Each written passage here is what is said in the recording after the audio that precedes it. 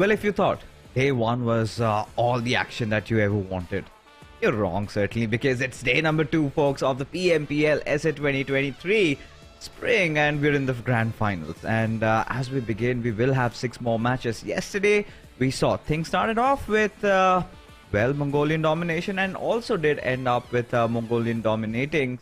But in the between matches, we had the Nepalis take over. So a lot of things did happen. We're going to talk all about that also, and also cast the games today. My name is going to be Fixes. Along with me, it's going to be Shadow. So, Shadow, day number 2. You've seen day number 1. What have you concluded, and how excited are you for tonight? Well, it's day number 2, like you said, and day number 2 is always the unpredictable day because now teams are more prepared. They have tasted the grand finals. They have already tested day number 1, and now the bottom teams or the top teams of a league plays like 4M, Stalwart Esports. They were suffering. They were not suffering exactly, but they were not able to perform up to our expectation. But the teams who are on the bottom, like the players of Raw Official and DEADEYES, they really need to break new ground.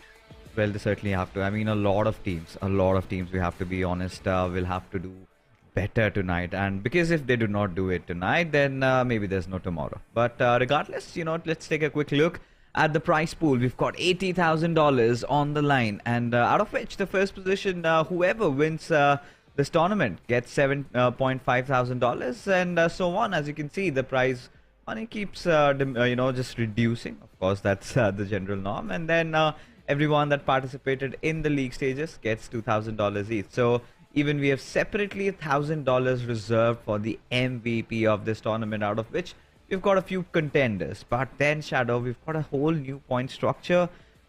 Why don't you let us know something about it? Oh, I have been saying this season the MVP is the point structure, because the major change that is there, yes, the elimination points are of major priority right now, but if you get the chicken dinner, you get 10 points. For the second place, you get 6, and third, you get 5 points. It keep on reducing, and you have to be in the top 5, because if you're not, either you're getting 1 point or 0 point, and that is something which all the teams are suffering, because they have to focus on the elimination points. If you were the strategic and tactical team previously, now you have to be the aggressive one. Oh, you certainly have to be. I mean, they do not have the choice, really. But yes, before we get started with the day, quick look at the map, in fact, the overall ranking. So, as you can see, DRS Gaming, they've been leading the charts. They've secured 121 points. Second up, we've got Stalwart Esports, 116. Finally, they managed to redeem themselves in the final game yesterday. And on third, we have got ND Esports. I think this team has been quite impressive, to be honest. Faceboy especially has been one of my new favorites for Medical Vibes. They have been struggling to get into their vibe, that kind of a game where they kind of go all out.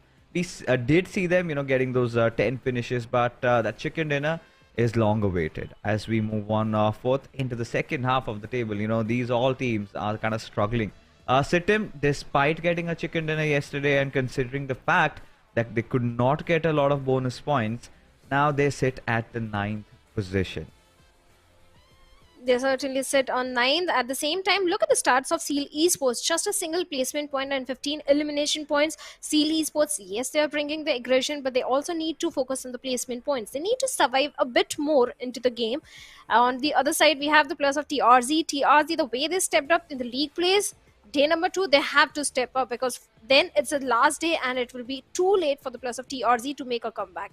And here we have Illuminate Crew. They were a team that, the only team that managed to secure 2 chicken dinners, and that too back-to-back in Sanhok. Quite have established themselves as the masters of figuring it out. And could be a lot of different reasons also. I mean, let's be honest, we had 2 circles exactly, around the same vicinity. So Illuminate, they've done a few things different, have been opting out of Paradise, have been making those quick rotations, have been sitting, have been taking those compounds really well. But despite that, what I really loved about this particular team is how they are so well coordinated, so well gelled up. Now, if you can tell that Medical Vibes are one of the most aggressive teams of the Mongolian region, and that is where Illuminate Crew also comes in. But they have that tad bit of balance in their gameplay also, where they can have instantly switch it up between how aggressive they can be and at the same time how defensive they can also play. Well, high voltage as compared to league plays, definitely there has been a certain downfall in the gameplay. In fact, in the league plays only, week number 1 was entirely in their favor. After that, week 2 and week 3, they didn't perform really at all in the grand finals yesterday. Also, yes, they did manage to perform in one good game of Sanhok, but other than that, high voltage, they were completely missing out. On the other side, I'm shocked because in the league plays, Sanhok was not their strongest map. It was always Erangel, where they got the maximum chicken dinner and the maximum points for themselves. But this time, they have worked on Sanhok, and by getting both chicken dinner and Sanhok, they are looking super strong. Oh, they certainly are. But we've got to take a quick look at the League One score points of high voltage against their own League Week 3 score points. So you could see the first week was really good. They had been getting a lot of points. They've been getting a lot of damage done. They've been getting a lot of finishes. But come the third week, we have seen that dip in the performance. And let's be honest, I think that has still been continuing. That has still been the case with them. In a lot of fights, we haven't seen that high voltage that we're acquainted to see. And to make things worse, I mean, the Sanhok games, they can't really just get by anything. To be honest, every single time they drop around that Western Island, and we've seen so many of those Eastern Island circles. I mean, both those Eastern Island circles. So that has also been one of those problems. And when you talk about this lineup, looks like an all-star lineup, was the champion last season. But this season, I feel, Shadow, a lot of things are missing. Yes, from the side of high voltage, yes, they are missing. They were the champions of the previous season, but this time, the way they are losing those 4v4 battles, I think high voltage really need to work on the synergy and the communication, because the way players are picked off individually as well, high voltage really need to work on their 4v4 close combat fight, and at the same time, they need to bury the hashe with the players of SITM Esports in the map of Sanhok, because SITM, they are punishing high voltage every time. Yeah. That's a whole different story. They've got a different love story going on over there. But here we are with the schedule for day 2, number 2, folks. And it is going to be Miramar. Then we've got Sanhok, then Erangel, and it repeats in the same order.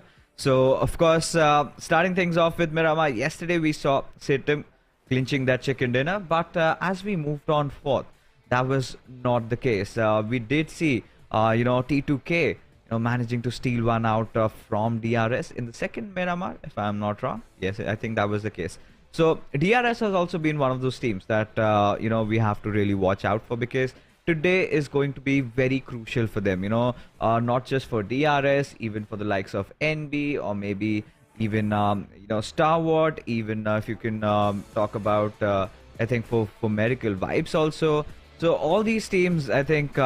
It's going to be an important day, because today is the day where they either build up the lead, or they kind of keep things a break even, where we have a lot of competition for day number 3. I just want the latter, and what I really do not want is to make predictions. But since it's the first game, let's do it. Let's just do it for the heck of it, and then we might decide if we want to skip this or not. So, Bhavna, who do you think is going to get the chicken dinner? Okay, since we have Miramar and yesterday MABETEX Esports, they were so very close to getting their first chicken dinner. So I think MABETEX Esports can get this one, if we have a northern circle. Okay, so I think MABETEX is a really good choice, and I think I would like to go with Stalwart, because this is a little customary with them.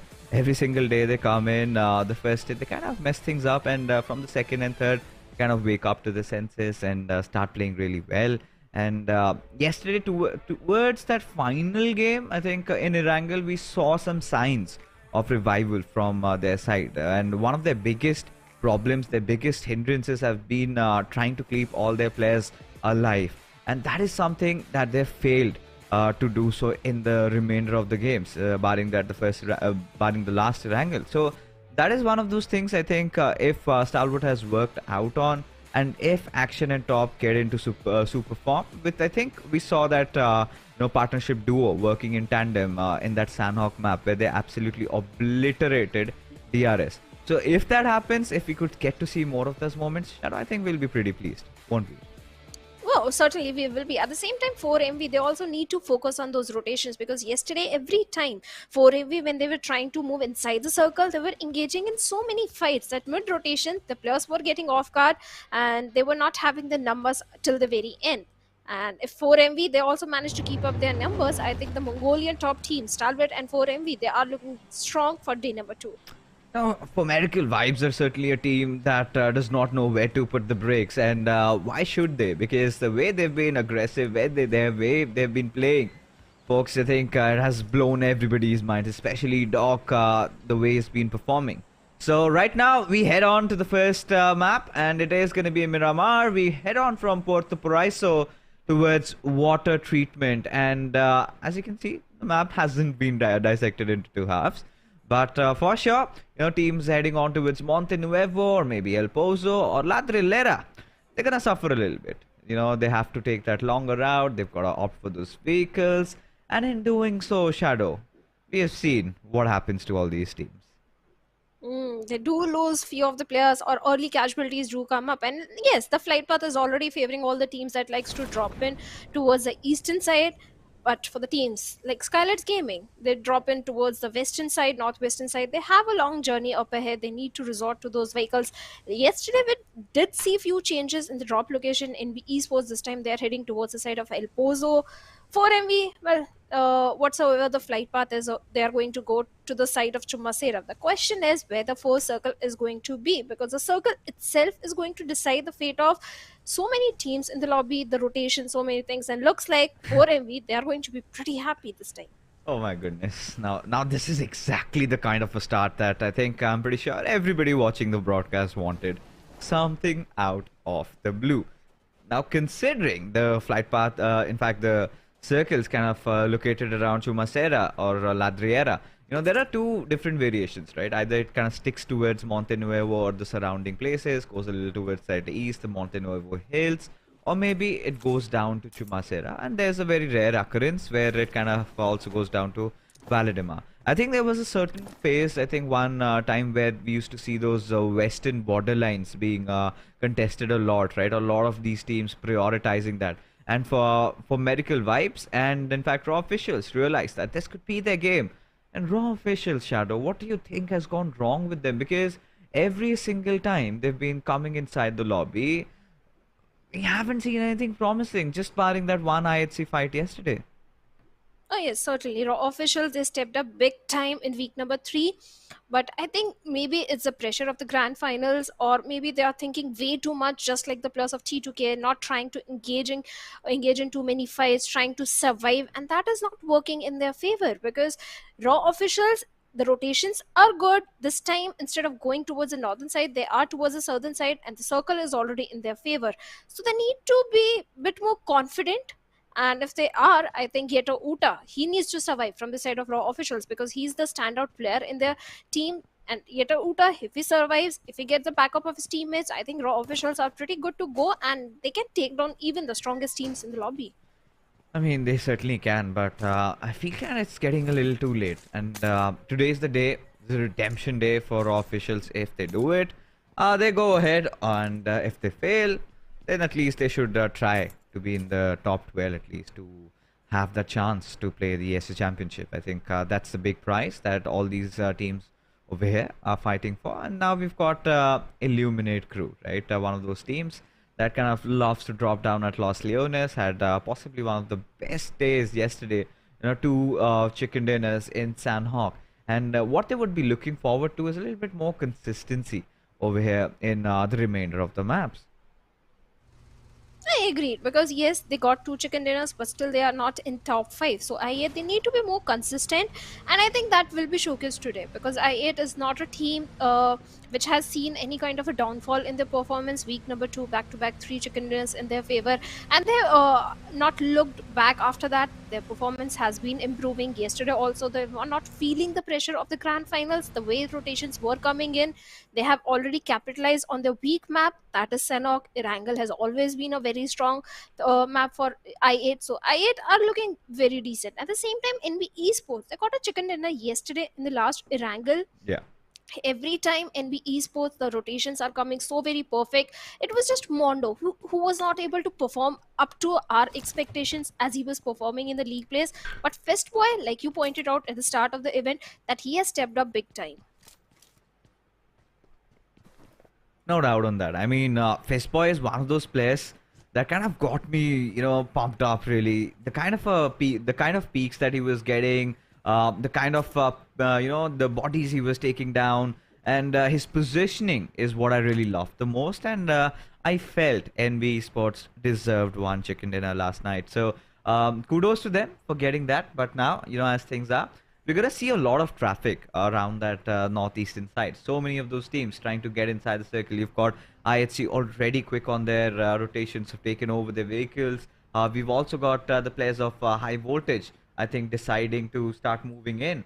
And IHC, I think they would want to go towards Monte Nuevo, get all the loot that they possibly want, and just stay over there, wait for the next circle.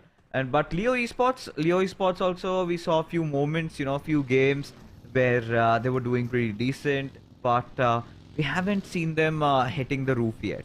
We haven't seen them getting to their best, because I feel this team could do a lot more than what they are doing right now.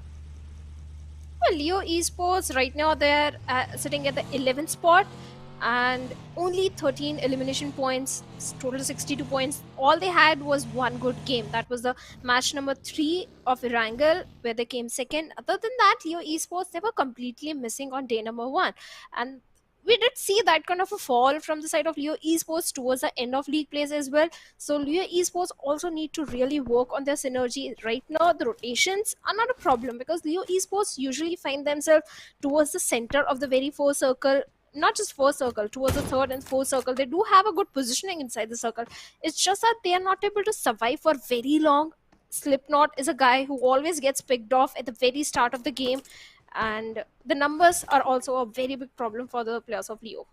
Oh yeah, I think not just getting the numbers, getting successfully inside the circle and holding good positions, that has been one of the biggest issues.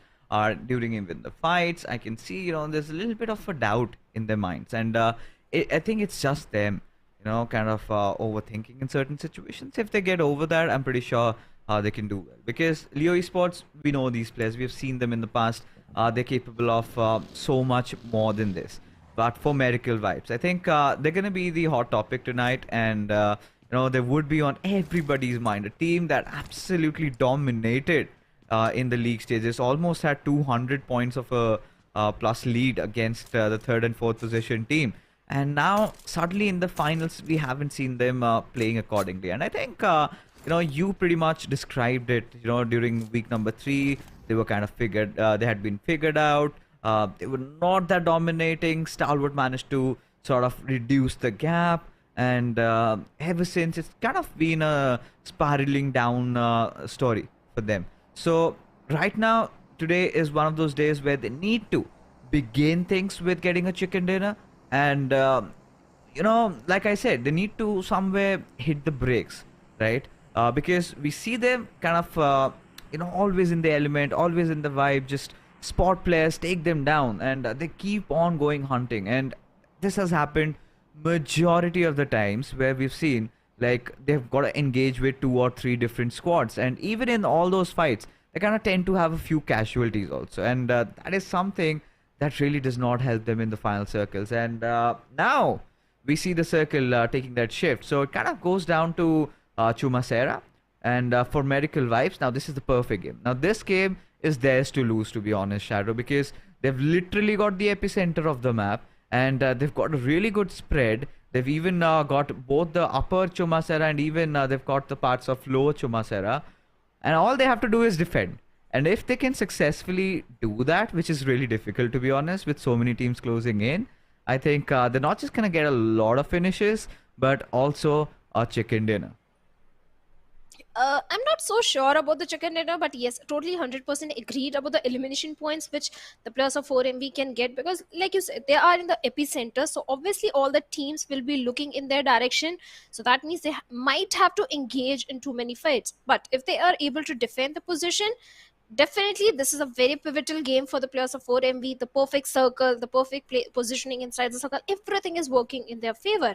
But now we have the first airdrop, that has got an EUG. I doubt if anyone is going to pick that weapon, maybe for the close range, but for close range, we have the DBS. So, Leo Esports, they are also going for the rotation. All the rotations that are coming from the northern side, the northern periphery of the circle looks so very busy. So, that means there can be a chance of a third party happening or multiple fights breaking out, because holding on to the northern side is not going to be easy. So that means the players on the southern side, like the players of TRZ, they can benefit heavily from the circle, even the players of Raw officials. You know, one thing we've noticed, we haven't seen any action as of yet. It's almost been, 5-6 minutes into the game. The second circle has already started to form, and in a minute or so, we're gonna see it close in also. And teams, they're all just taking their sweet time. Finally, I hear a bullet.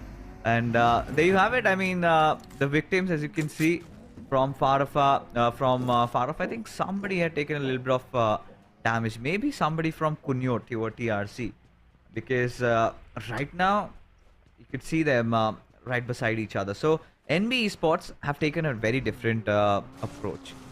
They've taken that western highway, they've dropped in down a little south. Maybe we'll take that Valdemar route and try and close in and get over those hills. You know, just trying to huddle up just behind SKYLIGHTZ Gaming, who kind of placed a little western, in fact, towards the southern side of Ladril. And if you're wondering how am I giving you all that information, I do have the map feed with me. So a little bit of those insights on what the teams are up to. So DRS Gaming, that's one of those teams that's trying to close in. We've got Illuminate, very well stationed at those nearby compounds, who are certainly being kind of watched over by the players of Stalwart. But the big question, I think, Stalwart for now, they would love to hold on to that hill advantage that they have till, I guess, the next circle shift. Yeah, they would want to hold on to that hilly areas, and that also means they might challenge the players of 4MV. But Stalwart, the reason they are looking good, they have the height advantage, but looks like the first knock is already being drawn as High Voltage gets a knock onto Liquid.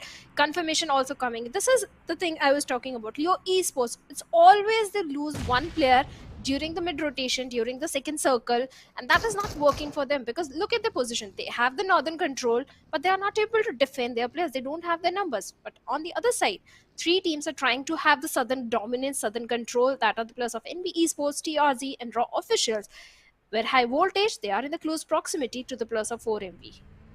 One other thing that that has kind of popped up in my mind is you kind of start off way separated from each other, and they had that ample time to kind of rotate and get into the center of the circle. Now this is one of those phases where all these teams tend to rotate, and while you're rotating, you're kind of susceptible to fire from multiple directions. But for now, NB Esports, I think, seem to be contesting for the southern area, so they might be looking at players of maybe Kunyo TRZ, but on the other side, DRS trying to get inside the zone have been spotted, and one of their players has been taken down by SITM. Now this is not a good news, considering there's so many teams right on their tails, just hoping that DRS gets an early eliminated pretty early on, and they get to take over the lead.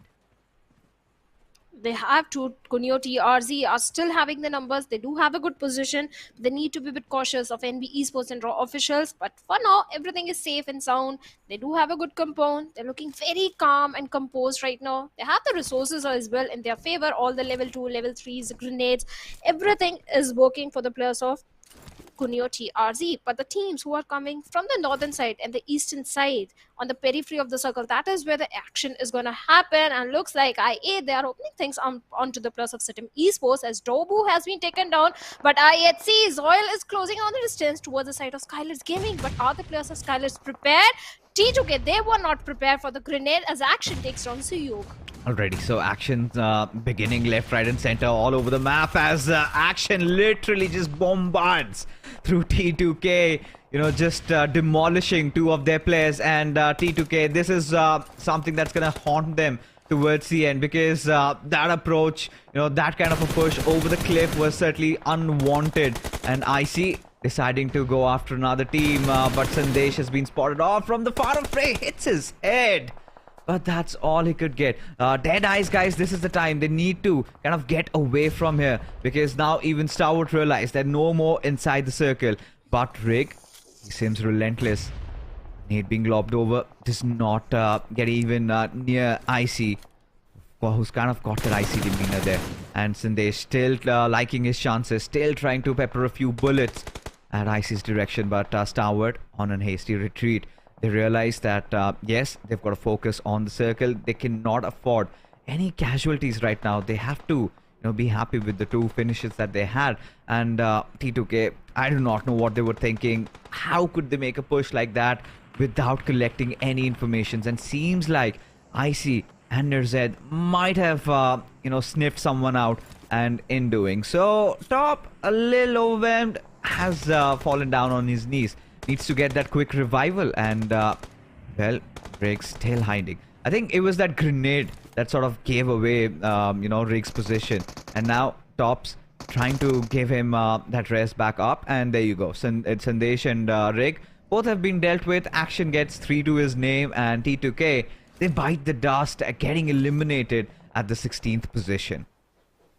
Well, the line of sight that you get from that cliff, Stalwart Esports definitely had the positions advantage. They are aware of the plus of Deadeyes, but right now MABETEX Esports, they are coming under heavy fire from the side of Stalwart, but looks like HIGHVOLTAGE are also in a bit of trouble, as the plus of Seal Esports are showing on their doorstep, and I yet see they're already in the compounds. Perfect grenade comes in, and Zoil has been eliminated. Not just knock, perfect grenades, back-to-back 2 grenades, and Zoil has been eliminated. Now I yet see they are left with only 2 players, Alex and Demo. If a knock comes in, there is no chance that they can save each other.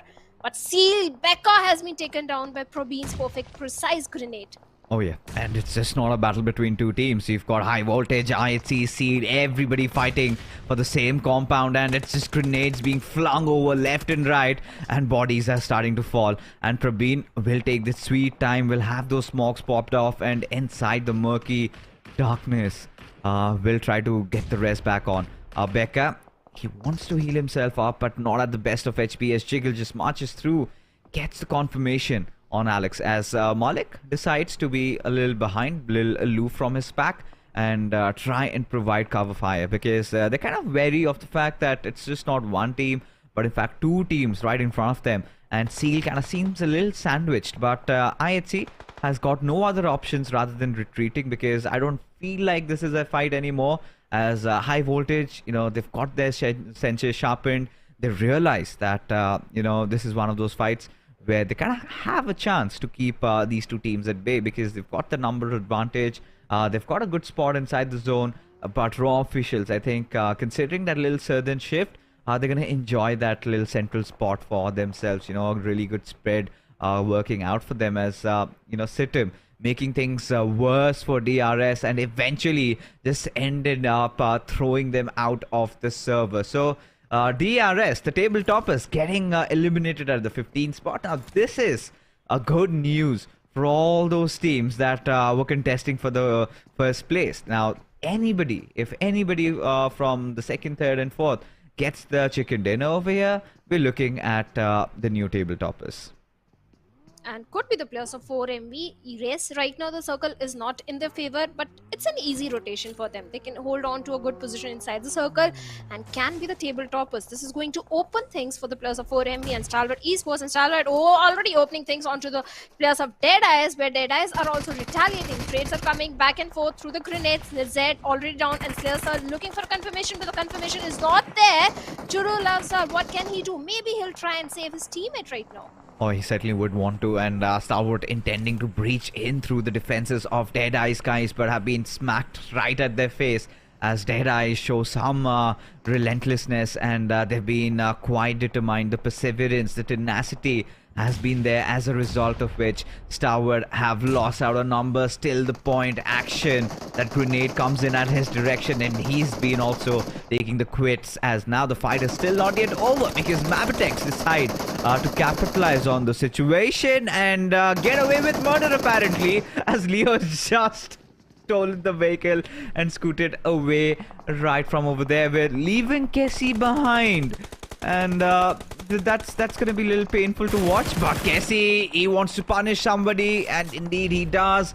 Does go a little greedy, gets that knock, but unable to secure the finish. As DEADEYES, guys, I don't know, they've been kind of having a roller coaster of a journey, because initially they almost had picked up a fight with Stalwart, and then eventually Stalwart decided to just force themselves onto their compounds, and they managed to fend that off as well. But eventually they've managed to keep all their 4 players alive, with Viper just coiled up, watching at their direction. On top has left. Nothing really concerning him. But the remainder of the players, I think somebody's going to get hunted. And Viper can smell it. He can sense the danger. He can sense a certain team getting past him. And that's where he's going to be taking a lot of those shots. On the other side, we have the players of SKYLIGHTZ Gaming also going up against 4MV, and looks like 4MV, I saw is from far off that 2 players were already down. So 4MV was also not looking that very good right now. Oh yeah, they certainly won't. But the situations, of course, this is not the right scene that you would want to be looking at this point, right at the midst of action. And we apologize for that. There's been some technical issue. We'll be right back inside the game. That's nothing to kind of be just worried about. But yes, as things went on, to be honest, getting back into the game, so we've got SKYLIGHTZ Gaming getting the better out of DEADEYES, guys. One of those players being taken down, who have certainly just been reduced to a one-man squad at this point. So IHC Demo, the solo player surviving, had they got their full 4-man lineup over there, this could be their chicken dinner. But as things are right now, there's a lot of traffic around that southern hills, right? You've got teams like NV Esports, you've got Raw, and Mondo is relentlessly just trying to poke in, here and there, try and get a few picks. But it is Kunyo TRZ who are losing out on numbers, and it's going to be Akaza from the far off fray trying to take a few shots at them, as this is going to be a really tough climb for NV Esports, who are kind of taking their chances on the players of Raw Official. Well, TRZ, they really need to watch their 6, because from the backlines we can see the players of SITM Esports might also want to close in the distance sooner or later, when the blue will start catching up to them. On the other side, Raw Officials, they have been holding on to the southern territory since a very long time, and NB Esports, Mondo might want to challenge them, but at the same time, Leo trouble right now. One player has been taken down, and can Fistboy get the confirmation point? Looks like he can, but a little bit of the ridge is helping the case of Leo Esports. But how long can they survive? That's a big question. Certainly are in a whole world of trouble over there. Leo Esports, they're just kind of doing whatever needs to be done to survive, live, breathe for the next few moments, as we've already come down to the final 9 teams of the game, with HIGHVOLTAGE really having all 4 of their players alive, have managed to get a squad wipe also, as SKYLIGHTZ Gaming and Illuminate Crew. This is one of those fights that we've been longing for. No fear. He shows no fear when he decided to charge in at their direction, but now has opted to drive by with his buggy, and Sky could go on to punish him, but Woofies tries to keep himself hidden behind a little cover, as no fear. What is he up to? Where is he scouring? Because I8, they kind of are just positioning themselves up to take that fight, have burst open one of his tires, and no fear. I do not know at this point what is going on in his mind. Oh, maybe he's just trying to bait. Well, I8, this game is so very pivotal for them, because all the top teams like 4MD, Stalwart Esports, T2K, DRS, they have been eliminated from the lobby. So I8, this is the opportunity that they can propel themselves up in the ranking. But right now, SKYLIGHTZ, they are in the crosshairs of Nova X, and Nova X knows exactly where Mafia Ninja is. Little Shag, but no fear, comes from the top, takes on Woofies and takes on Nova X as well. Sky also goes down. The only lone survivor from the side of I8 is Viper. What can he do? He takes on No Fear, gets the confirmation, takes on AJ. No, he doesn't. He certainly doesn't. But still in a 1v2, it's going to be very difficult. Him against the world over here, as Viper still manages to survive through. But it's going to be AJ who finally finds the lead right into his heart and kicks him out of the server. With that being said, SKYLIGHTZ Gaming, They're marching through, somehow have already managed to secure 11 defeat points. Now, this is exactly the SKYLIGHTZ Gaming that a lot of fans have been waiting for, have been wanting to see. And no fear, he definitely has shown no fear in the first game. At least, 6 finishes for that lad. But now, NB Esports, they've got that higher ground, and Leo Sitter right down below them as Assassin, trying to capitalize on the opportunity. Does not have the DBS, but says the work can be done with the S12K. And SKYLIGHTZ Gaming, just when we were thinking that this could have been a really good game for them, got eliminated at the 7th spot. But they had a very good run. Brilliant effort from the side. This is the same SKYLIGHTZ Gaming we saw in week number 1, where they used to have the northern control in the map of Miramar, but unfortunately the players of High Voltage have taken that control from their hands, and looks like Akaze was having some trouble with the vehicle as he knocks himself down. The revival should come in because NB Esports are looking to breach into the compounds of Raw officials. Both these teams have been so very silent since a very long time. Raw officials, they have all the reasons to be silent. They need the points, they need the placement points, they need the chicken dinner, they need the elimination points, and that is something they really need to focus on, because just a single defeat point is something they don't want. This is something that I like. This one change from Raw officials where they kind of focus on trying to play around the center rather than just hover around and eventually get caught down to a lot of other teams while they're rotating. So it's better, just hold on to a compound.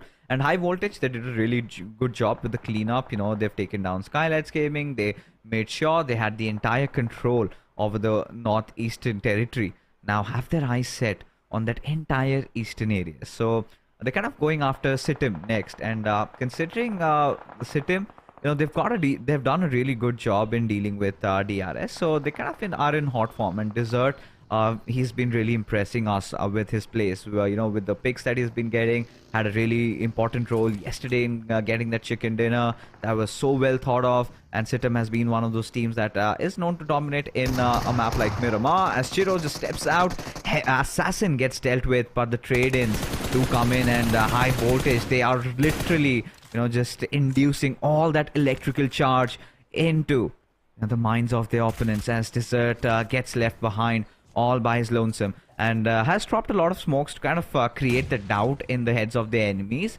But High Voltage, I think that's none of their concerns as of now.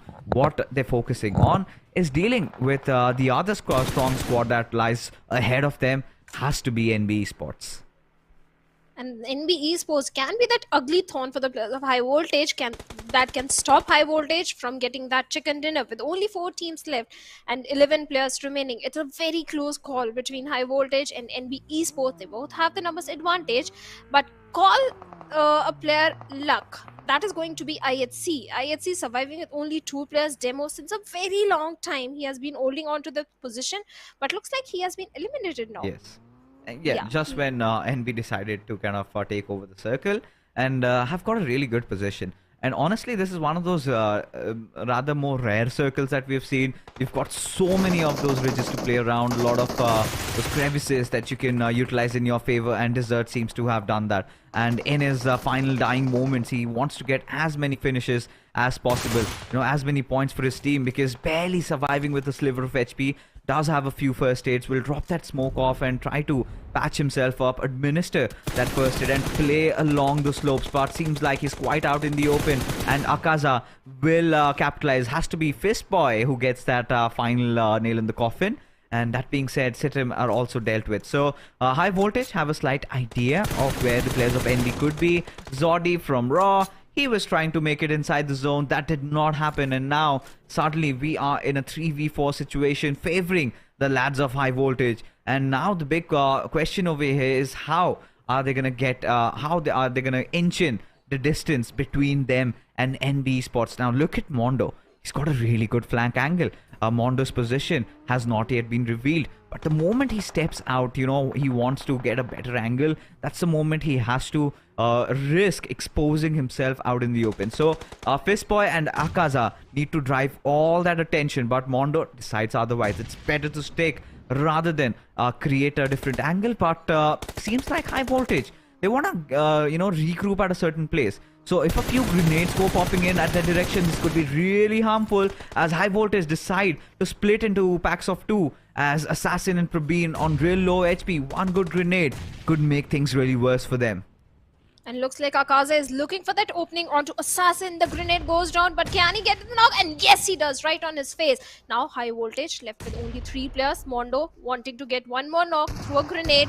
Probeen having the height advantage, but Jiggle goes for the flank angle. And with that UMP-45 takes down this boy. Now, knocks after knocks are being traded off by both these teams. Has come down to Mondo and Akaza and Jiggle and Malik of High Voltage. And now it is just that hill that separates these two teams from glory. NB Esports en route to get their second chicken dinner, and High Voltage wanting to secure their first. And High Voltage have been impressive as Malik decides to charge in. Jiggle trying to provide that support fire, but none of them is making that first move. Everybody trying to find out all that fine angle just to thread that margin there, as now we could see them finally facing off against each other. Malik taking a few shots down at Akaza, finally falls down to Mondo as Jiggle on barely any HP. He needs to clutch it out. Just has that first hit, but does not have enough time, as now he will take the time to just slow down to get himself patched up, as Akaza does exactly the same, and then Jiggle just charges in through. Akaza finally manages to administer the first hit in the right nick of time. It has come down to that 1v1 situation. Who prevails will be High Voltage, as this is an ecstatic, electrifying victory for these lads from Nepal, just stealing the show, stealing the glory, everything out from NB Esports. Could have been their back-to-back, but hey, High Voltage have made a statement. The defending champions of PMPL SA, they are back, Shadow, and that was one of to remember. The way they charged in showed no fear, and as a result have managed to see it through. Well, certainly they have. They were already writing the chapters of victory yesterday in the second Sanhok, where they came on the second position, but now they get the chicken dinner. We were criticizing where High Voltage is, and finally they deliver the perfect chicken dinner for themselves. 11 elimination in their favor, very high damage number. First they eliminated the entirety of SKYLIGHTZ, managed to get the northern control in their favor. Then they went ahead, eliminated the players of SITM Esports, and took down the players of Raw officials, and finally took down NB Esports. And at the same time, NB Esports, I think they have toppled over few teams in the overall leaderboard. Oh yeah, and you know, these 11 points are going to be so crucial for them that they got out of those eliminations, and those 10 for the chicken dinner. I'm pretty sure you were all acquainted with 15, but this PMPL we decided to make things even spicier, so that, you know, the action is always there. But what I loved about High Voltage was they capitalized on every situation.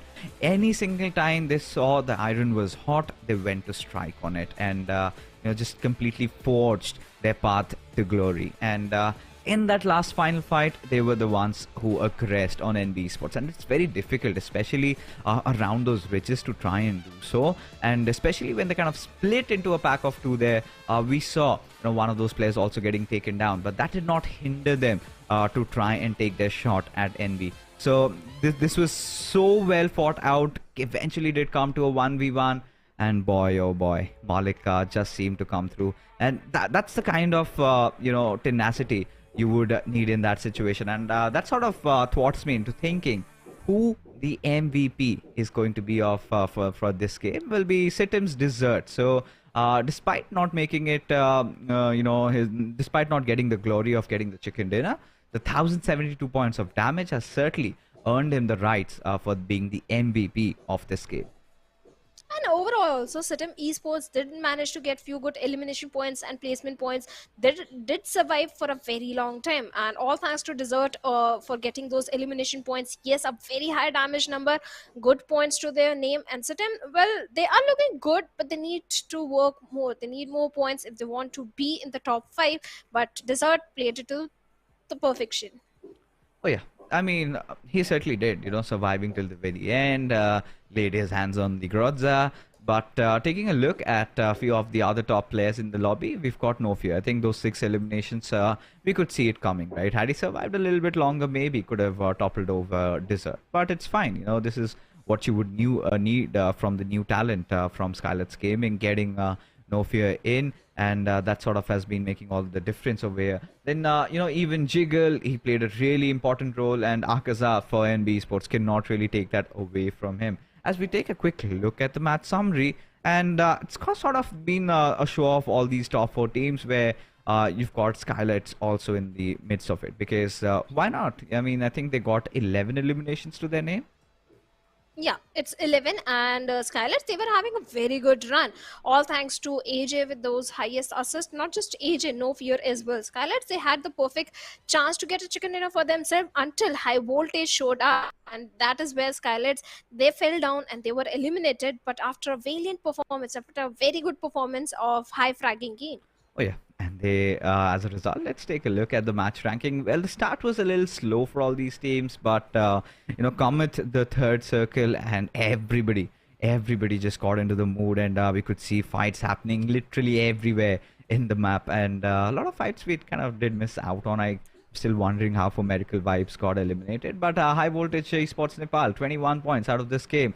NB Esports not far behind with that 16 points. I think they could have snatched over that first spot from DRS. Then SKYLIGHTZ Gaming, a really good comeback game from these lads also. As you can see, just 1 position point, but those 11 eliminations, certainly the new point structure helping them a lot. As we take a look at the bottom half of the table, Stalwart Esports, all they could afford was 1 squad wipe, and that was just pretty much it. Nothing really apart from that. That was a big horde to take down, T2K. It's going to be a little tough task, but eventually when you knock the doors off DEADEYES, guys, things went awry for them. And even for the ex-toppers, that is DRS, I still cannot process what went wrong with them. I think they were kind of facing a lot of trouble facing SITM, trying to get inside the zone.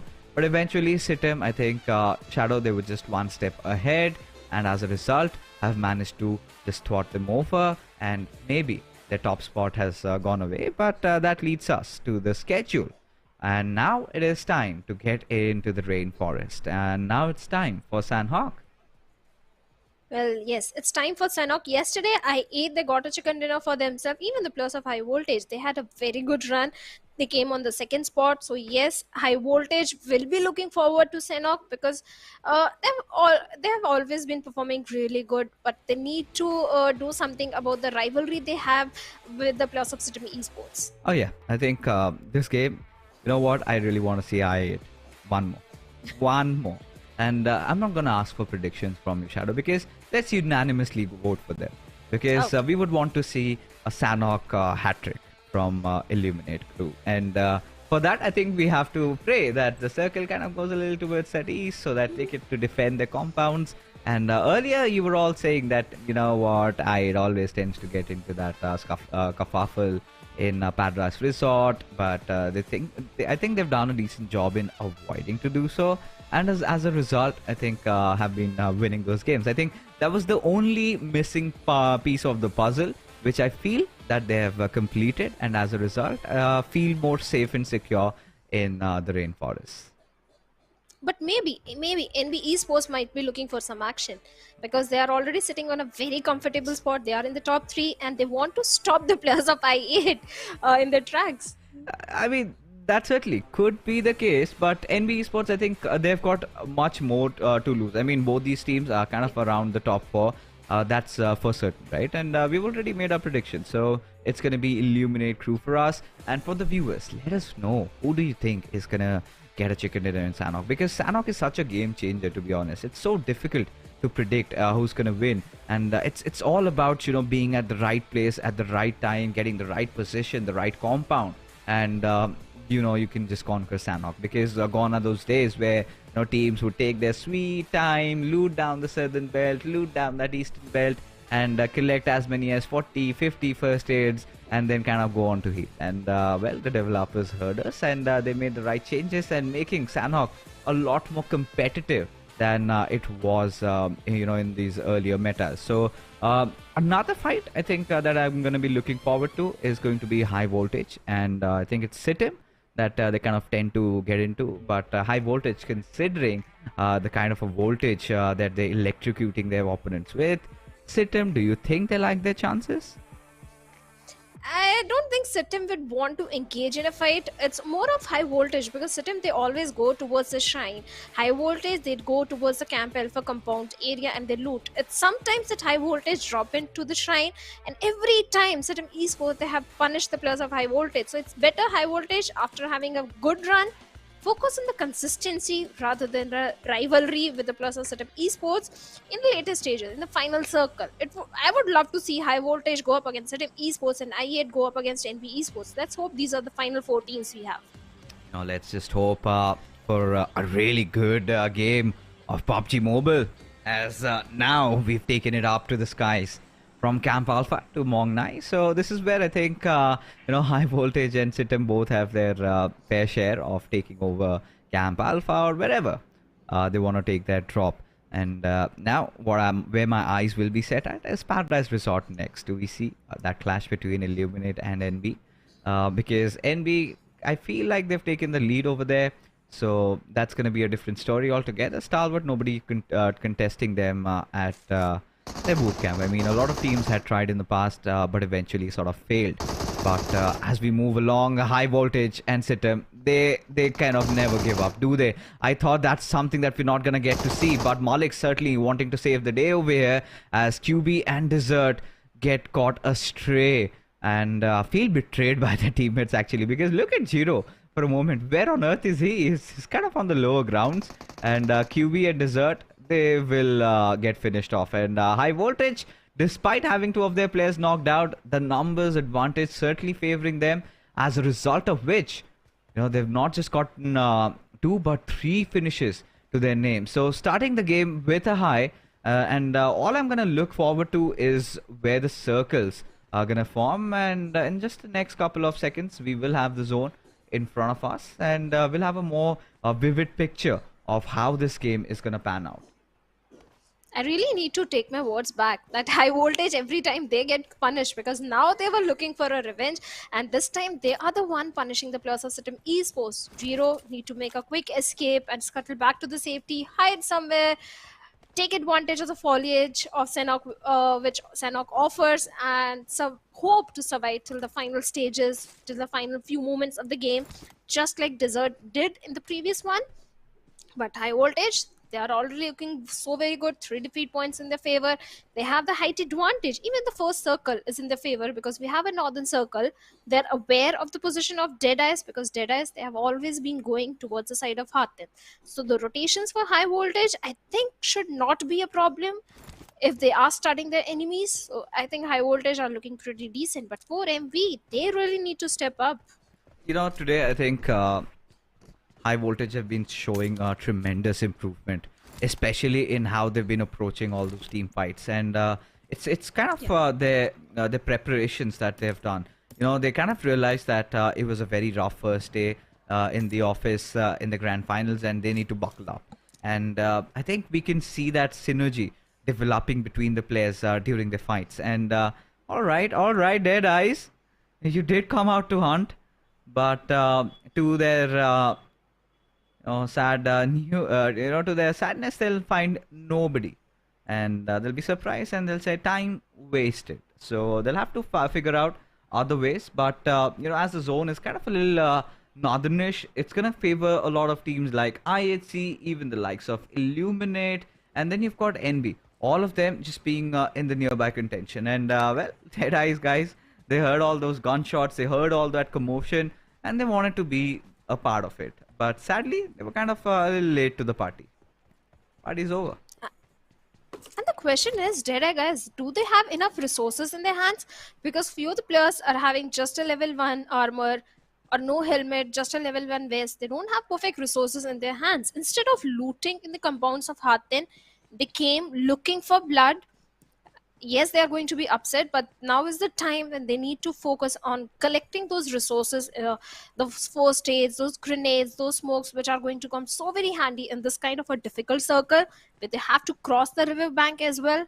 And maybe the players of IHC will be waiting for them on the other side of the river. So DEADEYES, right now they need to prioritize the resources and the rotations. At the same time, things are pretty silent in Paradise Resort. I8 and NB Esports, they are not going up against each other this time again. mature and smart decisions coming from the side of IGL.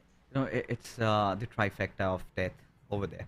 You've got three big teams, IHC, NB, and then you've got Illuminate. So, Illuminate might find themselves a little sandwiched, to be honest. But right now, we've got some action brewing up over here. We've got SKYLIGHTZ Soulless taking a couple of bullets. But eventually, Sus sort of revealed his position and had to fall down right on his knees. And Seal, it's a huge spread going out for them. They're kind of scattered throughout the map, and it's so difficult to kind of anticipate where they're really positioned. So Sus did kind of want to get in a little close, maybe take down Soulless, and that could have completely changed the narrative of this fight. But eventually, Seal just making sure they got that first knock. They're not going for the elimination. They want to draw out a few more players of Leo Esports. I think they've spotted out where HIGHVOLTAGE is, but HIGHVOLTAGE, he's kind of kept himself out of harm's way right now as Mr. Smokey V3. He also decides to rotate it, and I'm pretty sure Sanchi is keeping a tab on all of that action happening. No, I want to be a little harsh onto the players of Leo Esports.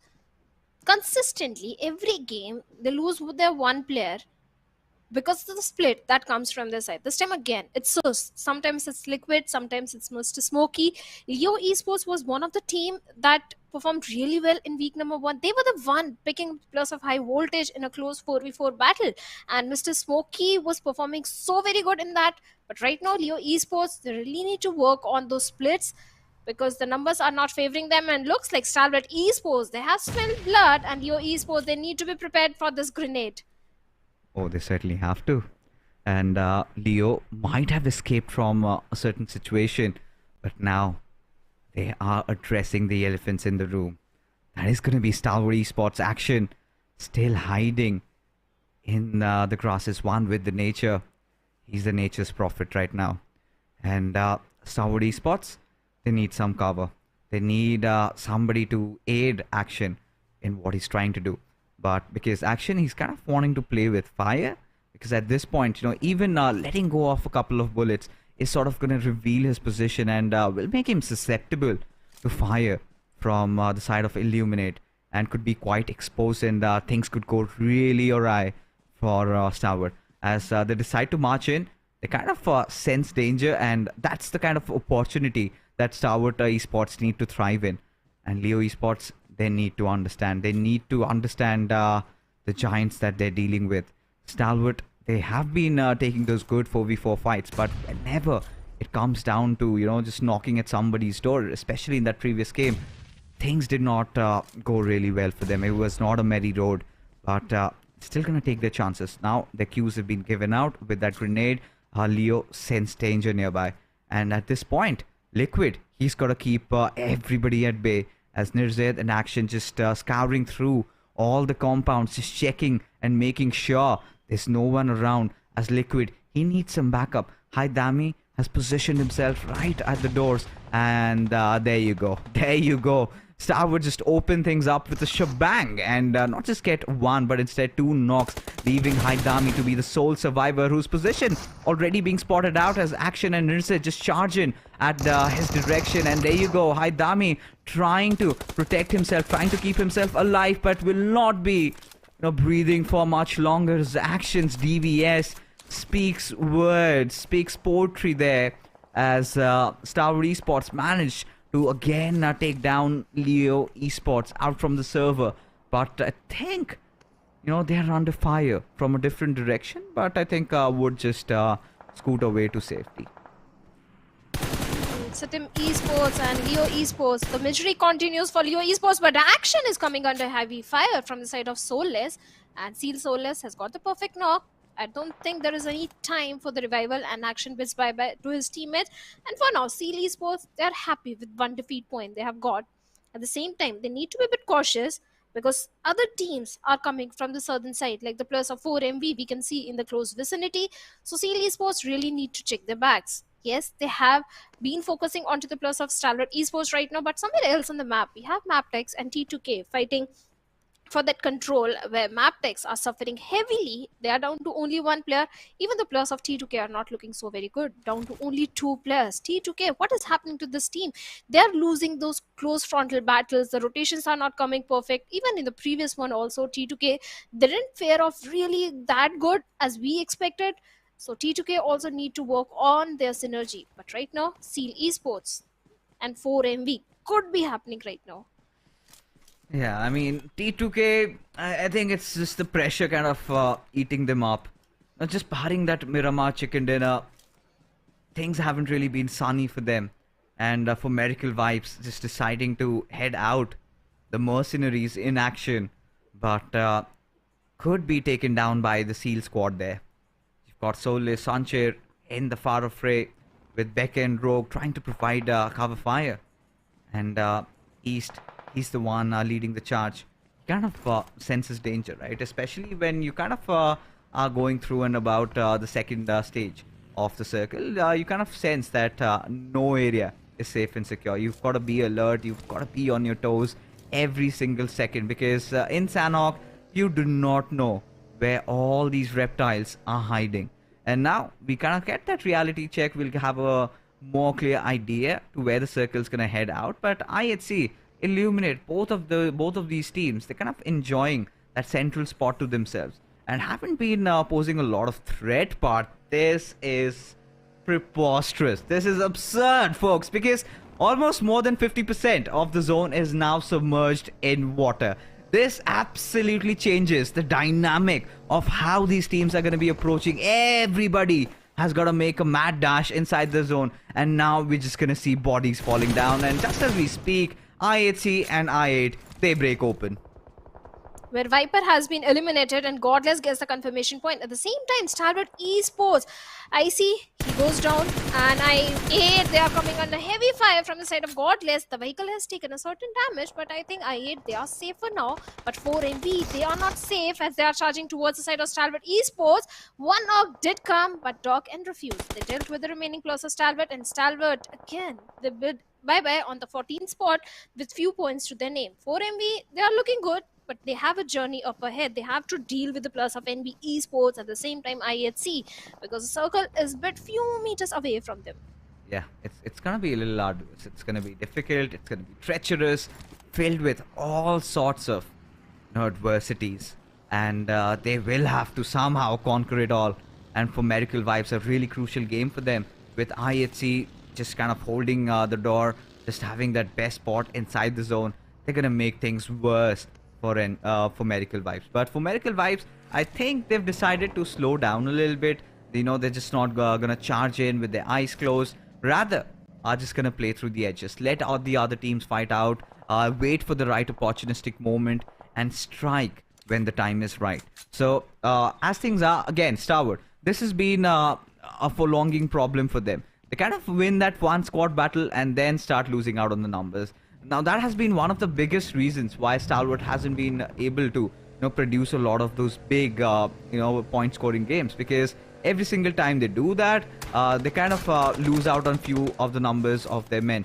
And now, for Miracle Vibes, just when we were thinking they wanted to keep things slow, they decide to charge in on the compounds of IHC, where Godless just slaps at the face of Eastern Dog, and Nova providing cover from elsewhere. It's going to be Illuminate crew also joining in the action, as for Miracle Vibes, in the blink of an eye, Shadow, they have been eliminated from the server. Well, 4MV, they made a mad rush toward the compound of IHC, and IHC replied that this is our compound, we are holding it, get out, get lost. And 4MV, they have been eliminated.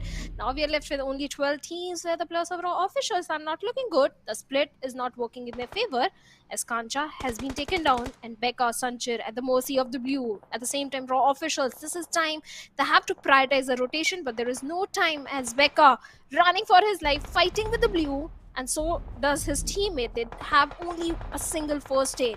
Not looking good in terms of the resources, and finally Becca makes it inside the safety, but NB Esports, Sek is in the crosshairs, and looks like Becca is going to pour heavy bullets towards him.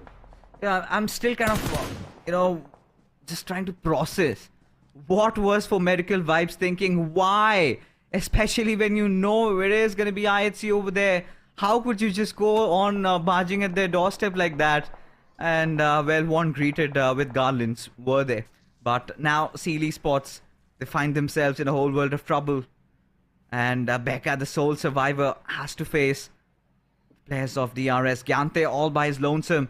He's got to deal with AJ and Nima. SKYLIGHTZ Gaming, they've also been in a stellar form right now. And I think, SKYLIGHTZ Gaming, they've taken the right decision just to play around the shorelines, as a result of which they do not have to worry about anybody just creeping from the water. And good luck trying to take shots from there. So, DRS, they're kind of wanting to spread over the map a little bit, keep that northeastern periphery of the zone to themselves. And Gyante, I think he's got to play a little defensive because there's no chance on earth that he can just, go Mad Max Road Fury right at their direction. So, well, he just has to, calm down. He just has to relay all that important information to his teammates. And SKYLIGHTZ Gaming, this also could be their game.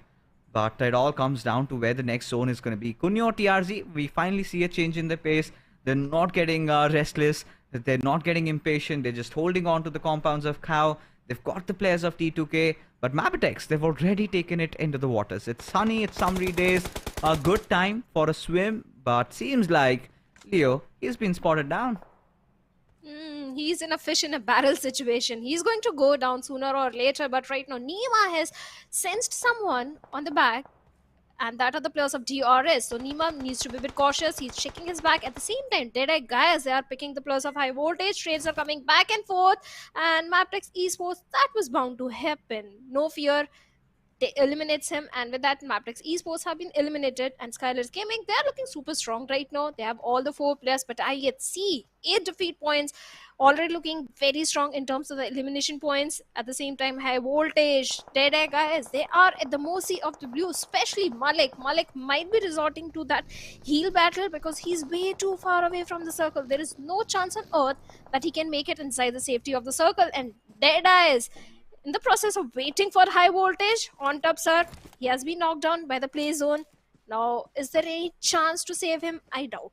Even I don't like the chances of Malik getting inside the zone either. 300 meters to cover, and does not have anything apart from those bandages to patch himself up, and eventually will take his dying breaths, and down he falls. So high voltage just getting the better out of the players of SITM. Trying to take down 3, eventually managed to take 1 more player down, but that is all they could get. That's all she wrote for them, as DRS, Gyante, still being patient as ever. And this is the point where DRS have to press it. Now, they've got a few hilly areas to try and get cover from. Or maybe it could just be rules that kind of tries to, just get in a little close to the players of Kunyo TRZ. With Gyante just, opening up on those grenades, kind of has revealed his position, but instantly decides to make his way towards his teammate, and then DRS could think of other ways to get inside the circle. As SKYLIGHTZ Gaming, they still have a compound to themselves, so should not be trouble for them, at least. They did have a vehicle, which is eventually busted open, but DRS, there they come, and knocking at the doors, trying to breach in through the compounds of T2K, but killer. We all saw that. 4K captured as IHC decide to knock on the doorsteps of T2K and Kunyo TRZ, but eventually it's going to be Steel Shot who gets a knock at his direction. Killer right on his knees, wants that res back up, will get it for sure. Delta will do that, but DRS will have to say goodbye to one of their teammates. Now we have 3 teams in the same compound, IHC, T2K and DRS, where IHC definitely having the numbers advantage. But if we look at the circle, SKYLIGHTZ, they have the best position, best compound to hold on to. They can do a third party, but look at the 100 IQ coming from the side of Precious, sir. He was inside the water, but I don't know how the players of TRZ spotted him, and now he also bids bye by 5 teams, 17 players remaining. Jane is already so very close to the players of IHC, and now the circle goes away. IHC, they have to go for the rotation. Maybe they will opt for the waterways. They have time, they have enough time in their hands, but maybe SKYLIGHTZ Gaming could be waiting for them on the other side, or maybe they will try to snatch the compound from the hands of T2K, and looks like Alex is already trying to do so with that grenade, but I doubt if it is the perfect projectile. IHC just making sure they check through the fences, wanting to take away any creepers that are hiding, just sticking up to it. And the next target right in front of them would be Kunyo TRZ. Mamba steel shot. I literally can, hear their hearts beating aloud. And Alex, he wants to knock on their doors. He has that grenade cooked up. Will throw it through the window, but does it connect? Does some decent amount of damage to Mamba, but steel shot. You can see that the DBS already equipped, already holstered up, and this is where IHC can actually decide to go in for the push. Now, the only thing that's kind of hindering them from doing that is they do not know exactly how many players are hiding inside the compound. So they want to kind of keep it a little low-key right now. They want to let some pressure being built up, a few of the other players being taken down, and then maybe wanting to decide to push. But no, Alex, he wants to take his chances. He wants to go in for the push. A little bit of the pressure being applied, and steel shot has been flushed out of his compound and has to go on a retreat. Mamba takes a little bit of damage, but seems like he's gonna live. And DRZ, they have been forced to move back into the same compound. IHC, they do have the circle, but from the back line, SKYLIGHTZ Gaming are also closing in the distance. Perfect position to do a third party or the fourth party, T2K. They are in the middle with no numbers in their hands, only 2 players surviving. Now it's kind of a stalemate situation where LX with a grenade might be looking for some opening, but he doesn't know exactly where the players are, so the grenades are not going to come so very handy right now. That now all these teams, they need to realize the micromanagement of the resources. All the grenades, the molotovs, they have to use so very precisely. They have to lob it to the perfection. TRZ, this can be a good game for them. And Madcat with a grenade knows exactly where Godless is. He can bring down the numbers of IHC at this point. The question is, can he lob it to the perfection? Can he take down Alex? And looks like he can do so, but he just missed it. He missed it, and seems like we'll have to take the brunt of it. Instead, DRS, they find a crack in players of TRZ over here as Alex decides to barge into the compound, but Degree seems to deal with him fairly well as Mamba is cooked up that grenade as Godless just burned himself alive, staying in that Molotov, and IHC just like that, wanting to take over the compounds of Kunyo TRZ. They have defended it with all their might, and now this is the chance for teams like SKYLIGHTZ Gaming to try and close in the distance. As T2K, well, they've got their 2 players alive. Degree trying to apply a little bit of pressure at Sandesh's direction, but Sandesh, we know what this player could have done had he been alive. As Degree, he certainly is proving to be the MVP in all these fights, thwarting off the players of IHC, and now taking down Sandesh over there, leaving Jane to be the final player surviving from T2K. As DRS, they seem to be chilling. They've got a good compound. They're holding on to it. As SKYLIGHTZ Gaming, they might have been spotted out, trying to intervene in all the battles. They seem to have the positions a little bit exposed. That little hilly area, trying to protect them. That little ridge, helping them, staying alive. As Delta, trying to find a few more corners. One more good grenade, maybe could take down Jane, get those extra position points. As Degree, he's going to be doing the honors. As Jane trying to get away to save covers, but no, Degree does not let that happen, as this player has managed not just 6 defeats, but look at this damage numbers on this lad. As SKYLIGHTZ Gaming have completely laden this place with smokes as they decide to barge in on the compounds of DRS. As Killer lies down on his knees, Gyante has to protect his teammate as Delta removing himself from trying to revive his fellow comrade and has to get himself into the midst of the action as Gyante comes out in the open, will be shredded apart as SKYLIGHTZ Gaming, they have the advantage, get that killer blow, and with that, finally get the chicken dinner that they were looking for so long. SKYLIGHTZ Gaming, they were out for the blood today and they are getting it in every single game. Finally, they get the beautiful winner chicken dinner and already writing the chapters of victory for themselves. Yes, SKYLIGHTZ Gaming, they have finally found their wings, and the way they are spreading them, getting the elimination points, the placement points, everything. SKYLIGHTZ Gaming are looking good. If they keep up the consistency, I think they will be in the top 5 today. But what a game. They've struck at the perfect opportunity when they knew the opponents are there at their weakest point. 8 elimination, definitely helping the KS to propel themselves in the overall rank, sitting at the 9th spot.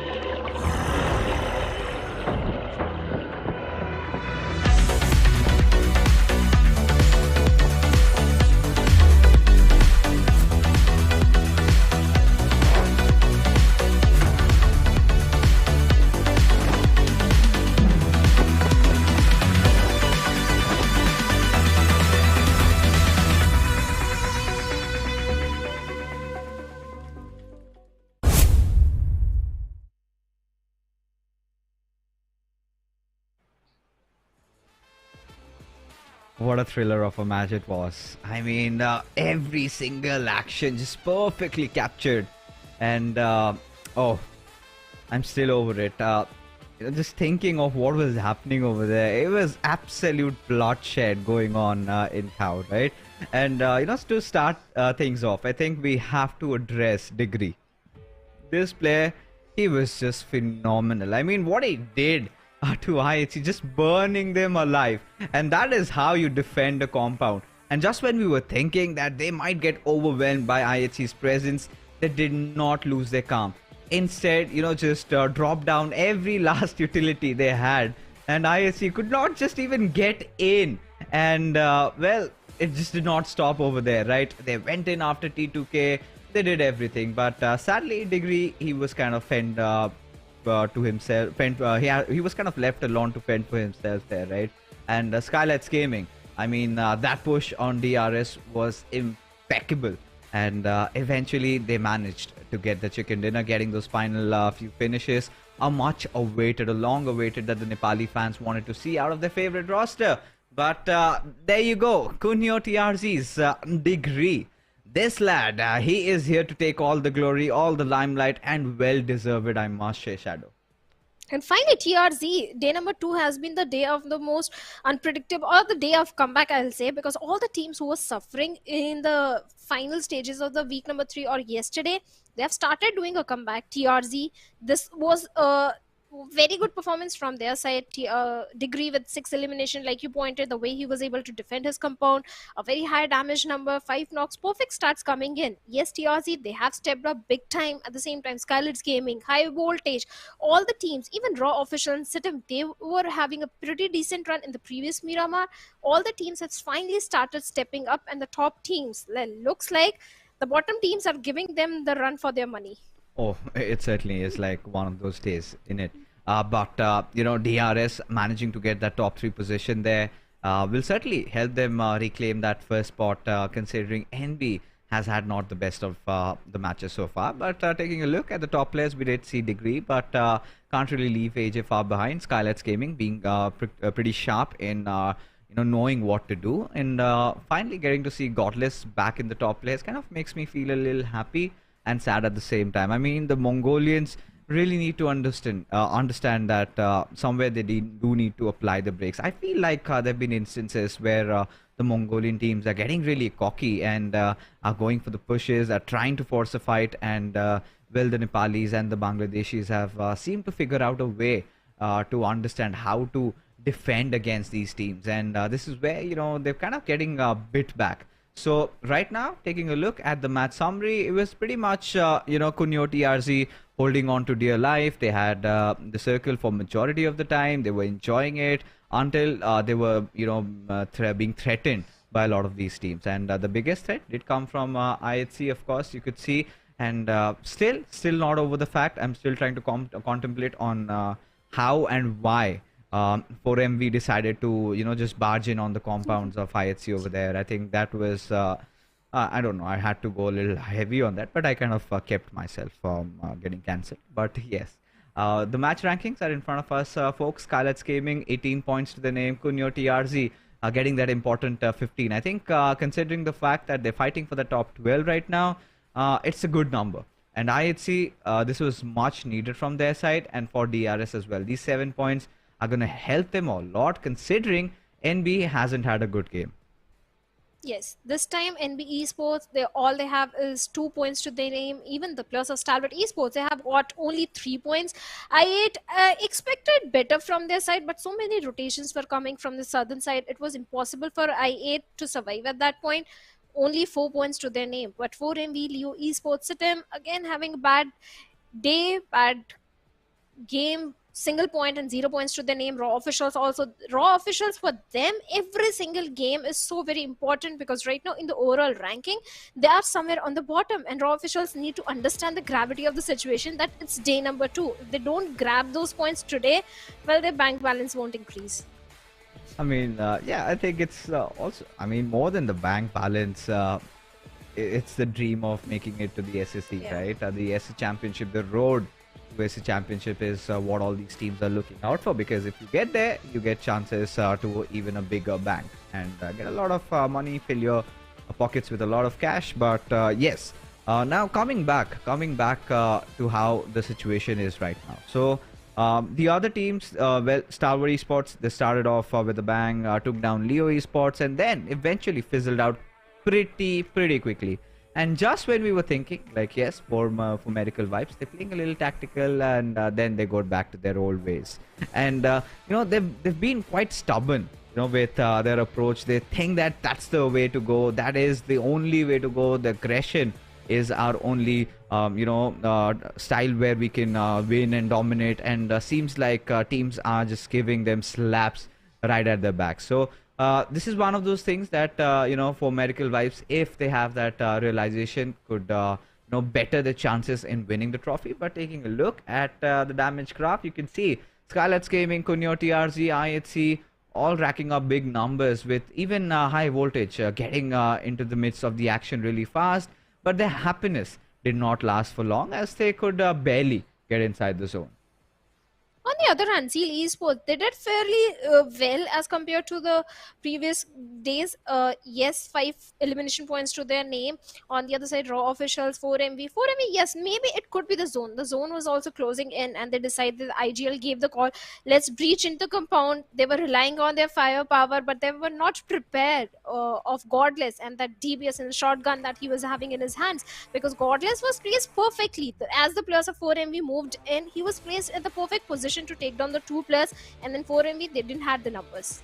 Yes, but now it's time to take a look at how the story is set, the overall rankings, folks, as NB Esports still holding on to that first spot with just barely 3 points of lead, and Stalwart Esports, I mean, well, they're still in contention, still at the 3rd position, and a lot of it has to do to the courtesy to those bonus points that they accrued during those league stages. For medical vibes, still in the 4th, so it's still not, you know, a sunset for them. You know, they still have a lot to work on, and they still can get back into the game. One good chicken dinner and could be Stalwart, or for medical vibes. MABETEX also keeping them into the competition. IHC making a comeback in this one, gaining a few points here and there. But SKYLIGHTZ Gaming have finally started to climb the ladder.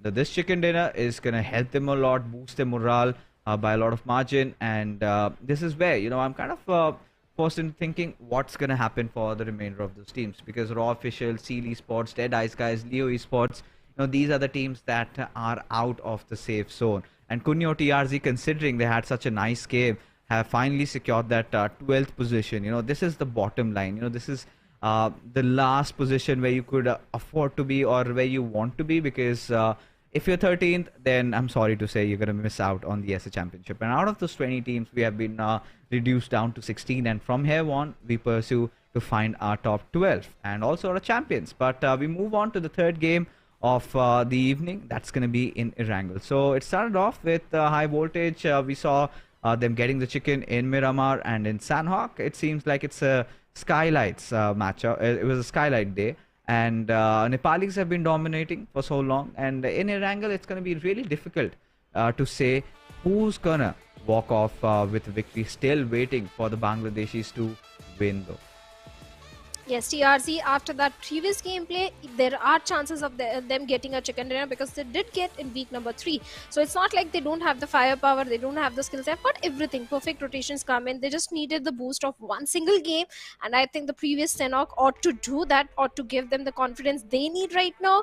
So TRZ, the Bangladeshi teams, it's high time they step up and get that winner chicken dinner in their pockets, because Mongolian teams and Nepali teams already have. Oh yeah, I mean they certainly do, right? Mongolians and the Nepalis.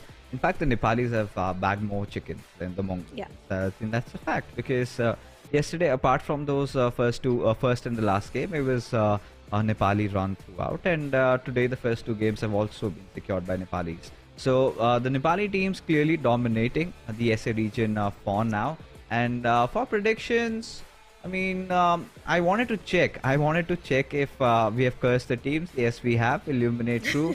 We predicted last time. So this time, production, we are not going to go with it. We don't want to jinx the matches, at least for me. Shadow, if you want to take a prediction, that's your call. I'll we can ask the producer to pick for us. Let's blame the producer. Let's him be the reason to jinx the teams, not us. You know what? I'm just gonna let my producer do the predictions for myself. Like, to be honest, I do not want to make it because I do not want to take the blame, because all we have been doing is just cursing them, right? And that's not our intent. We want them to win, but it's happening otherwise. And since there's no consideration for getting all these predictions right, so might as well just skip it, right? And just let them do what they want to, because we want the action to begin. We want to see some Erangel magic going on. We want to see the Mongolians to step in back. We want to see somebody from maybe Stalwart or maybe for Miracle Vibes. I mean, I'm kind of so desperate to see for Miracle Vibes get a chicken dinner. I mean, how hard is it? Because all you've got to do is just hold on to the circle. Do not push like mad dogs there. I mean, what they did against IHC, what were you even thinking? You know, just trying to charge in, and suddenly you get just wiped out, just like Thanos. And yeah, so that was there, and it kind of hurts to watch for Miracle Vibes in such adverse situations like this. And it's funny how they're still at the top 4. And Doc yesterday did keep them in contention, did manage to get 10 or 11 elims last night, but today we haven't seen anything promising so far from their side. So now moving on, we've got the matches about to begin. So all these players, they've got their game faces on, and let's see who wins this match of Erangel. Could be any team for now. Like you pointed out, Nepali teams are looking so very confident, and the team that is looking overconfident are the Mongolian teams like 4MV and Stalwart Esports rushing madly. I hope they hold on to their horses, because this time 4MV again go towards the side of military base, and no Elementrix in the picture, but looks like the flight path is already calling for a very long journey for 4MV, Stalwart Esports, even for the side of TRZ, because TRZ, they like dropping in towards Primos. They need to resort to those vehicles, and for Leo Esports, I just want to say only one thing. Every single death puts you at a disadvantage. They need to keep up their numbers. Yes, they take the Gutka split, but they need to regroup as soon as possible. Otherwise, like the previous day, a previous game, they might lose on to their numbers very soon. This is one of those games where, right, you would not want to be Stalwart or for Miracle Vibes. You would want to secure those vehicles. You would want to get down to your drop location, with optimum safety. But we know, we've seen the past, and it doesn't really work out that way, does it? So at this point, SKYLIGHTZ Gaming, they have opted to head on north a little towards maybe Kamishki or Stalbur, but you could see the players of SITM, getting down at Yasnaya, and for Miracle Vibes is dropping along with Leo. And this is quite a default circle, right? This circle we've seen time and again, and has the tendency kind of to end around somewhere around maybe farm or towards the Pachinki Hills. I'm not going to be surprised if it even goes towards Rosok. And there's so many places, and so difficult to predict sometimes that where the circle is actually going to end at. Definitely, it's going to be pretty hard. It can go anywhere nearby Rozok area, or if Cowball comes in, it can end up towards that little island between the Northern Island and Rozok City. But 4MV, yes, they are heading towards the side of military base, and Leo again in Gatka. MABETEX Esports, they do have a good position. At the same time, SKYLIGHTZ might be looking for a control from the northern front. That has been their drop location, Kamishki, since a very long time. But talking about IHC, yesterday IHC did deliver a very good performance in one of the game of Sanhok, I believe, the second Sanhok, yes, where they came on the second position. The previous Sanhok was also in the favor of IHC. It's been such a long time to see IHC dominate in Erangel as they used to in week number 1 and week number 2. So could be the game of IHC as well. Or maybe high voltage, because look at the position. They are right towards the centrist position. Not really around the center, to be honest, but would want to take over that. But this is where I would want to take the sweet time, where we ask the viewers, where do you think the circle's gonna end? Because these are one of those circles kind of quite difficult to predict unless we see that second shift. And who do you think is going to win this game? So it's a big one. It's a very important matchup. We're yet to see that Mongolian domination. I mean, for the Mongolians, we've seen them getting a lot of elims to their name, but eventually, with time passing by, it is one of those Nepali teams that manages to steal a chicken dinner. And I think the best match so far today has been the first game of Miramar. I mean, it was down to the wire, and high voltage, they seemed like they had a plan in their mind. I mean, high voltage, despite them getting taken down pretty early in Sanhok, it was the zone that took their lives away from them. But as a team, during the fights, they've been looking quite solid. So right now, taking a look at the map, to be honest, at how things are, just positioned, we've got nobody around Pochinki, at least for the while. Hoping that somebody takes over that place. But with Pochinki, what's always been troublesome is getting away from it. You need to have ample vehicles, and you need to take quick control over the Pochinki hills. Because if you fail in doing so, then you might land in a little bit of trouble. So high voltage, I think they're in real prime position.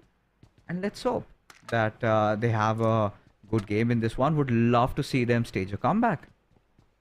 Oh, would certainly love to see that from their side, because high voltage, after week number 1, there was a major downfall. But NP Esports, they're already inching towards the center of the circle, and they're already on the top spot in the overall ranking. So NP Esports are also looking pretty decent in this game in terms of the position.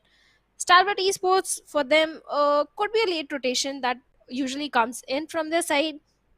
Nothing to worry about. They drop in towards Novorupnoy. They have the best resources, best weaponry in their hands every single time. They have the vehicles as well. So nothing to worry about for the plus of Stalwarts right now in terms of position. But in the overall standings, they need to worry. If they don't stage a comeback right now, yes, the bonus points are helping their case to stay in the top 5. But that won't happen for a very long time, because the way Stalwart Esports are facing a downfall in terms of the elimination placement points, which they are not able to get, I think sooner or later they will be thrown out of top 5 and maybe out of top 10. At least for Stalwart, all I want to say is we want to see them making a comeback, right? And by the virtue of their bonus points, they've been there. Otherwise, the other teams have literally toppled them over.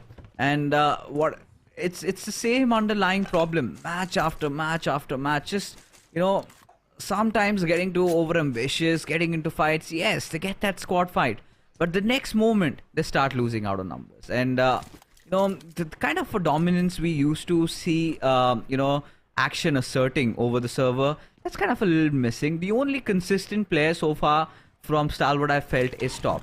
Right from where they were 2 years before, I think Top has maintained that level of consistency, which I kind of really appreciate, because there have been so many players who've seen that they perform. I mean, look at Action. There was a time when you see Action right in front of you, and the players started to tremble. Oh, it's Action! Shoot! Let's just get away from here. And now, to where it's like, hey, it's Action, let's deal with him. We know, he's gonna find himself in positions where he kind of exposes himself a lot, and it's a little impatientness that we've seen from his side, which has sort of been the Achilles heels for the team, and always finding himself in such positions, and that has sort of been what has been hindering Stalwart Esports from glory. But so far, it's been a silent affair. Every team just trying to get their loot done. Stalwart already moving out, but T2K kind of ruined the silence and want to get into action, which we absolutely love. Have figured out, have sniffed out the danger. It's Akaza, and Rig just charges in, and Akaza still manages to find a knock, but Suyog needs to find a trade, because Mondo has also chimed in inside the fight, and he's gonna instantly thwart off a grenade as Sek. The players do come in numbers as Rig, he wants to get that revive, and Jane, he's been spotted out, the grenade being flung over, and Mondo succeeds in getting that as Jane falls down on his knees. Rig gets back to life, but will eventually fall down again as Suyog on a sliver of HP. How long is he gonna survive, as Sek also wanting to go hunting him down, and there you go, T2K just washed off as NB Esports do lose out on Akaza, but will successfully manage to save out on Fistboy, it seems like. And even the players of MABETEX Esports did a perfect third party by getting the confirmation points and knocking down the players of T2K. But right now they are also coming under heavy fire as they lose one player from the side of DEADEYES. Guys, third party after fourth party is happening. What is happening? MABETEX Esports, Leo, you need to make a quick escape from the situation because TrueLoveStar is having a perfect line of sight onto Leo. At the same time, NB Esports, they are also aware of their position. Yes, the smokes will give away his position. At the same time, provide the necessary soft cover. But looks like TrueLoveStar decides to regroup with his teammates. A good decision because all this commotion was happening outside the safety net of the circle. It's better to defend your compound, hold on to your compound inside the circle, rather than moving outside. But Leo Esports, well, this time they are towards the side of ruins. But look at the split. This is the problem I have with the players of Leo Esports because the split is never working for them. This time again, they are in a 2v2 split. From one side, the players of High Voltage and NB Esports might charge in. From the northern side, the players of HIGHVOLTAGE might charge in towards High Dami. They need to regroup as soon as possible. Oh, they certainly. And look at look at all these teams just swarming in from the southern side for medical vibes. Then you've got Kunyo TRZ, even the players of Raw present over there, and we could see some bloodshed. And the center is kind of getting filled up. A lot of teams, you could see that flash, that splash of colors.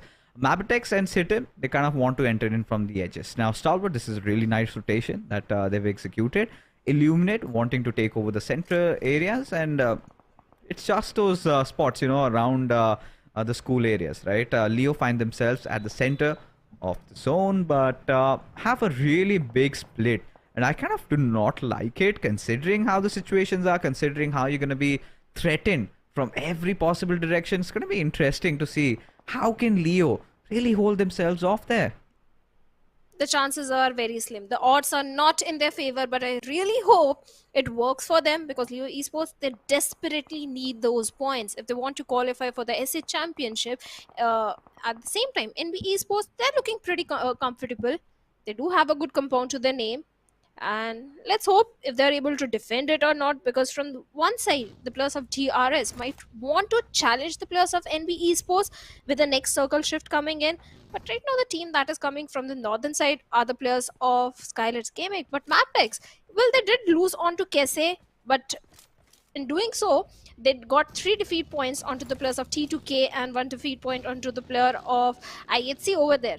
Good start for the MABETEX. They were having a very good run yesterday as well. They did miss out on the chicken dinner in the last Erangel. Maybe looking for this time, but Desert is coming under heavy fire from the side of Leo. But MABETEX, you have to prioritize the circle. The blue is closing in.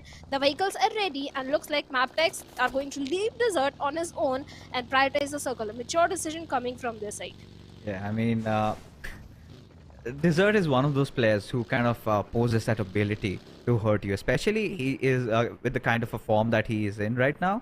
And Sky, he's taken over the churches, and the church area is really nice, at least for Eliminate to hold on till you find where the circle is going to shift next, right? You get a little bit of an elevation. You've got Woofiz and Nova, and I've been really enjoying this player, Woofiz. I think he's relatively new to the roster and has been delivering for Illuminate. But so far, things haven't been looking great for Illuminate. They need to get themselves back. They have a potential chance of contending for the first spot, but for that, they need to get a few chicken dinners more. And now, this is, well, looking at this shift, NB Esports find themselves in a real prime position, but the only problem is that they do not have enough numbers. Now, this is another one of those games where DRS, if they kind of can defend with all their lives, this could be their game. DEADEYES guys also around the Rozok Hills. They look to be in a good position. SITM and Stalwart in real close proximity to each other around the Potato Hills could fight it out amongst each other. But seems like SITM has no business to do over there. They just want to scoot away from there, scurry away from danger. But will Stalwart let that happen? That's the big question. Stalwart Esports, in terms of firepower, yes, they are very skilled. They have the ability to take down even the strongest team. But yes, time and time again, in these kind of circles, we have seen Stalwart Esports, SITM. Earlier, it was Abrupt Slayers also that used to contest for that Potato Hill area. And right now, Stalwart Esports need to realize at the same time, SITM, that even if you manage to get the control of Potato Hill, the next circle shift will come in and the area won't be inside the circle. So it's better to hold on to your horses, not over aggress, because SITM and Stalwart, they both need points. Yes, they are qualifying for the SHC championship considering their position right now in the overall ranking, but looks like Action is looking for some action as he pep a few bullets to lure the players of SITM Esports out of their covers. But the way they are spread out in a 2v2 split, they can't make a direct rush towards SITM. But I think they've kind of cut off their flanking intent for SITM. At least they cannot just go on through with the left side, right? Because the moment they try to do that, you've got NERZ and Tops just waiting for them. And Action again, being the front liner for his team, is trying to find out an angle. But SITM decide to take the peaceful way out. They're going through the right. And that's quite risky considering how open that area is, right? You've got to take over the hills, and especially with DRS keeping watch, and even NB having taken over those compounds, it's going to be quite difficult for SITM to find a sweet spot for them inside the server right now. As Action, again, he's given his position away. Desert knows that, and again, Action, no way. Him being so careless, and every single time, this is the golden chance for SITM to try and push him down and punish them. And that you can see, Jiro, he's trying to reposition himself. QB trying to advance at his direction, and well, Stalwart have no other option rather than letting Action just die there in his misery. Still trying to save him, trying to protect him as the smokes are being flung over as the backup arrives for Stalwart. Now they want to take fight in their own territory, but Jiro's this flank has been maybe spotted down. NERZ knows exactly what's happening. So much happening just to try and protect Action, as Icy and Desert might just exchange blows any given moment at this time, as QB lobbing that nade over, and Tops, he's on the lower ground. Jiro's got that little bit of an advantage. He's got that little bit of a room to play around that smoke as those nades keep on coming, as Stalwart somehow have managed against all odds to get Action back on his feet, and they will have to make it count, Shadow. As you can see, Dobu, he's on a flank, and Stop needs to stop that. Tops need to be very careful because Dobu is inching closer and closer to him. Yes, Icy is there to provide the necessary cover fire if a knock comes in, but Tops survived on a sliver of HP, and Dobu, he's been taken out of the equation. Now SITM, they have to prioritize the rotation. They have to move inside the circle, but looks like MABETEX came in and Valley with that Info 16 got a confirmation onto Tops over there. The damage has been done on both sides. SITM and Stalwart, they both lost onto one of their crucial player, and Desert, he's in a very tricky spot as Icy with the Pubg spots him out. Instant knock comes in, easy confirmation also. Now SITM, they are left with only 2 players. Now Stalwart, they have to prioritize the circle. They have to move inside the circle where the players of MABETEX might be wanting to gatekeep them because they were doing the perfect third party. But somewhere else on the map, we have Leo Esports also locking horns with the players of SKYLIGHTZ Gaming, where SKYLIGHTZ, one player already down, and from the backlines, looks like Stalwart are also in a good position to do a third party if they spot the players of SKYLIGHTZ Gaming, which they haven't done so yet. I mean, to be honest, look at what one player being out of position could do. That was a fight that Stalwart never wanted to take in that situation. No matter, they managed to deal with Desert, they managed to take 2 players down, but in result have lost out on top, and that's certainly not acceptable, as you could see IHC and Fumerical Vibes going head to head against each other, and IHC seem to have managed to get out on the better half of things, right? Godless still dishing out death and destruction. And again, Fumerical Vibes just getting pinned down and suppressed, and will eventually take their exit from the server. So, Fumerical Vibes, we kind of missing the Fumerical Vibes that we got to see in the league stages, because, they're kind of moving around like headless chickens, right? And taking all sort of fights that they want to engage in. And the problem is that all these teams are so well prepared for them, and they kind of seem helpless how to deal against all these situations. And now Stalwart, oh god, How on earth could things go bad? And look at the irony. The one player that initiated all of this is now the only player surviving for Stalwart. Yes, Action has to go for the crucial revival, but SITM, they are placed perfectly. Jiro was the one to take down IC over there. Yes, the soft cover is there, so revival should come in. But at the same time, SKYLIGHTZ, they are also inching closer. They're also in the nearby vicinity, but IHC demo finds a knock on to Raw. And this is not the first time fixes that IHC has eliminated 4MV. In the previous one also in Sanhok, it was IHC that annihilated the entire squad of 4MV. This time again 4MV, they were trying to move in from the northwestern side. A very long rotation they opted for. And IHC, they were placed perfectly on the periphery of the circle to gatekeep them. And 4MV, well, they were not prepared for it. Yeah, I mean, at this point, it's not really looking good for the Mongolians. Really not taking the fights in their own terms. Always forcing one and having to deal with the brunt of it. NB Esports, they've been the smarter of the bunch. You know, they've been doing all things right. And Mondo, he's gotten back to his old form, but SKYLIGHTZ Gaming showing similar intent of what they did against DRS in the game of Sanhok, just laying that smoky path. And now this is to perfection. Look at the amount of smokes that they have spent over here. Building two paths over there, so kind of keeping NB Esports always into thinking from which path they're gonna eventually just charge in, and they have to get inside the circle.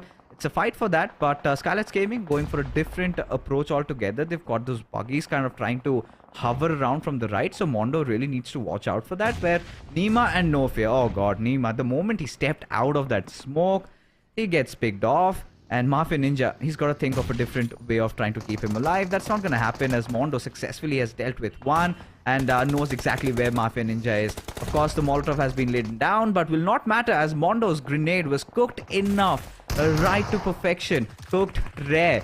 And there you have it. Another player of SKYLIGHTZ goes falling down, as Sek will have no trouble dealing with HA, as SKYLIGHTZ Gaming, just like that, are reduced to just a single man.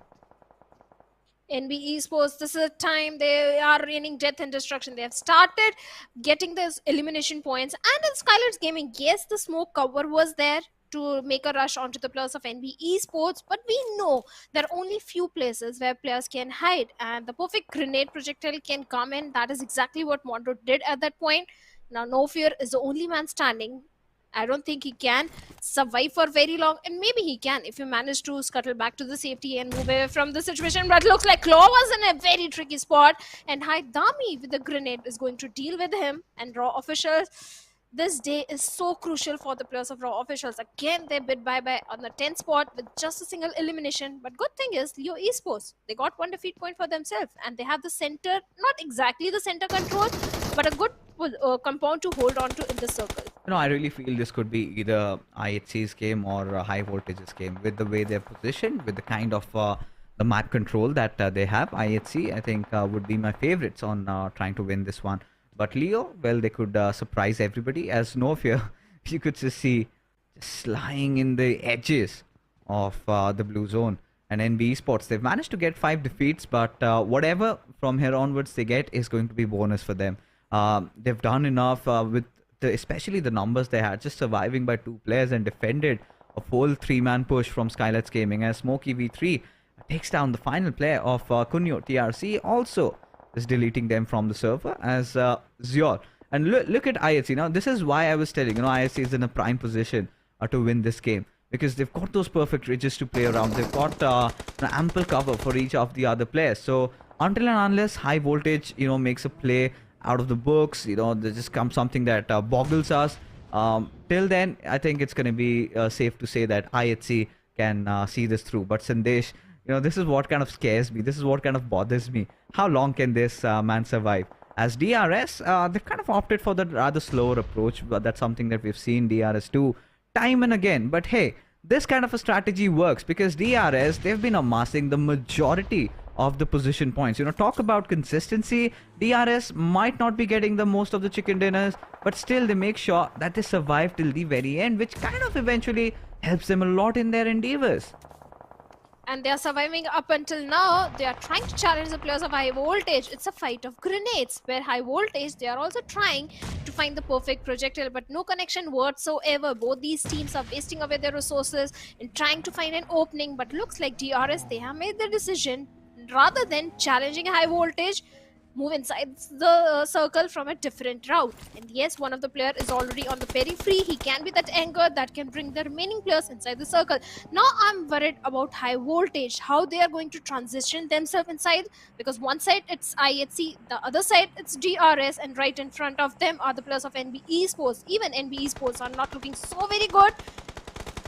On one side IHC, they can do so much damage, but looks like high voltage, they are looking to challenge the players of IHC. Yeah, I mean, the idea is to divide and conquer, right? They know the players of IHC are kind of isolated as the grenade gets flung over by Malik. Certainly misses its mark as Yol, and Alex still breathing, still surviving, but can't say the same as the barrage of grenades just keep pouring in, with Godless joining the fray along with Demo. So it's kind of going to be an attack from two different sides, and high voltage have to survive it nonetheless. As Prabeen, he's kind of taken a little bit of that back foot. Assassin still leading the charge, stays ahead of the pack, has got that smokes to cover him up, as Malik also manages to administer that first aid. As Yor, he's anticipating somebody from high voltage is going to be threatening, is going to be pushing over, as Yol, alright, he did not watch his back and eventually loses out, gets knocked down, and this is where Alex is now under tremendous pressure. Just when we were thinking that IHC got this pack, and then there comes that the variable in the equation in the form of Illuminate. Look at them from the backlines, and still IHC have done nothing to deal with this problem, as they just charge in, they get that cover fire from their teammates, and somehow Alex was able to hold on, but not for long, as he finally gets taken down as Assassin. He is going to be trying to get inside the circle, find a different spot for themselves, as somehow against all odds high voltage have managed to survive. Divide and conquer always works, like you said, and IHC, the split didn't work in their favor. Now Godless is surviving all by himself. He's raining those molotovs in the direction of high voltage, but no connection whatsoever. Yes, Jiggle is down on his knees, but easy confirmation will be coming in. The problem is how Godless is going to survive, because the circle is not in his favor. Sooner or later, he has to transition himself inside the circle, but on the other side of the map, DRS, they are locking horns with the players of NB Esports, where one player has been taken out by a perfect grenade, and Godless, being one with the nature, he's little worried because there is nowhere he can go. All he can hope is the players of high voltage move a bit away from him so that he can start his rotation inside the circle, and DRS might be looking to challenge the players of Leo Esports in that compound, but Sus has been taken down by No Fear. Oh yeah, I mean, look at what one circle change and shift could do, right? IHC was so tunnel vision on the players of high voltage that they kind of forgot about the threat from the backs, and well, they might be kicking themselves in the feet, because from being the prime contenders, from winning this game, now they have to just survive to just maybe edge out on a few points over here, as high voltage and DRS going to go for a standoff over here, as the nades are being flung over. And there you go, Gante taking quite a heavy amount of damage, still trying to get a few knocks. Did manage to get a knock from a grenade though, but Jiggle, kind of unaware of Delta hiding in the bushes, will have to deal with his wrath, and eventually is down on his knees. Does not have any smokes to get that revive onto its killer, so Delta has got to work things out on his own, as Assassin was way out in the open, but Gante, well, he'll just blow. In fact, it was Dante. In fact, Delta just blows his vehicle open, as Delta now getting shot from elsewhere, from two different directions, but eventually would somehow manage to make it into the top 3 and says his goodbye. But now it has come down to the final 2 teams, with I8 having prime control over the map, and Leo Esports, I do not know how they're going to get inside the zone, but I think they've done a decent job, considering they've secured, at least at the bare minimum, the 2nd position. Well, looks like for Leo, number 3 is their lucky number, because yesterday also in the 3rd game, they came on the 2nd position, the only good game in their pockets, and this time also, they are in the top 2. This time it is I8. Yesterday it was DRS. This time Leo Esports are looking to take the chicken dinner, which they missed yesterday. Sky is a bit away from his teammates, and Mr. Smokey has a vague idea where Sky could be hiding. He's ready with his Info 16. The minute Sky gives a little bit of the glimpse, Leo people are ready. But I8, Nova, X, Woofies, and Viper, they are in the circle. They have the circle, and that is a very big advantage which they have. Mr. Smokey tried with that vehicle, takes hefty damage, surviving on a sliver of HP, but finally he has managed to move on the periphery of the circle. Oh yeah, and Sky really needs to patch himself up quickly, and that's the way to go, right? Mr. Smokey had to take that lower route because they knew they could sense that danger, that there could be somebody on the flanks. As now, you know what Illuminate would be trying to do next is just try to blow up their vehicle so that somebody could get splashed and be taken down. As Sussex, finally he gets fallen down on his knees, but well, I mean, for Leo, they've managed to find a trade in Viper. So it has come down to these two players, Nova and Woofis, as they need to somehow get Viper back on his feet, as this is enough time, at least for both these teams, to kind of get their fallen comrades back alive, as Mr. Smokey and Haidami decide to go in for that push, pushing in through that smoke. Nova and Woofis, they're both so well prepared over here. It's all about finding the next knock. Whoever does that gets a huge advantage. And there you go, you know, confirming all the kills over there, as Haidami and Miss Smokey kind of hiding behind the rock. And similarly, we can see Nova and Woof is doing the same as well. As a little bit of a silence takes over. And there you go. This is exactly the opening that Mr. Smokey needed, as Leo go on charging in to do the unthinkable. Go on to get that chicken dinner. It is Nova against the world as those grenades keep pouring in. How is he going to survive? And he is not, as his head is splattered open, as Leo Esports, finally after struggling so much, have managed to secure a very crucial chicken dinner. And when the circle was not in their favor, they took the control of the circle from the hands of I8 and highlighted the players of I8. They knew about the position of Sky, dealt with him, and later on dealt with the remaining players of I8. They had a very good compound. They regrouped at the perfect time. They had all the aces in their hands, and they finally delivered it. Yesterday they missed it, and finally today, on day number 2, they get the chicken dinner, and with that 12 elimination in the overall rank, finally they are in a safe spot. That is a 12th spot out of the danger area. Yeah, at least for now. At least for now. But still, they know there's got a lot of work to do, but work in the right direction.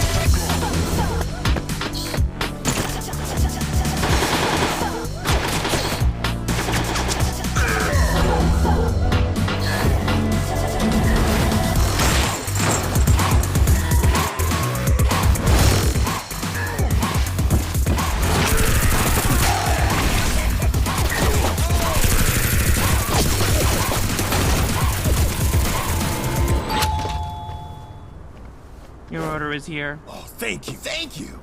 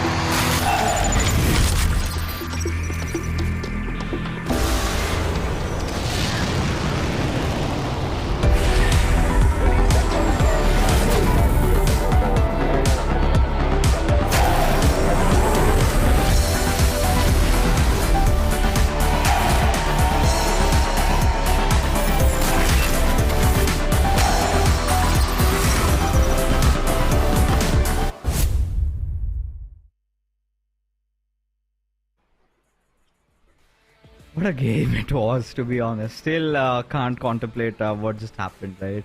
Still trying to process it all in my head. It was a wholesome game of Erangel. I think everybody seemed to have enjoyed it because what Leo Esports has done over here, especially when we all kind of disregarded them or discarded them, that nah, this is not going to be their game. It should be an easy one for Illuminate. And suddenly you could see those mistakes being made, and Leo Esports very sharp, not even finding a single room of error.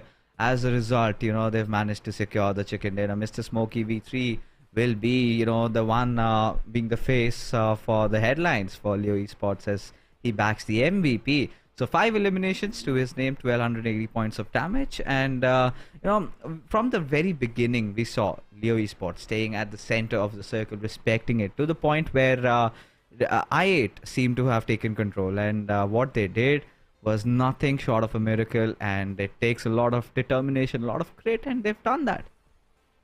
And they did it perfectly. Mr. Smokey, it's not just the first time that he's the MVP. We did see Mr. Smokey take down High Voltage and so many of the teams in week number 1. So Leo Esports, I hope their graph goes linear after this game. The consistency comes in. And Mondo, this guy never fails to impress me. Finally, he's back in the action in top players with 5 elimination of his own TRS. They were trying to challenge the players of High Voltage first.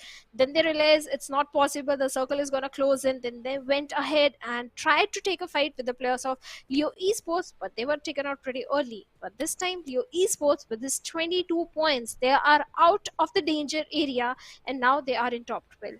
Yeah, but they're just hanging by the thread, right? Yeah. Any single moment, somebody from the bottom half gets a chicken, and they kind of topple them over. So Leo Esports needs to have a little bit of more consistency in the game. I mean, they've did the work in the right direction. And finally, we could see them. Finally, we could see some promising performance from their side. So, taking a look at the bottom half of the table for Miracle Vibes, again, I still cannot process what they're trying to do, what they're trying to achieve. Every single time they go in for a push, they get shut down instantly. Kunyo TRZ wasn't their game either. SKYLIGHTZ Gaming, a quick early elimination from their from their side as well.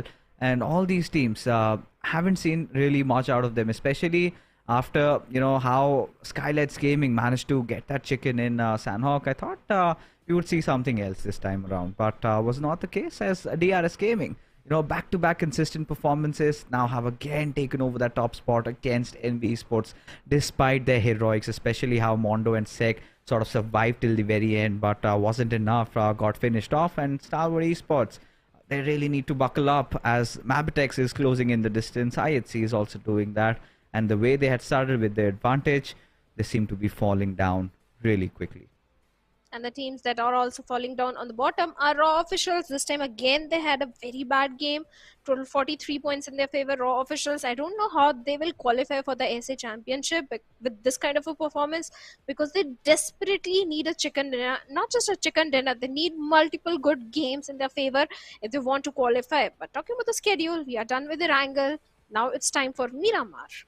Yeah, it is time for Miramar, and it is time for well, from what we've seen so far, right? It's been all these teams who were kind of hovering around the bottom, sort of getting the chicken dinner. It's a day of comeback, and I think we're pleased to see the comebacks from all the teams that we were expecting to perform well. So finally, the bottom teams have done so well.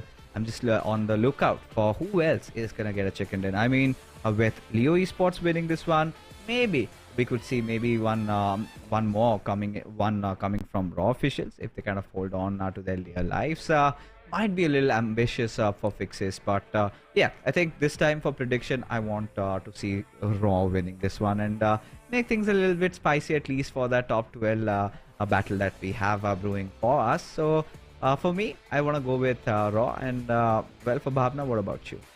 I think I'll go with IHC, because yesterday also in the 4th game they did deliver a very good performance. They came on the 2nd spot, and the way IHC are having a very consistent run today, every time they are able to take down the players of 4MV, not letting 4MV topple them over in the overall ranking. So I think IHC are also looking for a chicken dinner. Well, I mean, yeah, IHC have gotten really close. There have been situations, and even this one was one of the games where IHC should have won, had that had the third party not occurred from IH's side, right? IHC was so focused on high voltage, trying to, just fend them off, that they forgot that they are exposed to their backlines, and that is all IH needed, right? The one knock comes in, and then high voltage just keep charging down, and well, IH just kind of fall off. In fact, IHC kind of fall off, and it was Godless who was the last player to survive, and could not do for long because his position was also compromised. And as a result of which, IHC, a game where I thought they might have, they should have gone on to win it. They could not, unfortunately. And DRS, this is their thing, right? This is their mojo. Always, striving to get those position points, always being in that top 3, top 4, and have finally, made sure that I have kind of said it out loud, that consistency is the key, folks. It does not matter how many eliminations you get. If you are consistent, you ought to get a lot of elims to your name. And with that being said, we head on to the second Miramar of the evening. The first time onwards, we did see the Nepalese rule, but can a Mongolian or maybe a Bangladeshi team get a chicken dinner in this one? I think we're gonna find that out really good. And looks like few of the teams like SKYLIGHTZ Gaming, I don't want to be in their shoes because they head over towards the side of La Cobra area, and in a map like Miramar where you have to resort to those vehicles for the rotation, oh, that's a nightmare. I would be so scared to do so, but looks like 4MV, again the flight path is favoring them. All the luck is favoring the players of 4MV. It's just that they need to control the aggression. On the other side, we have the players like Stalwart Esports. Stalwart Esports, the luck is not in their favor. Every single time in the previous game as well, the circle, the minute they moved inside the circle went away from Stalwart Esports. So I hope this time a bit of the luck, if it favors the side of Stalwart, if the circle favors Stalwart, maybe this can be their game to play. This can be their chicken dinner. But TRZ, easy rotations for them, easy drop for them. Puerto Pirasio has been their home ground since a very long time, but this time looks like they're heading towards Impala. Nothing to worry about. They are the only one over there. Raw officials again heading towards the southern side, and again we have a same circle where Chumasera is somewhere in the center position where the players of 4MV are going to be. This can be the game where 4MV can get a chicken dinner, because last time we were hoping that this is the game for the players of 4MV, but they didn't get it in their pockets. Rather, it was high voltage. High voltage might be looking to do the same again. SKYLIGHTZ Gaming, they missed on the previous Miramar. They did showcase a perfect rotation with 11 finishes in their hands. Could be again the same momentum for the players of SKYLIGHTZ Gaming, because hey, it's true, SKYLIGHTZ Gaming also do need those points, because yes, they are not in the danger area, but if the inconsistency come in, maybe they can be thrown out of the safe area and they can be thrown out of the top 12. But high voltage, again, in the city of Picado, all those Picado hills offer such a good line of sight, good information. That is where the players of high voltage capitalized in the previous one, and exactly same circle like the previous Miramar. Yeah, and again the same expectation sort of build up. Can 4Miracle Vibes do it this time at least? Can they somehow manage to figure out how to put a leash on their aggression and go on to get a chicken dinner at the very least? Because how the performance has been so far, especially today, it's I think it's miserable to their own standards, right? Because for what they had achieved in the league stages, absolutely just dominating over every single team. But when it comes down to the bigger stages, when it comes down to the grandest stage, where you're in the grand finals, that's where they have kind of flustered things up, and they need to muster all that strength, gather it, and try to be a little bit more tactical, to be honest, right? Just have that little bit of a passive approach. You've got the zone, just defend it, take over the Chumasera hills, and just wait for all the teams to come in, because they've been trying to do the same old thing, just blindly going in, trying to push in. And we have clearly seen it's not been working out, right? And even for Stalwart, I think what Action did that time was just put the entire team at risk, because everybody else apart from him was in a very safe position. But Action sort of got overeager. He wanted to get a pick and in turn sort of expose himself. The moment he got a knock, we could see the players just charging it at his direction. It was SITM. And then Stalwart had to commit everything trying to keep him alive. And just when they did that, just when they were thinking that yes, they got the better out of that situation, they get third party. And that's ought to happen if you take a fight in a position which you can't really control, right? So Action surely would be under tremendous pressure, has to take the blame, has to take the fall for it. But Stalwart as a team, they've done it in the past. They can even do it now. Now, still, it's not a long lost thing that we can say that they're not going to win the tournament. We still have a few more matches to go. And it's just that one big game that they need to come right back in to the top spot. Yes, I agree. That time, Stalwart Esports, there was no need to engage in a fight with the plus of SITM Esports because the circle was bound to go away from them. Instead, rather, they should have had patience, waited for the circle shift, and then move inside the circle and mind their own business. And later, in the final few circles, when they have a good position, they can engage in a fight. But talking about NB Esports, well, they have been having a very good run in the previous Miramar also. They came so very close to getting the chicken dinner, but looks like the first knock has already been drawn onto LX over there. I think he was somewhere out in the open. I hope his teammates are nearby so that they can go for the necessary crucial revival at this stage, because IHC, they have been having a fantastic day. And certainly they don't want to start things off by losing on to one of their players so early in the game. Oh But my god. Akaze. This was kind of not expected. Akaze getting out in the open and suddenly he gets picked off. And this is where, they're kind of thriving on the momentum that Leo Esports have developed, right? You find yourself in an off-card situation, they're bound to punish you for that. Well, he was certainly punished, but Leo Esports, after the previous gameplay, the confidence is definitely there, and that is why they're already aggressing towards the side of NB Esports and Mr. Smokey, along with his teammates. But look like NB, they had in no mood to pick up fight this early in the game. The vehicles are ready, and they are already making the rotations. So Leo Esports are going to be a bit upset because they wanted fight, but there is no fight. NB Esports are the mature one, not engaging in a fight in the stage 1 circle, rather focus on the position, have the best spot. At the same time, this time Stalwart Esports, they're on the periphery of the circle. Few northern rotations are coming in, nothing looking chaotic for now.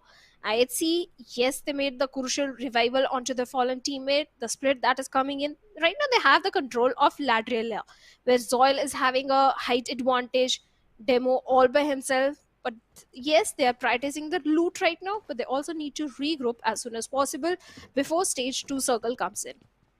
Yeah, I think, for a moment I thought maybe IHC would just go on barging on the doors of Leo and want to take out NB right from the early start. So this is going to be a huge denture for NB because, you cannot afford to lose out on your men so early on into the game, especially when DRS has taken the lead and you're on the warpath to kind of get yourself back onto that top spot, right? NB Esports have been so phenomenal throughout the grand finals, and it kind of hurts to see them, see one of their players to get taken down so early on. So one other thing that we could spot out in the map feed is that DRS, they're pretty quick on the rotations, as MABETEX this time wanted to knock on the doors of NB, and well, they've been dealt with. One of their players, Wally, has fallen down. NB Esports, they escaped from the hands of Leo Esports, walked right in the territory of MABETEX Esports, and MABETEX, they were already making those rotation from the northern side, which NB should be expecting, because this is the time when MABETEX Esports along with SKYLIGHTZ Gaming start making those rotations. But yes, one knock, one confirmation already there. MABETEX Esports now down to 3 players, and SKYLIGHTZ Gaming also in the close proximity. So MABETEX, they really need to cut their corners and move inside the safety net of the circle with all the 3 players alive, because it's true, MABETEX and SKYLIGHTZ, these are the 2 teams that have a very strong control onto Miramar, so they ought to perform really good in Miramar. On the other side, we have a circle shift heavily towards the northern side, with the plus of TRZ are also looking so very promising, and T2K as well. T2K, yesterday they did get a chicken dinner in the map of Miramar. Yeah, I mean, T2K, that was a real close fight against DRS and fight till death, and they prevailed. But what I really liked about DRS, to be honest, is how quickly they've rotated. And this time they did not take that eastern route, right? Last time they did. So SITM was there to just pick them up down early, right? So DRS, this could be one of those games where they might be, wanting that chicken. As you could see, the circle going a little bit down south. And T2K, like you said, they kind of find themselves at the central spot of all the action, of all the ruckus, as for medical vibes. They take on the vehicles, and this is where I kind of start getting scared. These guys, well, they are the mercenaries, right, of the lobby. Once they sit inside the vehicles, it feels like, they are the assassins just galloping with their horses and out for blood. And most of the times, it's either them or it's somebody else. But there is going to be violence. We for sure know that. And now SKYLIGHTZ Gaming. I think SKYLIGHTZ Gaming, considering how yesterday has been, today has been a tremendous improvement in their performance. They've been playing really well. They've been taking their fights very well coordinated and have been looking good. I think we can give that to SKYLIGHTZ Gaming at the very least. And MABETEX and SKYLIGHTZ Gaming in real close proximity to each other might have a face-off, but I think considering how the zone is way far away from them, so they might take a chance in trying to get inside the circle first. But we could see so much of that cluster being built up from that southern side. Every team is trying to go in from the southern side, and we see some fire shots there. It is IHC have managed to take a few player down of Leo Esports. Well, certainly, Leo Esports, this is not something new that we are hearing. One of the player taken down pretty early in the game. But this time they need to go for the revival as soon as possible. But like you said, how busy the northern area is, all the teams are trying to make those rotations. That is where exactly the players of Stalwart Esports are also kind of stuck. Yes, the split and the segregation is coming from the side. They're keeping all the angles checked, grabbing those information onto the rotations coming from the opponent team. At the same time, MABETEX Esports looks like they have made it inside the safety of the circle. But still, Stalwart previous game as well. The minute they were inside the circle used to shift away from them. On the other side, 4MV, they are being lucky in terms of the circle shifts, in terms of the first circle, the plane path, everything is working in the favor of 4MV. They just need to control the aggression. Right now, the team that is in the close proximity to them are the players of high voltage, and looks like this circle shift is going to benefit heavily the players of I8 and SITM Esports. Yeah, I mean, I could certainly benefit from that, but I really like T2K's positioning as well. And at the same time, NB, what a rotation they pulled off, right?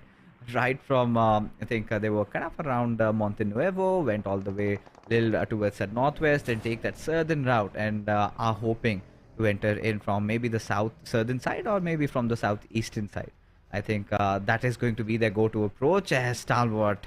Now they come in to breach through the defenses of MABETEX, and MABETEX I think have lost out on one of their players, so we'll be playing on a man disadvantage over here as Action just kind of trying to make sure he's just cleaning every compound up. This time NERZ, however, he's the one leading the charge with Kessie prone down as Leo, he decides to pick up a grenade as NERZ shows no delay and hastily just tries to push in, trying to apply so much pressure onto its MABETEX as Kessie inside the compound. His position has been compromised. Leo on the first floor. It's going to be so difficult for MABETEX to try and keep themselves alive over here, as once the the flame goes down, this is where they go in for the push. But NERZ was quite unlucky as Leo's grenade hits just not one, but in fact two of the players. As Kessie, he's got to capitalize on the situation, has got to push in, but somehow he is still in contention as, in fact, Stalwart are still ruling over here as IC has managed to get one off.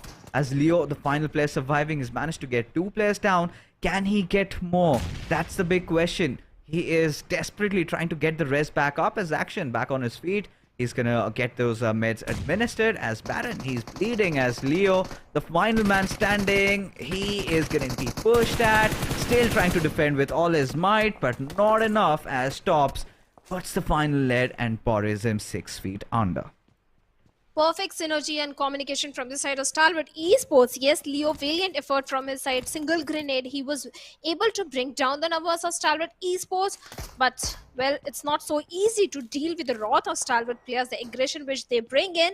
MABETEX Esports, they have been eliminated pretty early in the game. That means now Stalwart, they have the entire northern control in their hands. On the other side, speaking of DRS, they are somewhere on the western periphery of the circle with a good compound to the name. But on the uphill, we have the players of high voltage, and that is a little problematic because in a map like Miramar, if you have a height advantage, 50% of the fight is in your favor.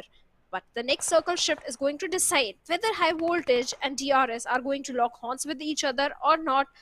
For now, all the teams are looking pretty happy and decent in terms of the position which they are holding.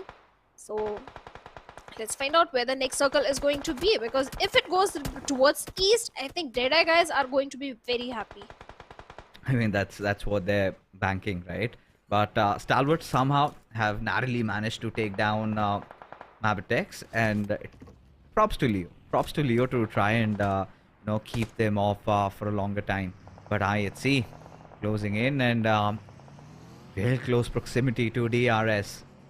The zone goes a little bit towards the east, but out of DEADEYES reach, so they can still get in. But I kind of do not like the riches that they have to play around.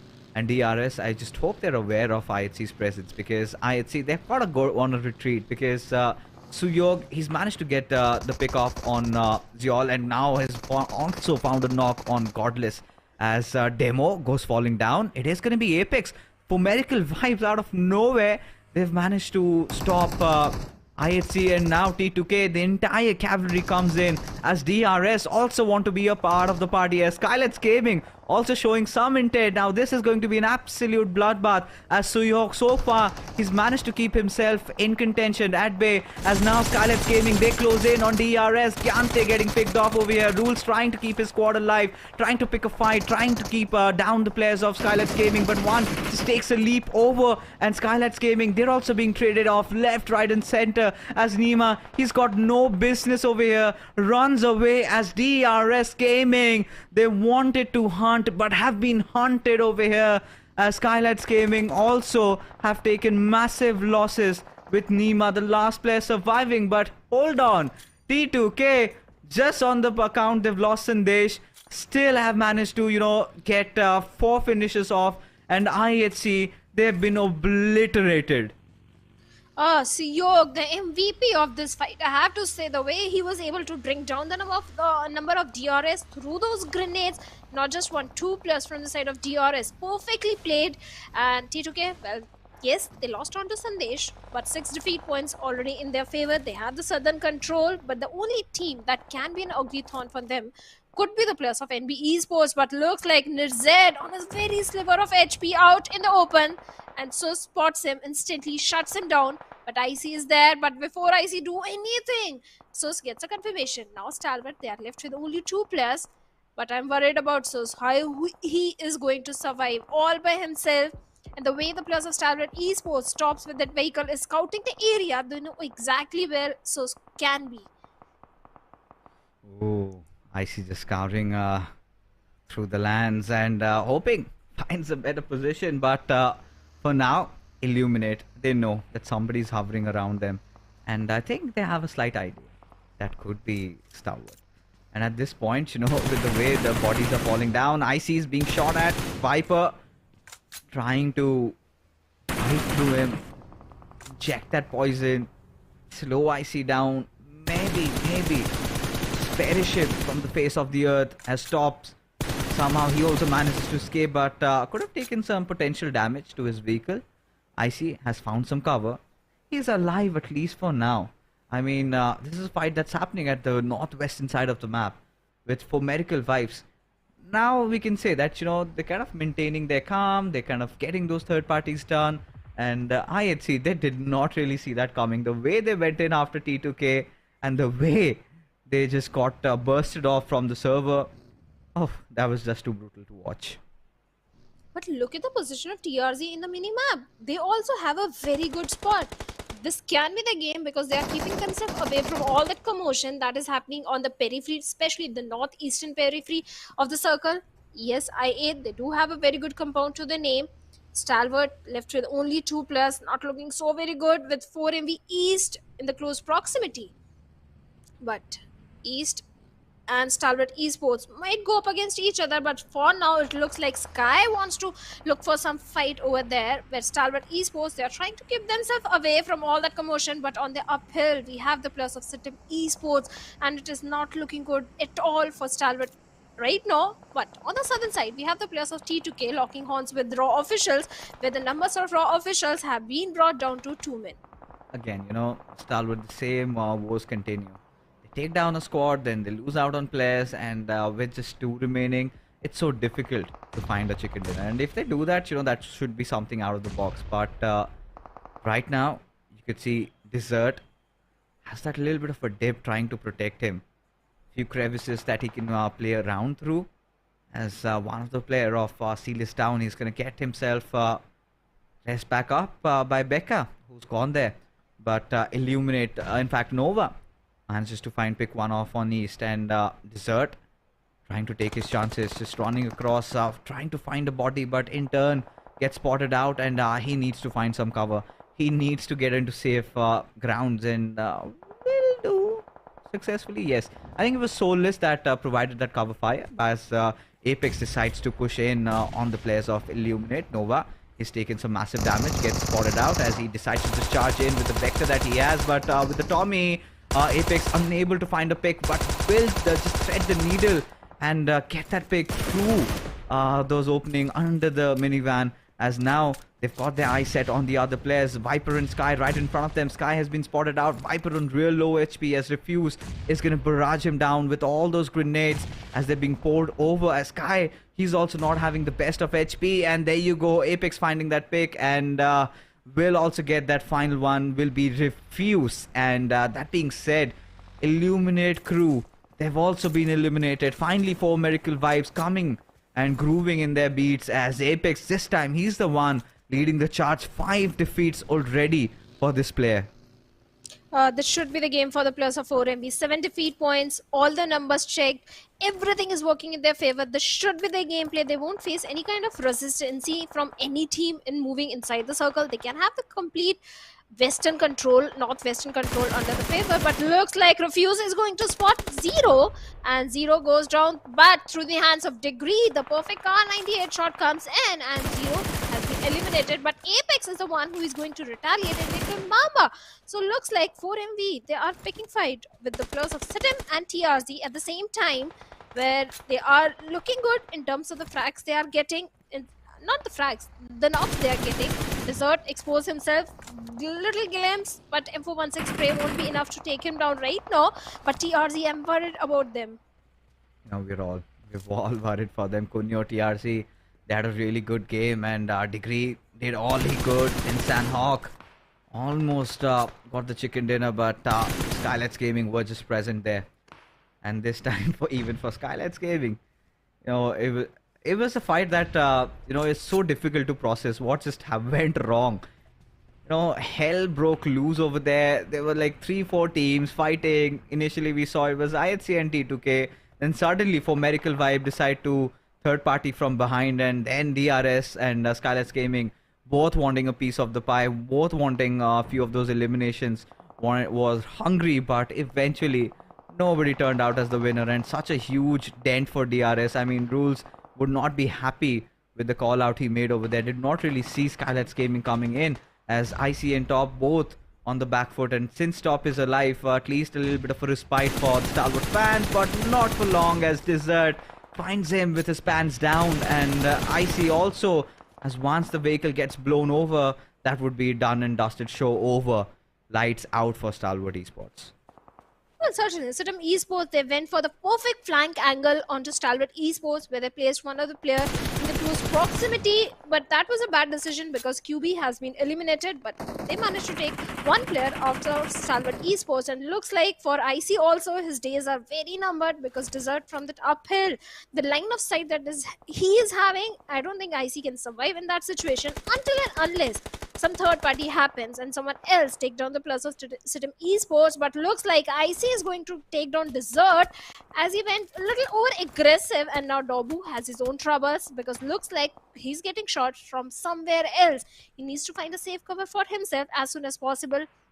There is no chance that he can save his teammates, or maybe a little bit of the smoke wall that he can create can help Desert to survive in the game. But looks like he doesn't have enough smoke in his hands, or maybe does he, because Desert is bleeding at a rapid speed. Yeah, he's gonna try and desperately get there. He has got to force that one out, and yes, he does. I think a little bit of threat coming in from for medical vibes, or maybe from either from for medical vibes, or could be the players of high voltage maybe. But Assassin is just hiding. So for medical vibes, they have got their own troubles to deal with. One of their players has been taken down, and SITM, they're just gonna scurry out from here, out of harm's way. As Icy still somehow has managed to survive. But it's going to be difficult to say for how long, because the moment Desert just takes a quick gander from over the hills, he will find him out right in the open, and would be unable to do anything about that. I think that shot came in towards the players of SITM from maybe Raw, because they are the one team that have that altitude advantage at this point. But you know, kudos to Suyog. I do not know how that lad pulled himself off over there. That fight against IHC, when they just came pushing him at his direction, managed to deal with the threat and still be alive. And now this is it for NB Esports. Now, considering the fact that DRS have taken a quick early exit, NB have a right opportunity to get themselves back into the game. But it's going to be difficult. They should not be the ones forcing out the fight. Rather, they should be just waiting for T2K and Deadeyes guys to be fighting it out amongst each other. And they should be the ones salvaging whatever remains in this one. Till then, if they can maintain that silence. But look at this, Raw charging in onto C2K's compound. Are they prepared?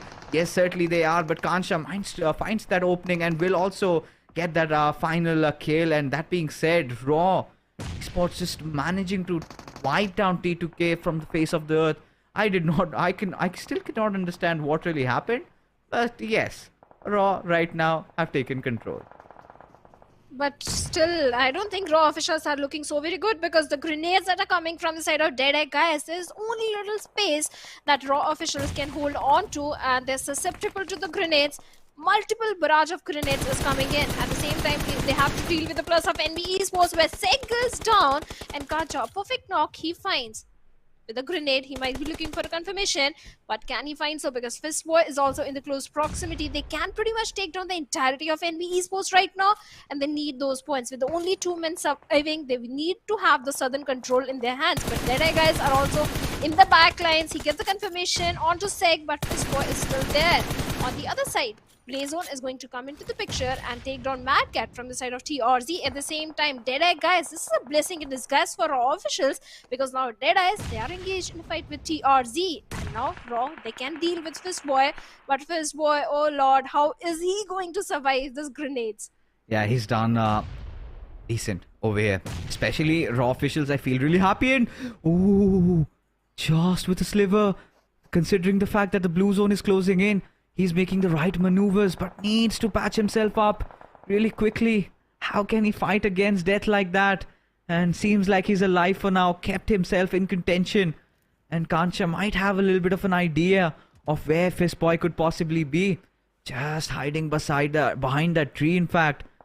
But Kansha unfortunately does not have any grenade bars. As a result, is spotted from behind by Slayer, who finally manages to find a knock onto his direction. And Zodi, well, Deadeyes guys know that this is their time. This is where the iron is hot. They need to just charge in and finish him off and take control over this territory. In the midst of it all, Fistboy still breathing, still surviving. They did see the projectile coming out. And Deadeyes guys, do they not have enough grenades on them?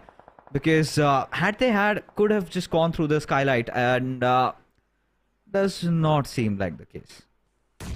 Yeah, maybe they are a little short, but Fistboy had one and he lobs it to the perfection, and Zodi has been eliminated, and now the Hunters have been eliminated. Raw officials bids bye-bye at the 6th spot after a good performance, decent performance I'll say.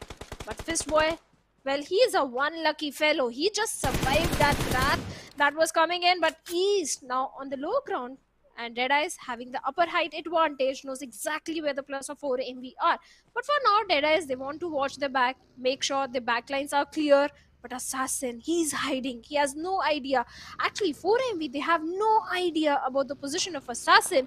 The minute they get to know, oh, he's a dead man. But for Miracle Vibes, This is the formerical vibes that I think all the fans were missing. This is the formerical vibes that had been dominating throughout the league stages. Almost 200 points of lead. They had literally broken the meta and had shown, their way is the right way. And for now, they are the favorites to win this chicken dinner along with DEADEYES, guys. But DEADEYES, they have to get inside the circle, and so do formerical vibes. Initially, they're ongoing troubles are this fact that they need to get their players back alive. As for medical vibes, they're being pressed at. As Turulov lies, begging for help. As there you go, Apex just tries to charge in down, takes a few shots, refuse right out in the open. This is where Apex needs to calm down, and for medical vibes, just raining death and destruction from above, from left and right. And now Precious, he's the only one Precious lad remaining. All he had to do was provide cover fire for his team, but seems like he's failed in doing so. And in the midst of it all, Assassin still lies hidden and hasn't really revealed his position, has taken his team to the top 3. And he's not going to give any kind of a sound cue. As long as DE and 4MV, they are fighting among each other, there is no chance to save refuse, as Apex and Dog from 2 different angles are approaching Deadeye, guys. But Precious serve with the TMP45 takes hefty HP out of Dog over there, and Apex in a close frontal battle. Can he take down Precious, sir? And yes, he does. With the 4 times ADS on, he was not able to survive, and Dog also goes down. But from the back lines, Assassin is the one getting the confirmation. Now he's in a 1v1 situation. Who can get this chicken dinner? Looks like 4MV Apex can, because he has a little bit of the cover of the tree trunk, and Assassin is out there in the open marching towards Apex, as Apex is trying to patch himself up. Oh, Assassin out of bullets from his M4 will have to resort towards his mini, but can he get through? That won't be the case, as Apex is the Apex Predator in the lobby, and formerical vibes have done it. Finally, you can see that huge sigh of relief on their faces, and they have done it their way. All they had to do was just put a little bit of a leash. Just do not have to rush out anywhere and everywhere, and that is exactly what they needed. And that is where they found their winning formula, that secret X chemical that was needed. And there you go, they march themselves into the chicken dinner and find themselves at the 3rd spot with 16 elimination to their name.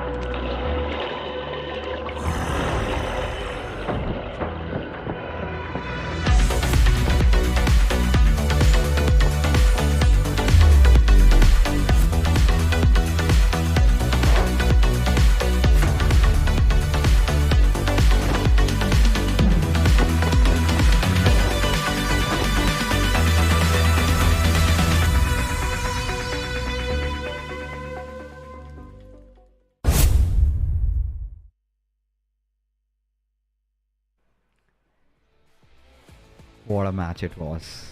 What a match it was. I mean, it was all that action, all that hype we needed. And for Miracle Vibes and High Voltage, Assassin almost just managed to clutch it out, and heart goes out to him. And he'd done that. Apex was barely with that. He just had barely 20% of HP remaining, and all he had to do was buy some time. And considering the fact that you said he had that cover, that sort of worked out in his favor. Because what I felt, Assassin would have done was he was just waiting for that fight, and had Precious knocked at least one player down extra, then this could have been High Voltage's game. No caps. But regardless, this is where, the Apex Predators finally strike and assert dominance over the surfer. And this is exactly the formerical vibes that you would want to see. Well, certainly, for MV, they played it to the perfection. Valiant effort from the side of Assassin, but I have my little disappointment in the name of Deadeye, guys. How did they lose that fight? They had the height advantage. 4MV were on the low ground. Precious sir was able to see Doc over there. He was able to take him down as well. He knew exactly where the players are. Deadeye, guys, they didn't have 4MV. They didn't have the numbers in their hands. Maybe the ADS that he went in the close range didn't work in his favor, but yeah, Deadeye, guys, this should have been their game. No. So what really happened was, one of their players was knocked out, right? And Deadeye's guys decided to push. And the moment they pushed, they saw one of those players. I think Apex was on top, and there was another player, their teammate, right below. So they kind of got focused on the player down, and they forgot about Apex existence. And all Apex had to do was just charge in with having 2 free kills right in front of him.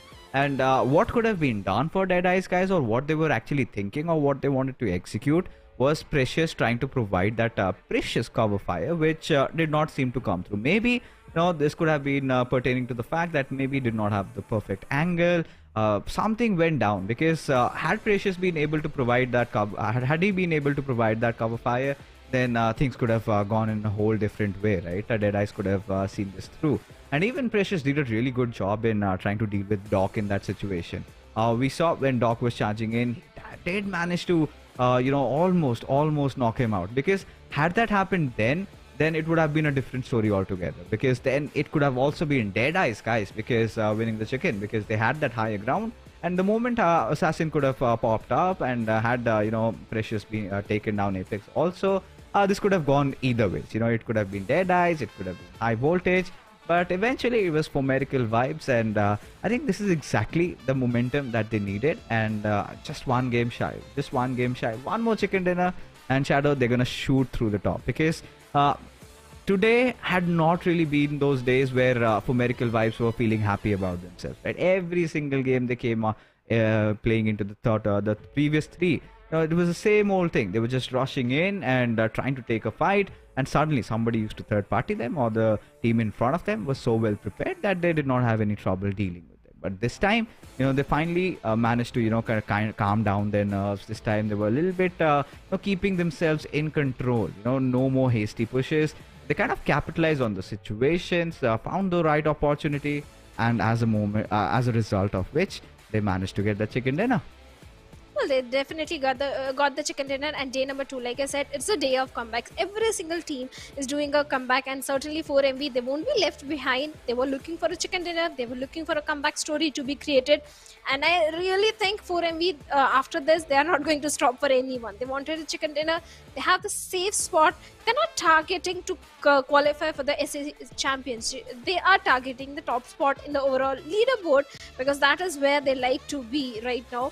Right now they are not there, but that is where they want to be. But on the other side, the other team that need to do a comeback are the players of TRZ, because TRZ and IHC as well, they are also trying their level best. IHC was having a fantastic day.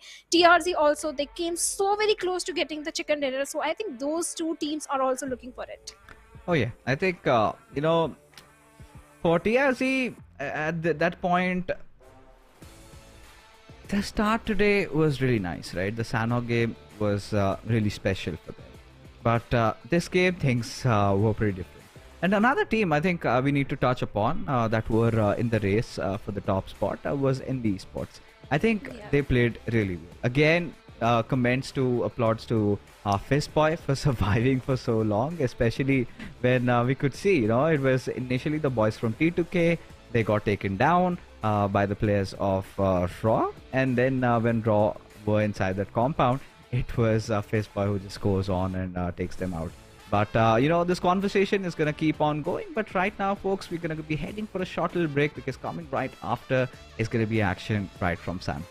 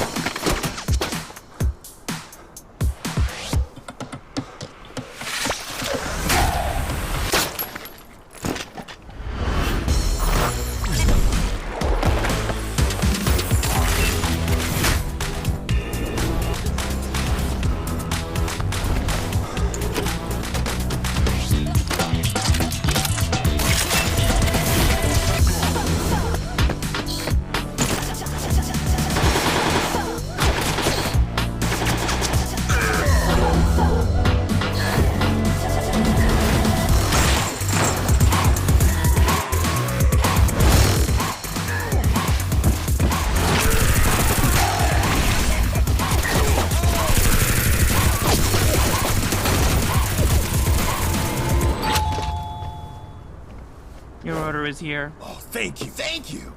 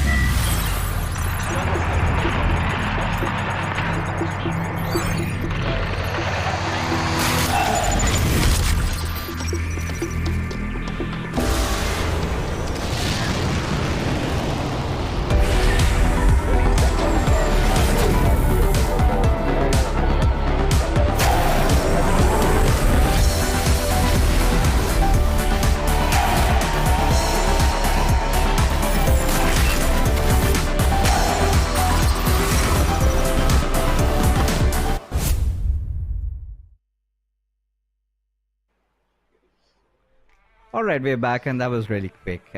And apologies for the delay, but yeah, you were watching the PMPL SA Grand Finals 23 Spring Split. So we did see for medical vibes back that chicken dinner, but however, there were a few more teams that we were supposed to be talking about. So we were kind of discussing about how good NB Esports have been playing, right? Especially Fistboy, and we can also see Mondo. I think after those first early jitters in the Grand Finals, is really bought himself back into the game. And Shadow, we did discuss about NB, we did discuss about of course for medical vibes, but Stalwart Esports, what happened to them?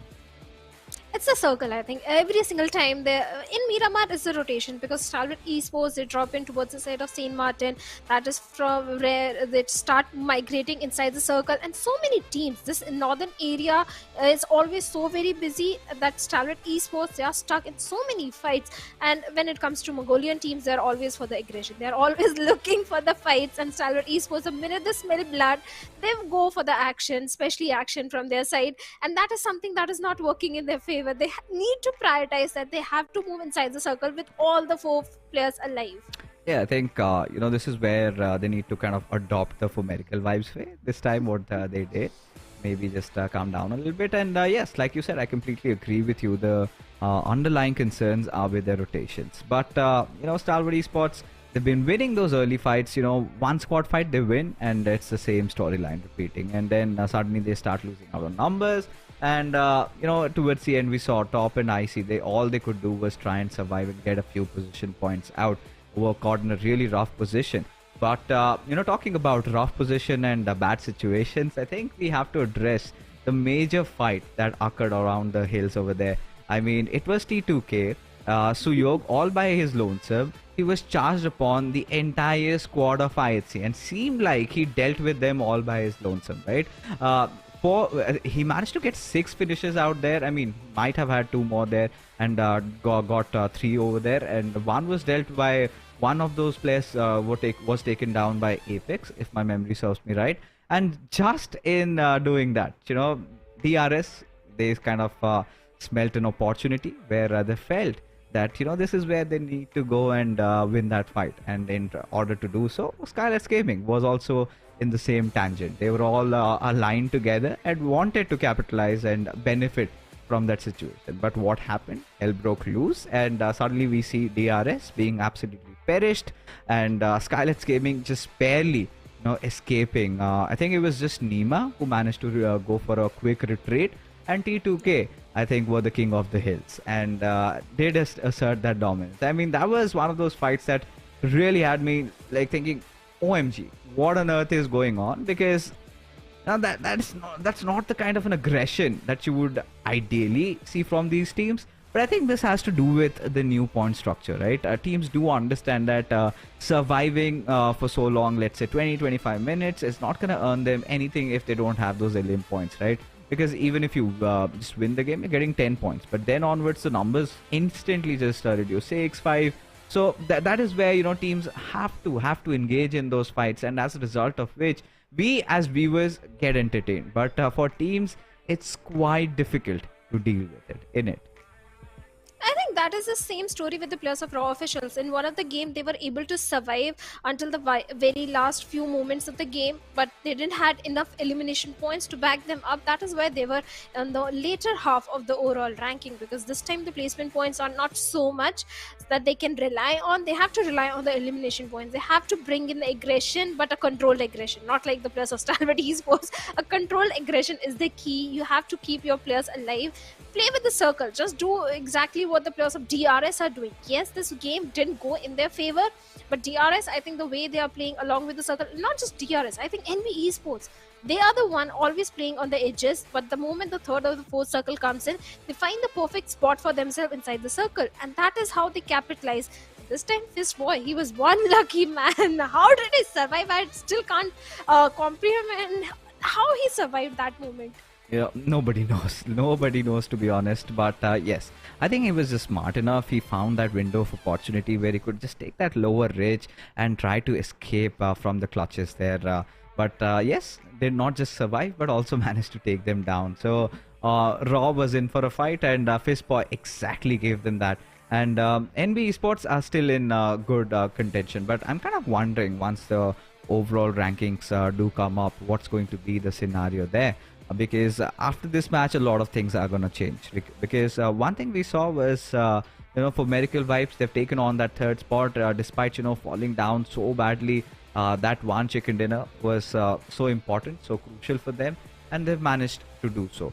But what they do next is going to be really crucial, because next up we have a Sanhok, and then Sanhok, anything and everything is possible. So far we had seen Illuminate really dominating Sanhok, but that seems to have changed, right? The last Sanhok game we saw, SKYLIGHTZ Gaming, they were way patient, they were very calm, and as a result they got the chicken dinner. But after that we haven't seen much out of their side. So we did see today was a day where we saw all these teams that were on the bottom half of the table perform exceedingly well, get past their limits, just break through it, and they managed to get a few chicken dinners, some good points. You could see that fight, you could see that hunger being showcased by these teams, and that is exactly what we are in here for. Because it's not just the battle about becoming the champion of PMPL SA, right? It's also the battle to qualify for the SA championships, right? And again, a quick reminder for all our new viewers here: only the top 12 teams out of the 16 get to play the next phase. That is the SA championship. That is where the stakes are even higher. And when it is the road to GC, you might not, of course you would not want to miss out on that. Certainly, there are so many things on the stake, not just the money, the qualification for SSC, and later on so many other things are going to be there. So you have to be in the top 12, and consistency is the key. Because if you look at the stats of SITM Esports, they are not dominating the lobby. They have the perfect fine-tuning between the placement points and the elimination points. That is how they are able to survive in top 12. Yes, they are not in top 5 or top 8, but they are placed decently. And if they keep up the same consistency, same balance between both the points, I think SITM are looking perfect to qualify for the SSC. Oh yeah, they certainly are. I mean, in at least in a good position, hoping they do the same. But let's take a quick look at who the MVP of the game of Miramar was, and no doubt had to be Apex, right? 8 eliminations, 964 points of damage. This guy was just doing it all, especially when for Miracle Vibes needed that tip of the spear to work, which yesterday was, I think, Doc. Today Apex 922 takes over, and it's not just these two players. Even the rest can also do the same, right? They kind of have that thing in them. Everyone, when time needed, can just step up and could find some miracles. But right now, let's take a look at the top players. Who are they going to be, and who's going to find themselves out here? It's going to be Apex. Then you've got Doc. Yeah, I mean the usual suspects. Then you've got East. Can't really rule him out. But Kansha from Raw Officials is finally stepping up. So happy to see him over here. And Precious, I mean, he did whatever he could possibly do, but seems like wasn't enough. But still, will find himself on the top players in this game. He certainly is. At the same time, East need to step up a bit more because East was the top performer when it comes to the league championship. He got the highest elimination. No one got touch East. So if East comes back into the form, I think 4MV are looking very strong. No one can contest 4MV in terms of the aggression they can bring in. But Precious sir, this time from the side of Deadeye guys, he's stepping up because in the league plays it was entirely True Love sir that used to clutch so many times. In fact, one of the day he clutched the entire squad of DRS. Yes, True Love sir also has got the potential. But match summary, it is all about 4MV in terms of highest elimination, highest damage, highest assist. It's all about Apex, Dock and Refuse. Oh yeah, I mean, considering how this match quite went on about, it was just for Miracle Vibes. So, I was just anticipating the circle, and we've seen most of those repetitive circles going on, right? And today, even that was the case yet again. So, teams are really capitalizing. For Miracle Vibes should have done well in the previous game of Miramar, but unfortunately could not do so. But right now, let's take a look at the match rankings and find out who have secured how many points. So for Miracle Vibes, 26 points, just courtesy to that one game, and that is how deadly and how devastating they could be. And in the grand finals, I think this was the highest eliminations a team has secured in getting a chicken dinner. So for Miracle Vibes, it's I think just another day in the office for them. They're on the climb. And Deadeyes guys, much needed 12 points, and NB Esports have managed to secure 8, where DRS I think have gotten a big fat 0. I don't think I've seen them getting any kills in this game. I think as we move on further, I think we might get to see the bottom 8 and have a more vivid picture. And but unfortunately, I think that's not available for us. But we're just gonna be anticipating that DRS just did not get any, and that's gonna make a lot of differences, in the top order. To be honest, right? Especially with the race for the top really getting heated and really intense. With for Miracle Vibes finding their run of form, now this is where I think the real drama lies, at least in Sanhok. Certainly, and talking about Sanhok, DRS definitely tend to perform really good or used to perform really good in the map of Sanhok, but in the previous one it was a death on arrival for the plus of DRS. They went in to hunt SKYLIGHTZ Gaming, but they didn't anticipate CEO. Perfect grenades that came from his side, and that was also the smart move that came from CEO, because the minute he got the confirmation points onto the plus of DRS, he didn't overextend in that fight. He went back to his own teammates, regrouped with his team, and that is how T2K is able to bring in the good gameplays. But still, the chicken dinner is still missing from the side of T2K, because time and time again, they find themselves, especially in Miramar, in a very good spot, especially in these southern circles, but chicken dinner is still missing. Yeah, chicken dinner is missing. I mean, for DRS, I think they were the ones who wanted to capitalize on that entire fight, right? Going on between IHC and T2K, and eventually it was SKYLIGHTZ Gaming just barged in on their doors, and DRS were just left helpless. What could they do, right? They could not just process and comprehend anything that's going to just gonna keep on going. So had they had the brains of a supercomputer, they could have maybe processed and could have dealt with the situation, but that was not the case. But yes, getting back to talking about DRS, I think this time they did a few things different, right? We saw in the first Miramar game that they kind of were rotating alongside SITM, where SITM were a rather quicker bunch, and they kind of entered the zone, who kept them and did not let them enter. This time DRS, however, opted for a different route, which was working out up until that point where they were desperate for a fight, and everything just went astray for them. And heading into this Sanhok game, I think DRS would be looking at a little bit of more consistency. I think that has been Shadow their go-to way, right? Because this is what they have been always looking out for. But I'm kind of really interested to know how things have stirred up in the overall rankings, to be honest, because the way things are going on, anything can possibly happen. Anybody could be on the top, but let's hope for the best. Let's hope for the best, because anything can happen, but all that is going to happen after a short little break. So you guys stay tuned. We apologize, but we are going to be right back.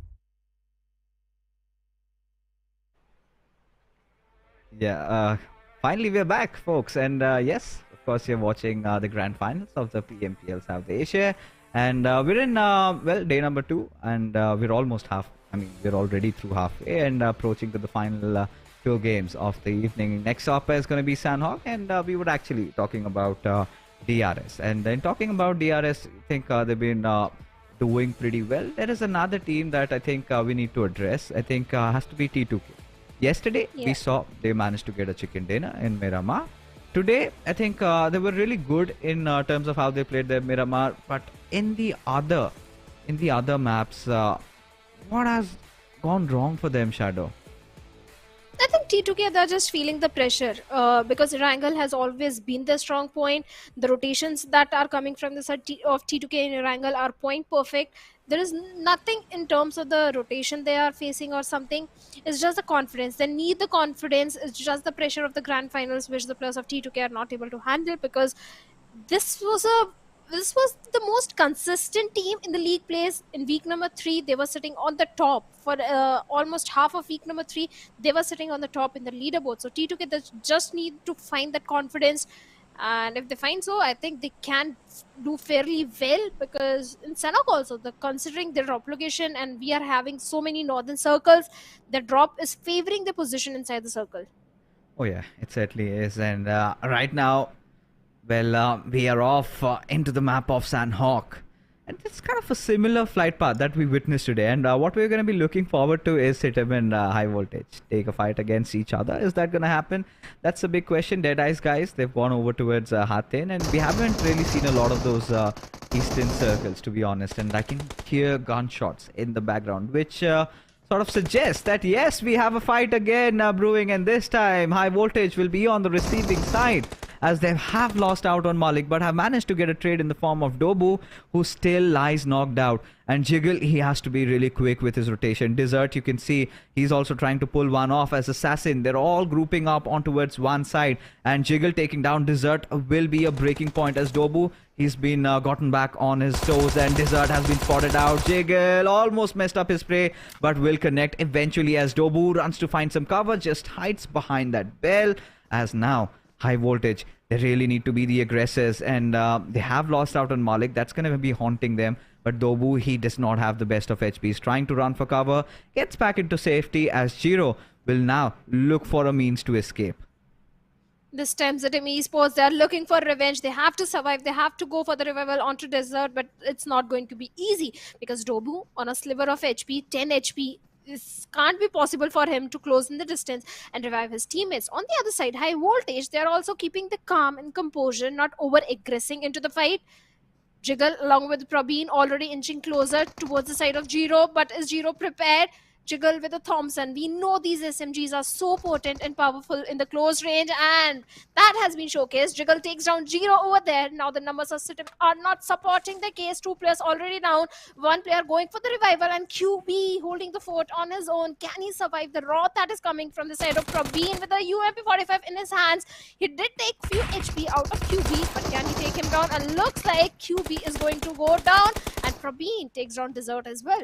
Again, it has been done, and now they're left with nothing but Dobu trying to run for his dear life, and High Voltage might have lost on 1 player, but they want vengeance, as Dobu gets spotted out, looks at his death, staring right into his eyes, as High Voltage wipe out SITM from the face of the earth. And I really cannot understand why are these 2 teams contesting against each other time and again. There's so many compounds that they can loot. I mean, they can very much just go towards this, the foothills and loot from the compounds over there. But we're just not done with all the fights. We have another fight brewing up where we can see Raw again facing adversity at their face, where Wally has no trouble in dealing against them, and one of their players is already wiped out. But seems like Raw have also gotten revenge. You know, they have gotten one of their players, Baron, also taken down, as they head in on towards Zodi and Yetauta. Casey just pushing in along with his teammate in tandem with each other. 2 of the players. Zodi shows his face, has that DBS,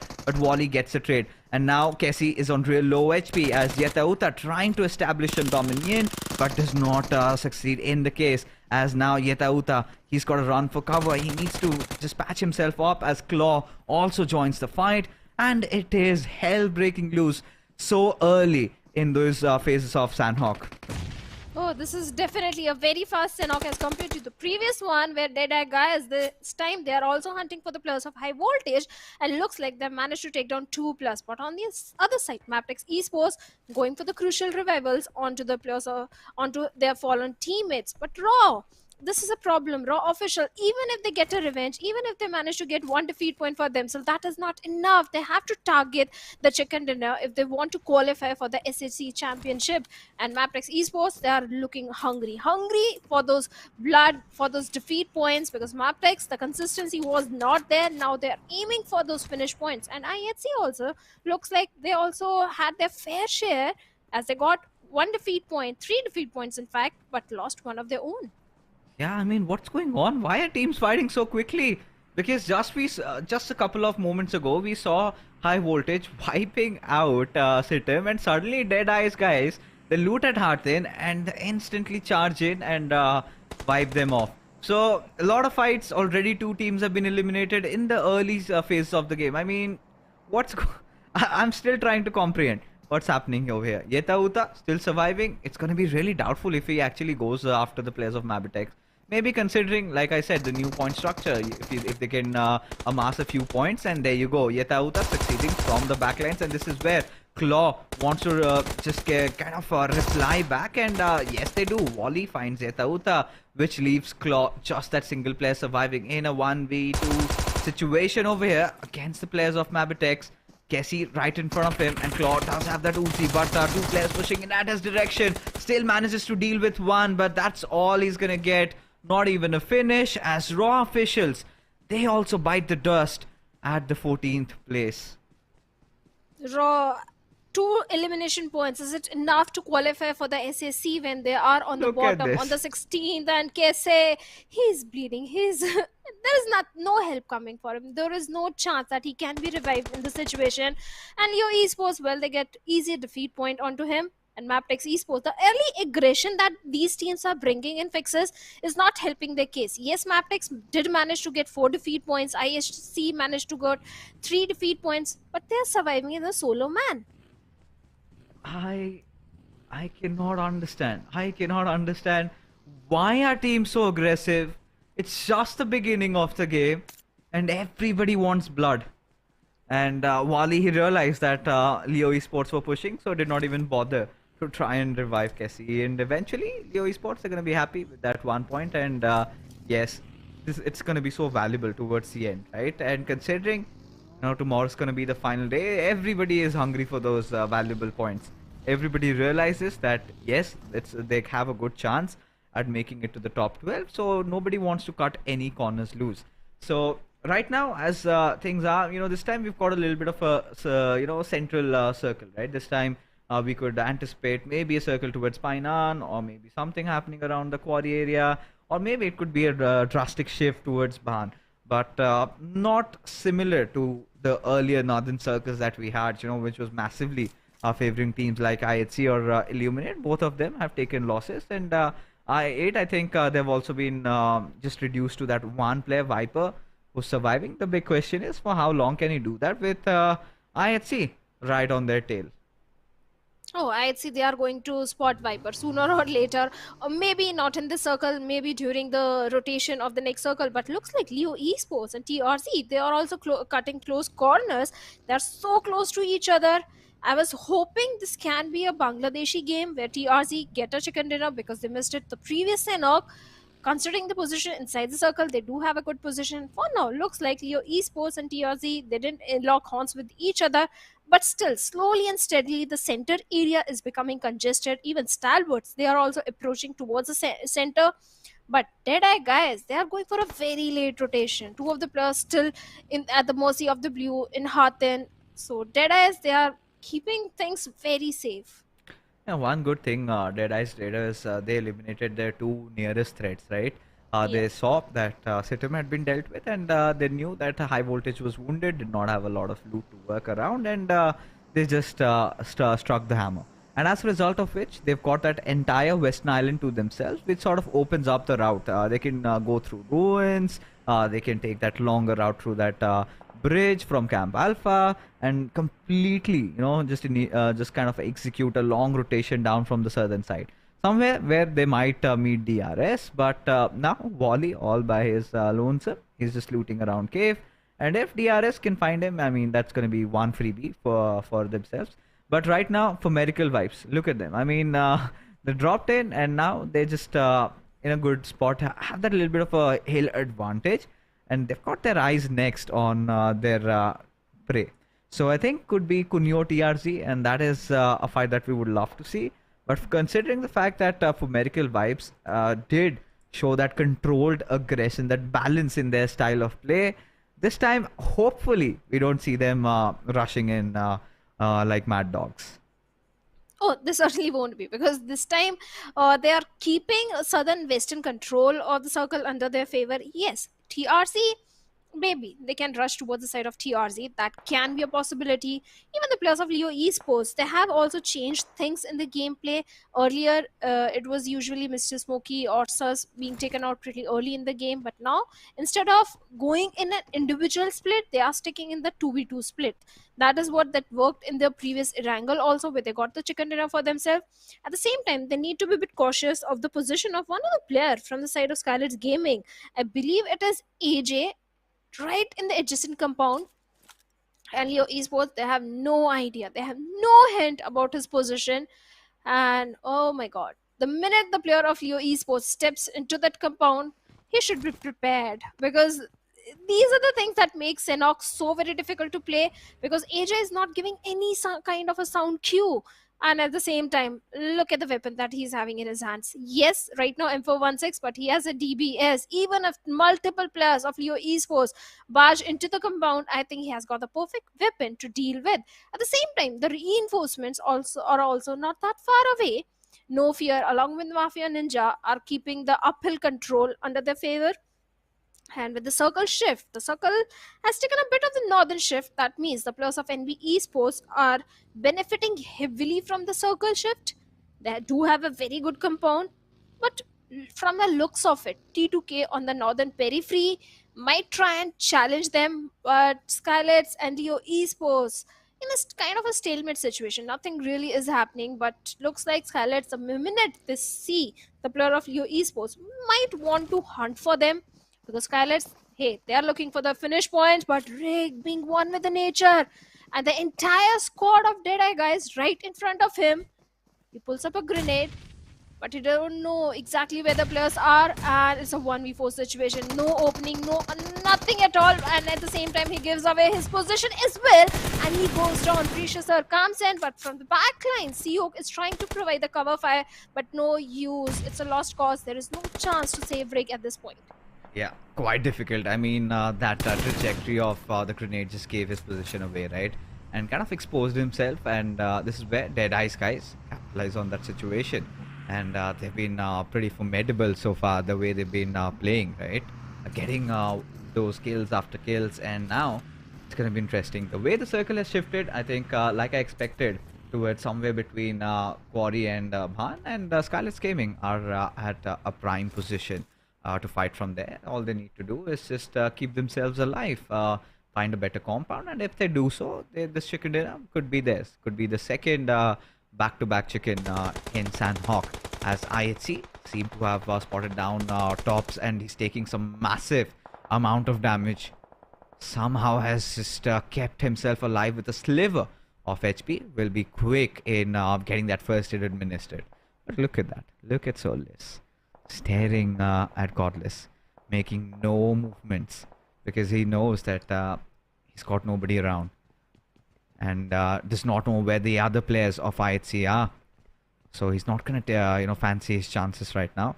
Has to wait for Godless to make a little bit of a careless move, go out in the open, and that's when he's gonna just bite his fangs right into the neck of Godless and poison him down. As Viper, he falls down to his misery and just gets taken down as Deadeyes guys, a team that was looking to be in prime control of the game, suddenly they seem to be falling apart. Oh, they are certainly coming under heavy fire from the side of Seg. One player already down. The little bit of the rock is providing the cover, but is it enough for the players of Deadeyes to survive? I believe it's not even the rock, it's a broken vehicle over there. And Deadeyes, sooner or later, they have to deal with the players of NB Esports, but looks like on the southern side, we have the players of 4MV. One player already down. This is the moment when the players of TRZ can strike, because 4MV, they were first engaged with DRS, but TRZ comes in from a flank angle, takes down East, instant confirmation already there, and 4MV, they're left with only 2 players. Not enough breathing space for them, and TRZ, they have the majority of the real estate control under their favor, and Molotov in the direction of Dog, but Dog still surviving. Not the perfect projectiles, grenades, everything. TRZ, they're trying tooth and nail to bring down the players of 4MV right now.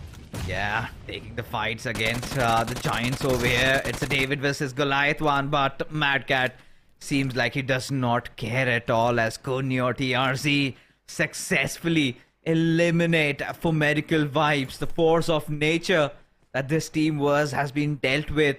They have perished. And Kunyo TRZ, it was really nice anticipation from their side, you know, just anticipating a threat from behind and acting accordingly. As SKYLIGHTZ in close proximity to Deadeyes, guys, you can see Becca with his DBS just trying to shoot and maybe find a successful result. And if you can get a knock or two, that's where you see SKYLIGHTZ trying to breach in through their compounds, as Becca has kept himself alive.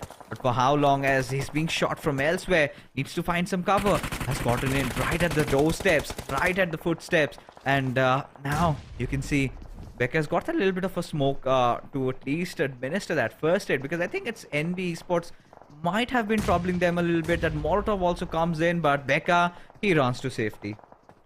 Oh, he has to. He has all the reasons to run back to the safety. Right, guys, managed to keep the control, but see, they're right in the adjacent compound. And with so many teams also in the close proximity, it's not going to be easy. We have the players of IHC also lurking nearby, but SKYLIGHTZ Gaming looks like they are locking horns with the players of Leo Esports as they find one knock, but a team at the mercy of the blue. That is going to be DRS. Yes, they were going for a very late rotation. They held their grounds so that the players of 4MV could move away, or maybe they were trying not to engage in a fight with the players of 4MV.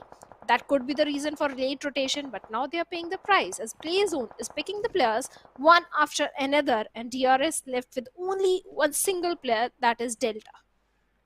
Yeah, and again for DRS.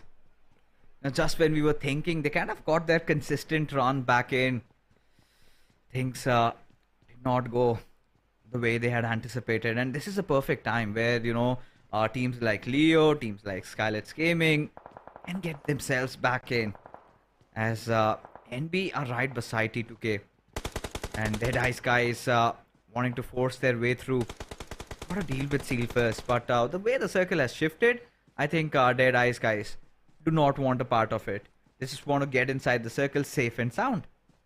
Oh, Leo Esports and SKYLIGHTZ, the patience they have been showing, the compounds which they have been holding on to for so long are finally being rewarded, because the circle, from the looks of it, this is their game to lose, or this can be a very high fragging game for both of them. On the other side, we have Stalwart also going up against the side of TRZ, where one player has been taken down. Stalwart, I don't think they are going to face any sort of resistance while they move inside the circle.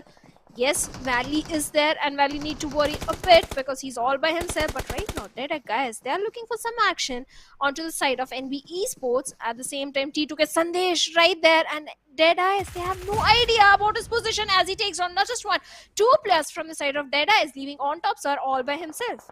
Oh yeah, at this point, you know, on top, what can he possibly do? All fending for himself. Over here, they did not know that they were walking into their own deaths, as T2K will be the Grim Reapers as they absolutely shred them apart. But trouble in paradise now for T2K as NB Esports strike from behind. And this is where Sandesh, he feels this coming. He feels the earth trembling right under his feet. How is he going to survive with so many teams around them? And NB Esports certainly have heard their footsteps, but are T2K aware of the threat that's around them, as Becca right out in the open, he goes falling down, and this is the perfect time where NB Esports could come striking, but they haven't really exposed themselves, still taking their chances, and there you go, NB Sport Strike and Sandesh completely flabbergasted with what just hit him. Sandesh on a sliver of HP. How long can he survive? Yes, there are few crates. He can hope and find few good first aids, but Mondo, he knows one player is still there. At least he has a vague idea.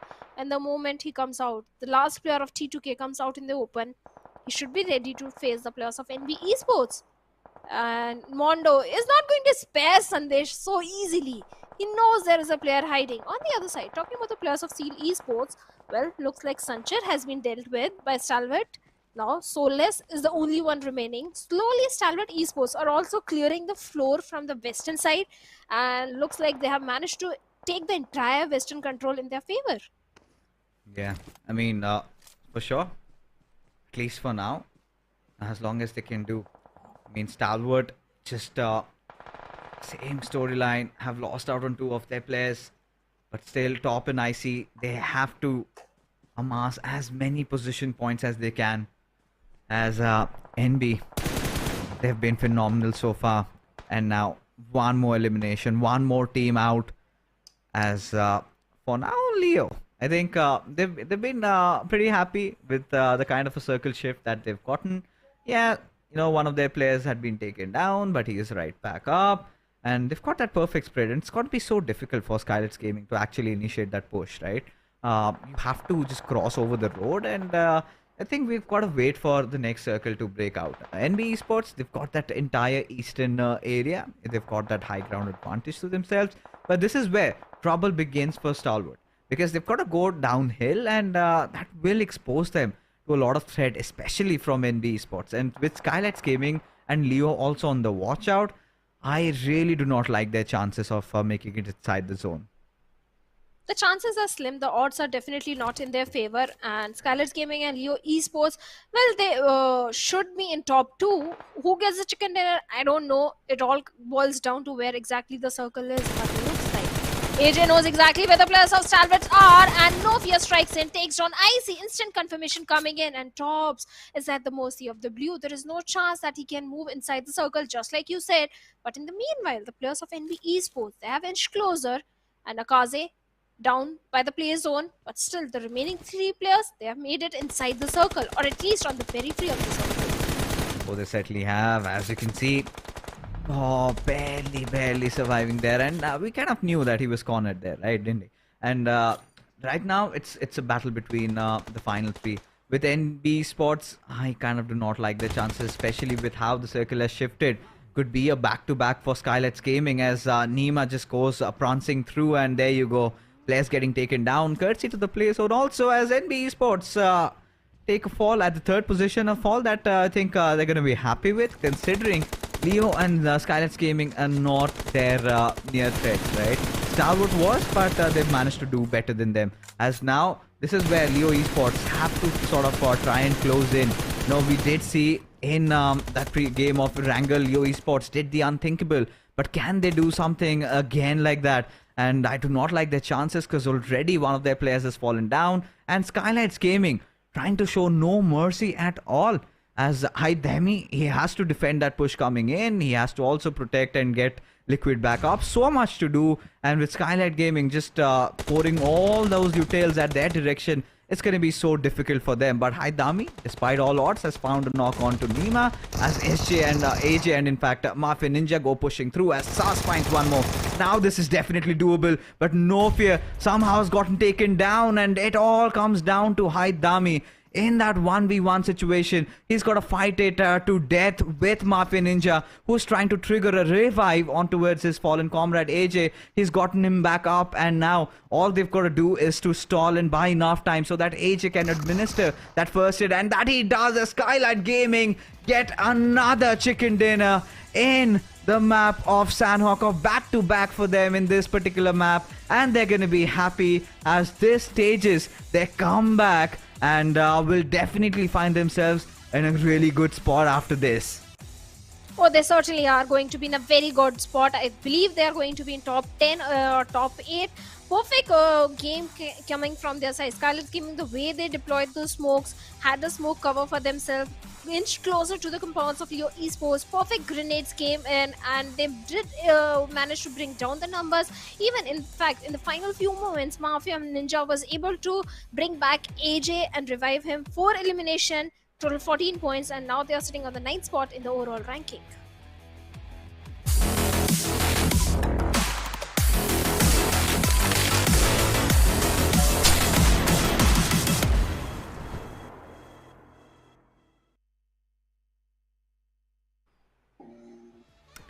And we're back, folks. That was a quick one, just like how SKYLIGHTZ Gaming annihilated Leo over there. But again, a good, standoff between these two teams. Leo almost managed to do that. Had they just not gotten over that outpost and not been, just blasted off with that grenade, things could have been otherwise. Because SKYLIGHTZ Gaming almost it came down to the wire, because even they could feel the pressure.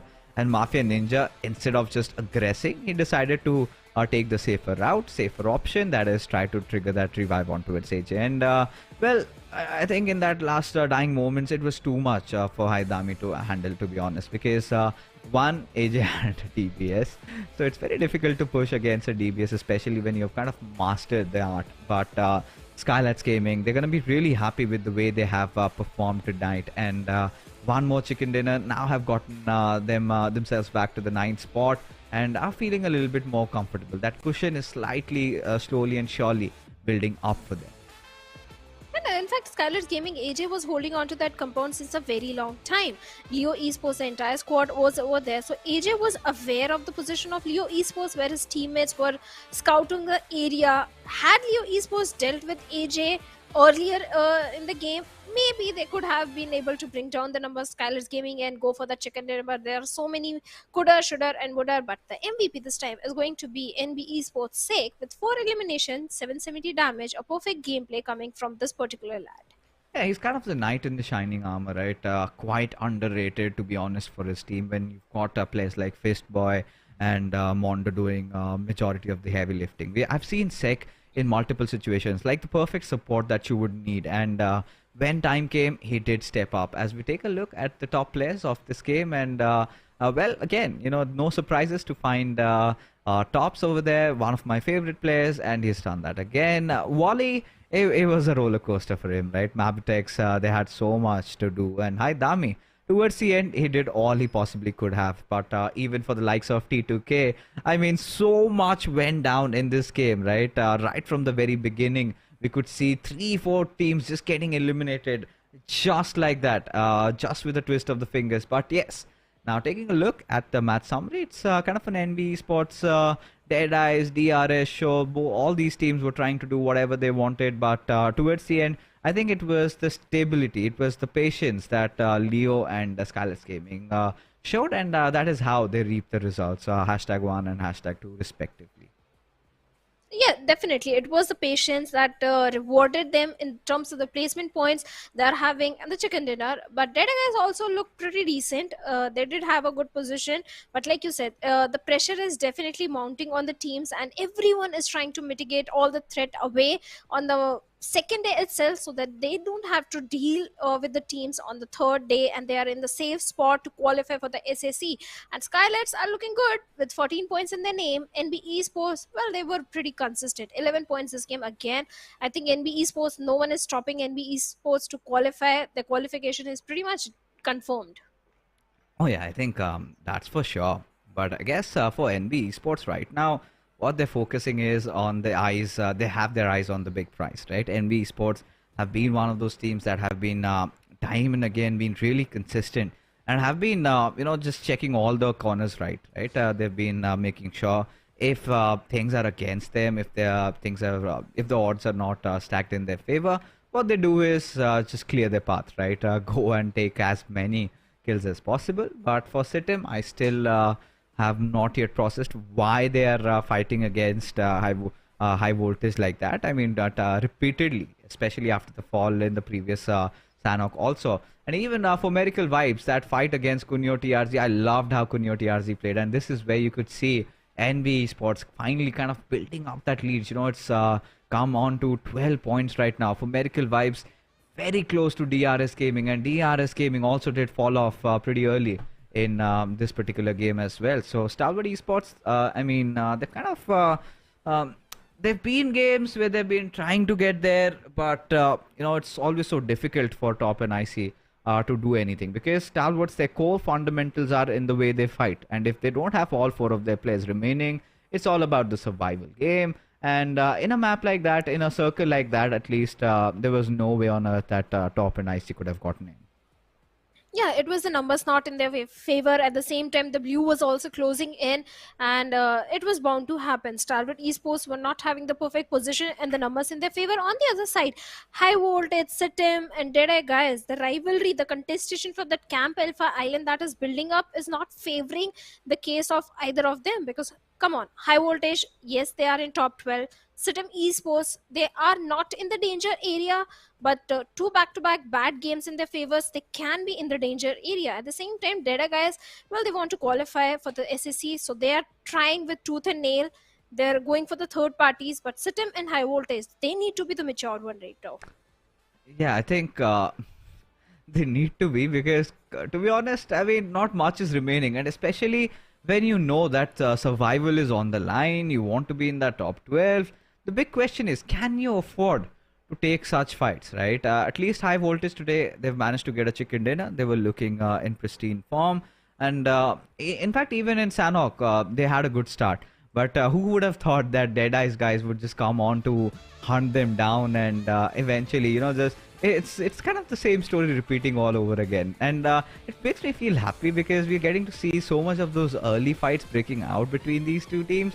And finally, we're almost we're kind of done with 5 games, and the final map remains, and that's going to be Erangel.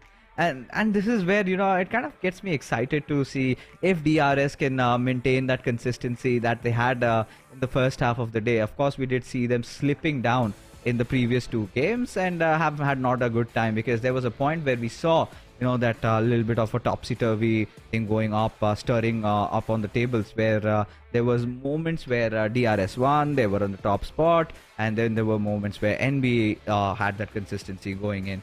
But right now, Shadow, with the final game in order, I think it's time. Production has asked for a prediction. So, who do you think gonna walk off with the victory? Maybe Leo Esports again. It's a day of 2 chicken dinners. SKYLIGHTZ back-to-back 2 chicken dinners in Sanhok. So let's give Leo Esports also, or maybe jinx Leo Esports. I don't want to, but Leo Esports. Oh, you said Leo Esports, you already jinxed it. But for me, I think I'd want to stick with Raw. Raw again. Raw again, because they're at the very bottom. And what could go wrong? I don't know if I'm the one who has jinxed it, or the fate itself. So yes, no, it's not going to hurt all the other teams fighting. And at this point, let's see what happens. Because to be honest, this game is going to decide how things are going to end. At least this was one of the most crucial days, right? We had considered day 2 be to be the day of comebacks, and it kind of has been. We have seen comebacks from a lot of teams there, especially from the bottom order. Leo has done so very well, getting a chicken dinner in one, and then almost getting a chicken dinner the other. But yes, this is going to be one of those games where Leo, they have to have have to give their 100% in, and they're kind of getting over. And one more good game, and they might feel a little bit more safe, a little bit more secure. And tomorrow we can see them playing more freely. And right now, we're just waiting for the match to get started. But before we get in, quick glance at the players as they're all prepping up to get inside the game. SKYLIGHTZ has also been looking really nice. And it's kind of a customary tradition that's been going on, right? In the grand finals, we've seen whoever wins the first Sanhok goes on to win the second Sanhok of the day as well. Oh yes, yesterday also it was the same story. So SKYLIGHTZ Gaming, well, they have been awarded by 2 chicken dinners. They are sitting comfortably in the top 10 position right now. But now the pressure is mounting on the bottom teams, especially like the teams DEADEYES guys, because they are looking for third parties. They are looking for the elimination points. They are fighting desperately to qualify for the grand finals, and not too many games left. Even the flight path this time is going to help all the teams because it is bisecting the map in two equal halves. So that means all the drop locations are easily accessible. Nothing to complain about. Let's hope we have a decent circle as well. Oh, let's hope. I mean, hoping for the best, to be honest. As for Miracle Vibes, well, the last game was not the way they thought. They were kind of, maintaining that little bit of a calmness, just trying to play through the edges. That's sort of been their way to go. But Kunyo TRZ just came out of the syllabus and wiped them out. But now I think they would be wanting to finish things off on a good note. And the first position is still not out of contention, right? If for Miracle Vibes, the way they've been playing, go on to get another 16 eliminations chicken dinner, then we could see them closing the day on a high and create a record. In fact, write their own history of being the first team to not just win the league stages but also the grand finals. Which hasn't happened yet in the entire history of PMPL. But let's hope SA for at MV, yeah, in the SA. But let's hope this time it happens. But again, no major change in terms of the drop location. All the teams are heading toward their home grounds, MABETEX towards the northern side, and the circle itself this time is favoring the northern island, favoring the case of T2K and MABETEX Esports. But doesn't it look like the same circle of the previous Erangel can end up towards the side of ruins? Yeah, I think it can, but this time I want to see something maybe around the northern side. I want to see that hard shift and maybe goes to high voltage because they've started off with the chicken dinner, and I would love to see them end with the chicken dinner, and could be the comeback that all the high voltage fans would be hoping for. As SKYLIGHTZ Gaming, really happy with where they've kind of dropped because we've seen them kind of switch things over. Last time, I think we saw Pubg was completely left vacant. So as a result of which, SKYLIGHTZ Gaming really considered that why not we drop over there and capitalize, and this is going to really help us in our endeavors of trying to play around the centers because every single time they've done that, they've gotten some valuable result. Like SKYLIGHTZ Gaming is one of those teams that really benefits and they know how to defend a push coming at their direction. So yeah, this could be a good game for them as well. It can be if the circle is in their favor. But like you said, if the circle goes towards the northern side, towards the shooting range, then SKYLIGHTZ Gaming might have to go for too many for a rotation, and they have to cross path with so many teams. And in the process of doing so, they might lose few of their players. But right now, the only possibility of a close fight happening could be between I8 and DRS. But we have been seeing both these teams find residency towards I8 and Farm, Milta, DRS, and they reside in harmony. They don't go up against each other. At least up until now, they haven't went for each other. Where Sky is already inside the circle. On the other side, TRZ. This can be a bit tricky circle for the players of TRZ because look at the position of Raw officials and Leo. Leo around the Gatka area. So for TRZ also, it's not going to be so easy to breach inside the circle without Leo Esports noticing them. But can 4ME get a second chicken dinner? I mean, that's the question, right? For this game, or maybe could it be Stalwart ending things on a good note at least? Because today was one of those days where I really thought that yeah, Stalwart Esports they're kind of known for these comebacks, and haven't seen them pull off anything special. To be honest, it's been the same old story, the same old food that has been presented by Stalwart. That is that they go on, they win that one fight, and then trying to transition, trying to rotate, they lose a couple of players, and eventually it kind of turns out to be a survival game. So what's going to be imperative for them is try and keep their players alive. And I think if you remember, Shadow, yesterday in the final game of Erangel, they did exactly the same, and they kind of benefited from that. So if they could produce something like that, then yes. And this is one of those circles which is going to be really tricky to approach, especially when Stalwart want to be going in. The timing is of the utmost importance, right? They have to figure out with I8 keeping a watch, and you also got the likes of DRS. It's going to be such a tough road for them ahead, because maybe somebody takes over the potato hills, but somebody would be definitely around those shoreline compounds, right? And that is a task that Stalwart need to get over before they can even dream of getting a chicken in this game. Stalwart Esports, not a single chicken dinner up until now. The only place they have come close to was the third position yesterday in the Erangel, in both the Erangels. So yes, definitely Stalwart Esports are performing really good when it comes to Erangel.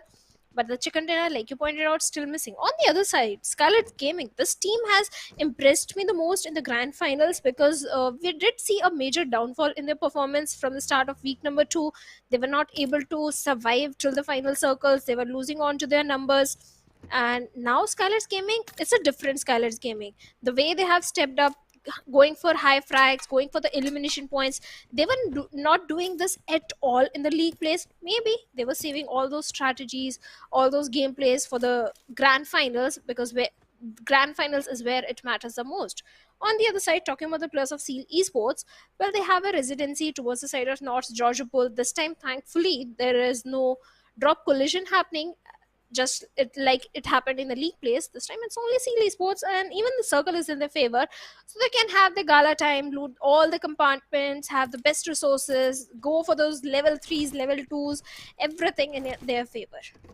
Oh yeah, I mean, for Seal right now, they're gonna be pretty chill, and they're gonna be sort of hoping on the fact that Circle kind of goes a little bit up north, and if that happens, then they're gonna be one of the prime teams to be the favorites in winning this one around. And Seal, to be honest, we haven't really seen much out of them. Have gotten Sanchir in. Let's see what can they do, because Seal Esport, what a fall has it been for this team, right? Especially there was one of those times when Seal was one of the kind of a dominant team in the Mongolian region, and from that, and I mean, they've come this far. That's something we can applaud for, but they've kind of lost that charm that they used to have, that kind of a presence, that dominion over the teams, that fear that has been written off. But yeah, I mean, they would want to sort of get their old days back, their old ways back, and there have been few changes even in their roster, so that's also there. I still remember a time where Seal used to, kind of dominate the initial few weeks, and they kind of have been quite erratic, to be honest. Like back in the days, there have been weeks where Seal used to be, top of the pack, and the next week suddenly they don't even qualify for the Super Weekend. So we have seen all those things also happening, and yeah, Seal, they've got a long road ahead of them, and we'll have to see what results can they produce. But for NB Esports, eyes are going to be on this team also. They have been, I think, one of the most consistent teams tonight. Yeah, NB Esports, they are definitely the most consistent team. All thanks to Mondo and Fistboy, because Fistboy, he stepped in the grand finals, and now the circle shift is going to decide so many things. But look like on the Northern Island, we have seen Esports and T2K in such close proximity that we can expect a potential fight happening over there. At the same time, Sandesh, well, he goes down out in the open during the rotation. No time to save him, and T2K, they have already suffered a casualty. With that, we have the first blood drawn, and Seal Esports 1 point to their name. Now they can look for a control on the Northern Island, and the circle is going to be so very difficult to play. It can be a Northern circle, it can be a Rozhok circle, it can go either ways. It's not going to be easy to play around. Yeah, I just wanted to go north, and I'm pretty sure all the viewers watching would also agree with me, because come on, we've seen that southern one, we know how that ends, but a northern one, it's completely gonna change the dynamics of this game, because every single team then would have to rotate, and we are gonna see so much of blood being spilt in those narrow rivers there. But yeah, considering the airdrop that has come in MK14, one other thing we've seen ever since DBS has taken over, we haven't seen a lot of those AWMs, we haven't seen a lot of those MK14s. We've seen Grozza on just that one occasion, but hey, TRZ, they've taken a loss over there. Mad Cat is right on his knees, and will also be finished right off, and that was all she wrote for him, at least. But now, Leo Esports, looking at their position right now, they're kind of just hoping that the circle takes that last curveball towards the ruins area, and if that happens, they're going to be in such prime position to win this game.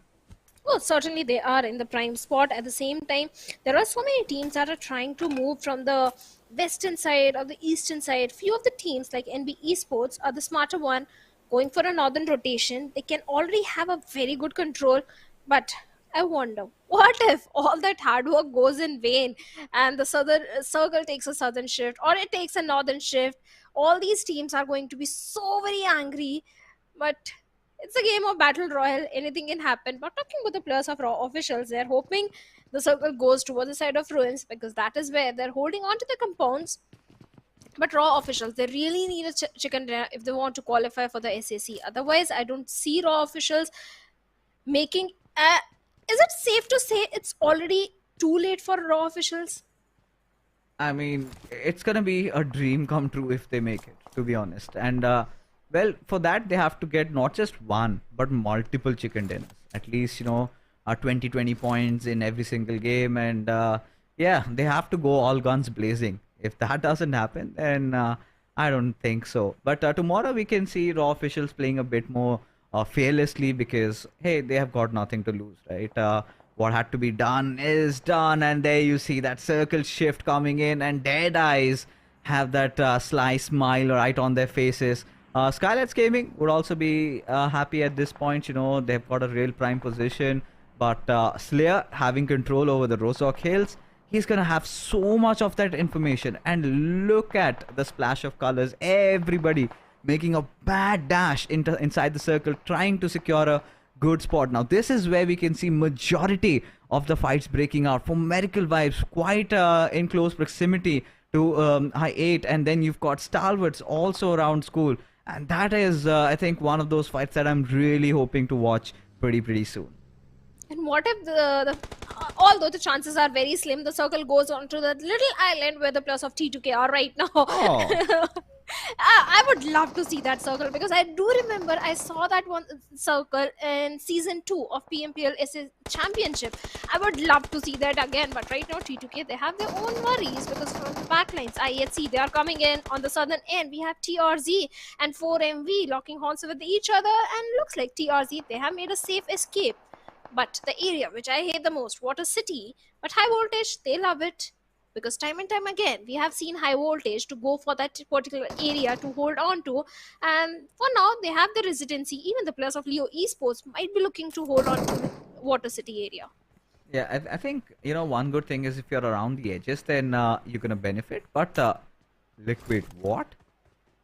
He's just drowned himself.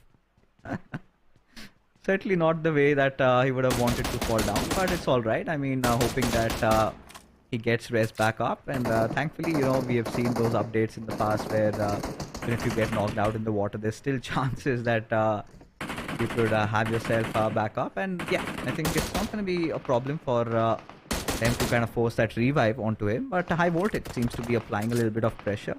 Malik, however, he's got his position a little bit hidden over there. Not a lot of attention has been drawn to him because I think that's the way for Leo. If they want to try and take down the players of High Voltage, I think Malik has to be their first point of contact.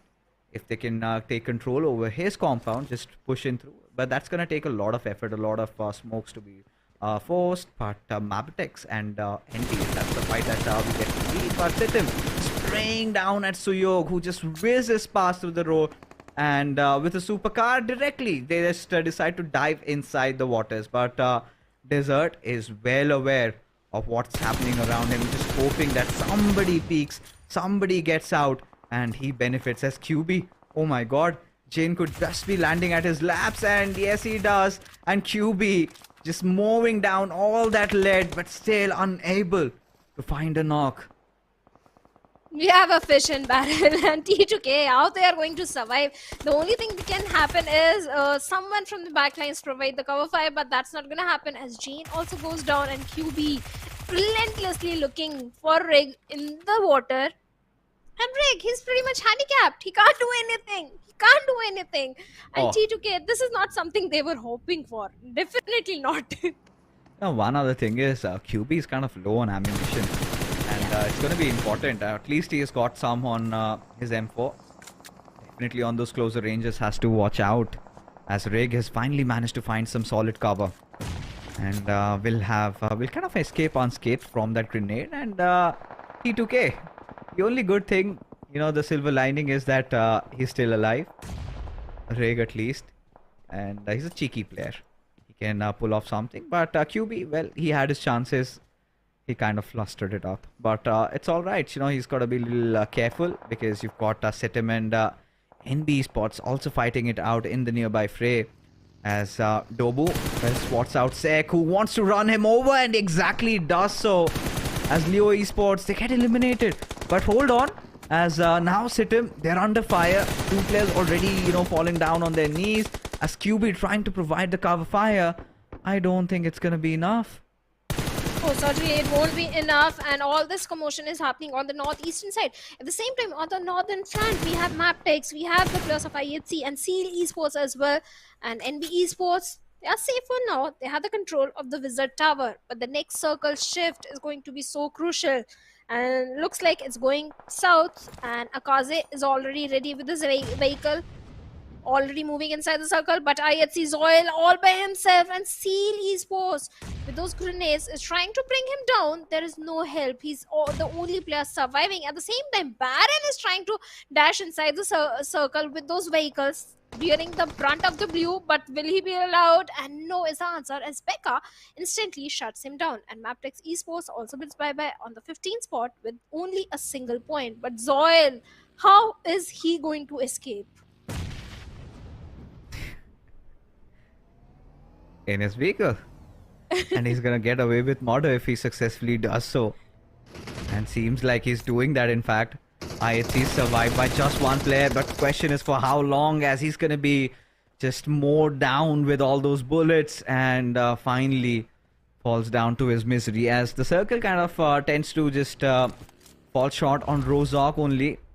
And now I8, they have also been eliminated. For Miracle Vibes, again establishing a dominion over the server, as kind of going for a 2-2 split, trying to take control over the Rozok Hills. And one good thing is nobody's behind them, so at least they can play comfortably from around here. On the nearest threat would of course be Stalwart, who have managed to keep all 4 of their players alive. And Stalwart have done that even yesterday in the past, as Doc spots out the players of SKYLIGHTZ Gaming trying to make a move. The next circle shift is going to be of the utmost importance. We're going to have a clear picture of if the circle is going to go towards the hills or it's going to go towards the city of Rozok. Also on a few occasions, we've seen it go a little towards the western side, but East finds an important knock on Nirset, but Action finds an instant trade as he inches in the gap. And now 4MV, they have to take this fight. They have to take control from the hands of Stalwart Esports, as they want to take the dominant control on the southern front. And with Nerzed down, this is the opening which the players of 4MV were looking for. And East having the height advantage. One of the player top already going for the revival. And this is the moment when East can close an inch closer. But the grenades are stopping him in his tracks. But slowly he's crawling his way. But Stalwart Esports, well, they looks like all the 4 players are safe for now. At least they are looking safe. On the other side, DRS and SEAL, they are going up against each other, and it looks like SEAL Esports, the numbers are not favoring their case.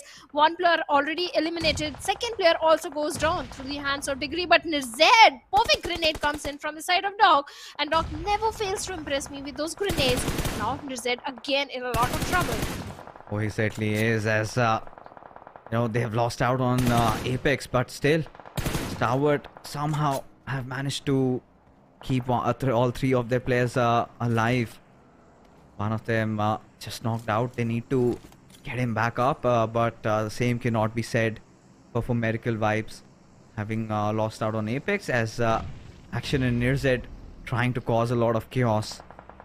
And Action won't have any trouble getting Nirzed back alive, but yeah, you could see those nades keep pouring in, but Nirzed somehow still alive. And Stalwart at this point, I really feel they should kind of retreat and hold on to the higher grounds. And Action trying to just draw some attention, trying to spot out the players for Miracle Vibes. But East being smart as ever, he doesn't hitch. And as a result, somebody from Stalwart has managed to pick a knock on Refuse. Now this is the perfect cue where Stalwart can decide to go in for the push, and if they succeed in doing so, if they can wipe off for medical vibes from around here, they're gonna get a massive advantage. They're gonna have that entire southern territory, and as a result of which, look at that, even Top is committing to this fight. Refuse, he's got a revive, and maybe that window that they had is kind of lost and it's gone, as there you can see Top gets knocked out. Action instantly gets a trade, but Doc and Refuse, it all comes down to them, and Doc not at the right side. He has to somehow figure out that he cannot afford to get exposed, and one good thing is that no other teams are focused in on him. TRZ has to provide that quintessential cover fire. Action somehow managing to force that revive onto where it stops, but for Miracle Vibes, they found a very good angle, and this is it for them. But Refuse getting shot as Icy from up top provides that cover fire. It has all come down to Doc, who still keeps up with the fight. Did manage to take the action down in this situation, but still a 1v3. It's going to be too tough for him to push, especially with Icy watching him over from the hills.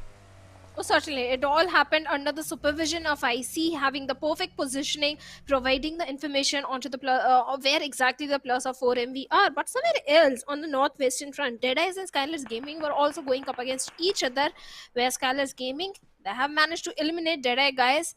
Now, they do have the northwestern control in their favor, but Stalwart, NB Esports, they have to move inside the circle. NB still on the eastern side, where the players of DRS are there to stop them in the tracks. But DRS, they also have to inch closer inside the city of Rozhok. And this is not going to be easy, because it's an open field area. They have to come out in the open, and Stalwarts are ready to punish them. But looks like Akaza is going to be the brave one with that vehicle.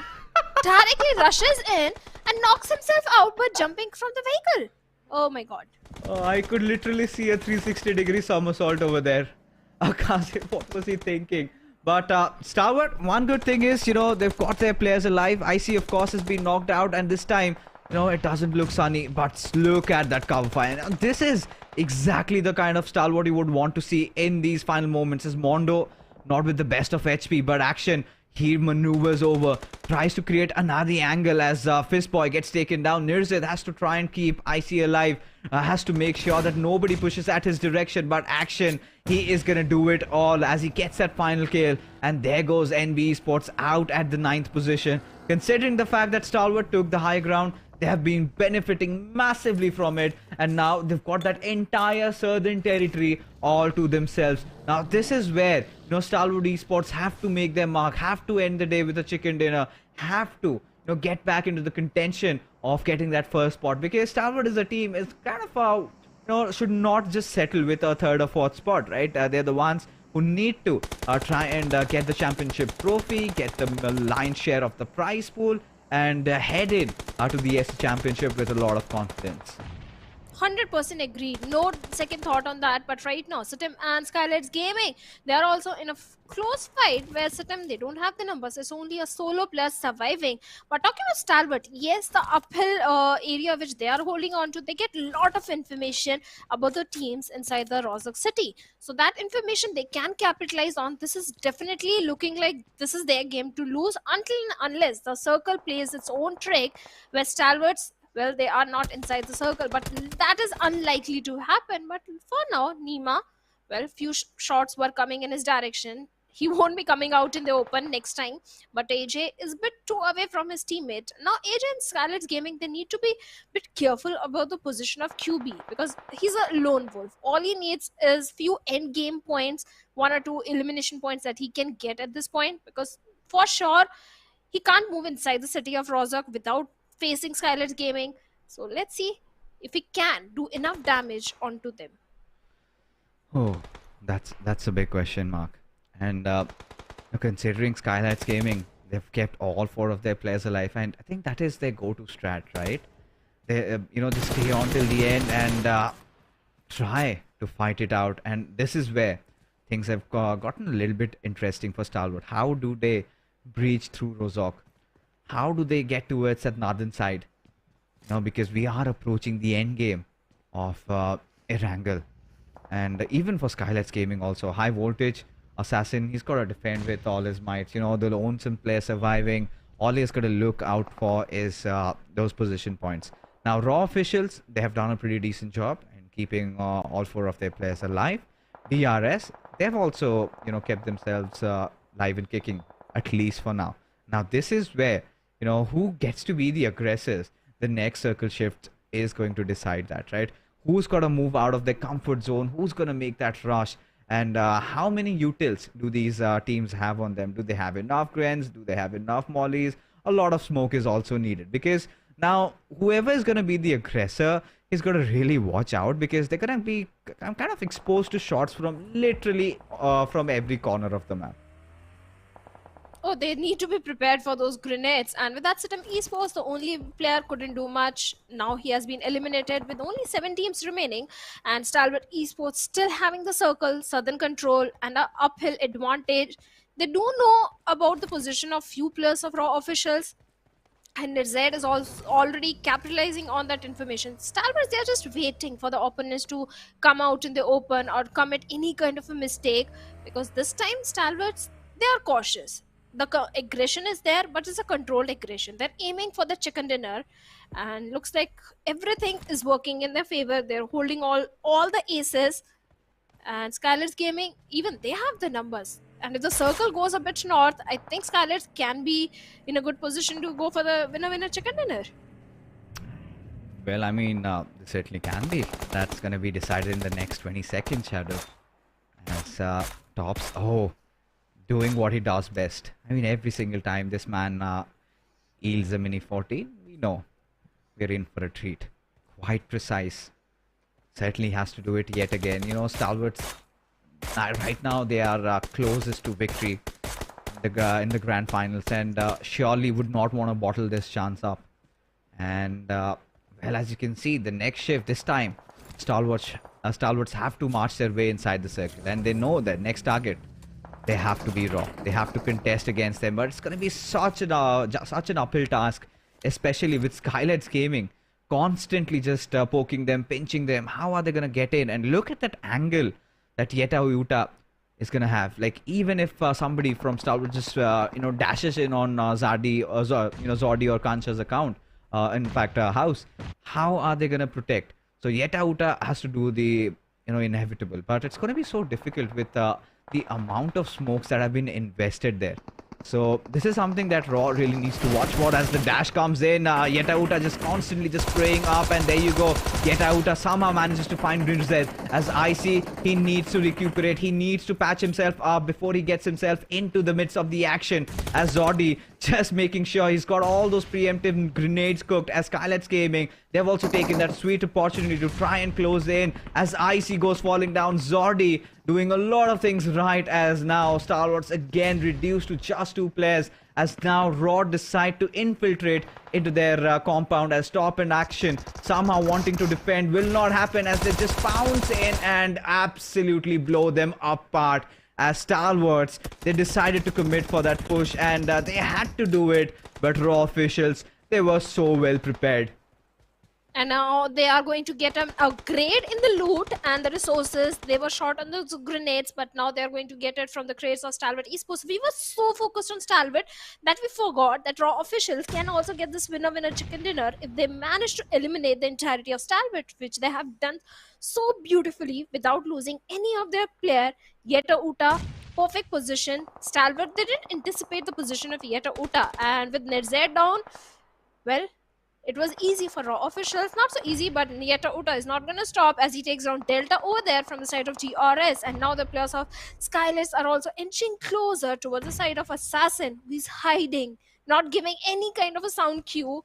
And now the circle is also closing in, inching closer, and Skiller is looking for knocks with those grenades onto the players of Steel Esports, but no connection whatsoever. Yeah, no connection, at least for now, as there you go. Steel Esports, they were live for so long. DRS, just when they thought they could have gotten away with it, Uta lobs a grenade, and this is the golden chance that SKYLIGHTZ Gaming were waiting for. In fact, Uta just kind of just dashes in with that push, and Gyante has to survive, and he has to keep his team alive, as Uta finds a knock there, as Zordi, Claw, everybody from Raw just go, just prancing at DRS's direction, and there you go. They have been wiped out from the face of Earth, as SKYLIGHTZ Gaming, They want to get that back-to-back chicken dinner, and they are on pursuit as Raw. They're doing the unthinkable. 14 eliminations already for this team. But SKYLIGHTZ Gaming, they've got a very beautiful angle over there, right on top, as they have to be watchful. There you can see No Fear finding that flank, but Mafia Ninja just proning down, and there you go. One more comes in. SKYLIGHTZ Gaming get a back-to-back. 3 chicken dinners out of 6 gameplay tonight. What a day for these lads. Wow. Correctly, SKYLIGHTZ Gaming, the perfect synergy. Even the position of No Fear was so very crucial in that situation when the players of Raw were marching towards him. It was No Fear's position that was able to bring down the numbers of Raw. And in the end, it was the DBS that came to the perfection. And SKYLIGHTZ, they are so happy. Those happy faces. Now they are in a very safe spot to qualify for the SAC. Yeah, even their mascot was proud, quite happy, just taking a pat from his owner. And in fact, yes, well deserved. I'm pretty sure SKYLIGHTZ fans, they're gonna be elated with how they performed this time around. A winner chicken dinner for them. Very well deserved. This is where SKYLIGHTZ Gaming, who was struggling so badly yesterday, and we were thinking what went wrong, and today is the day they stage a comeback and now just bounce on to the 5th position in the overall ranking.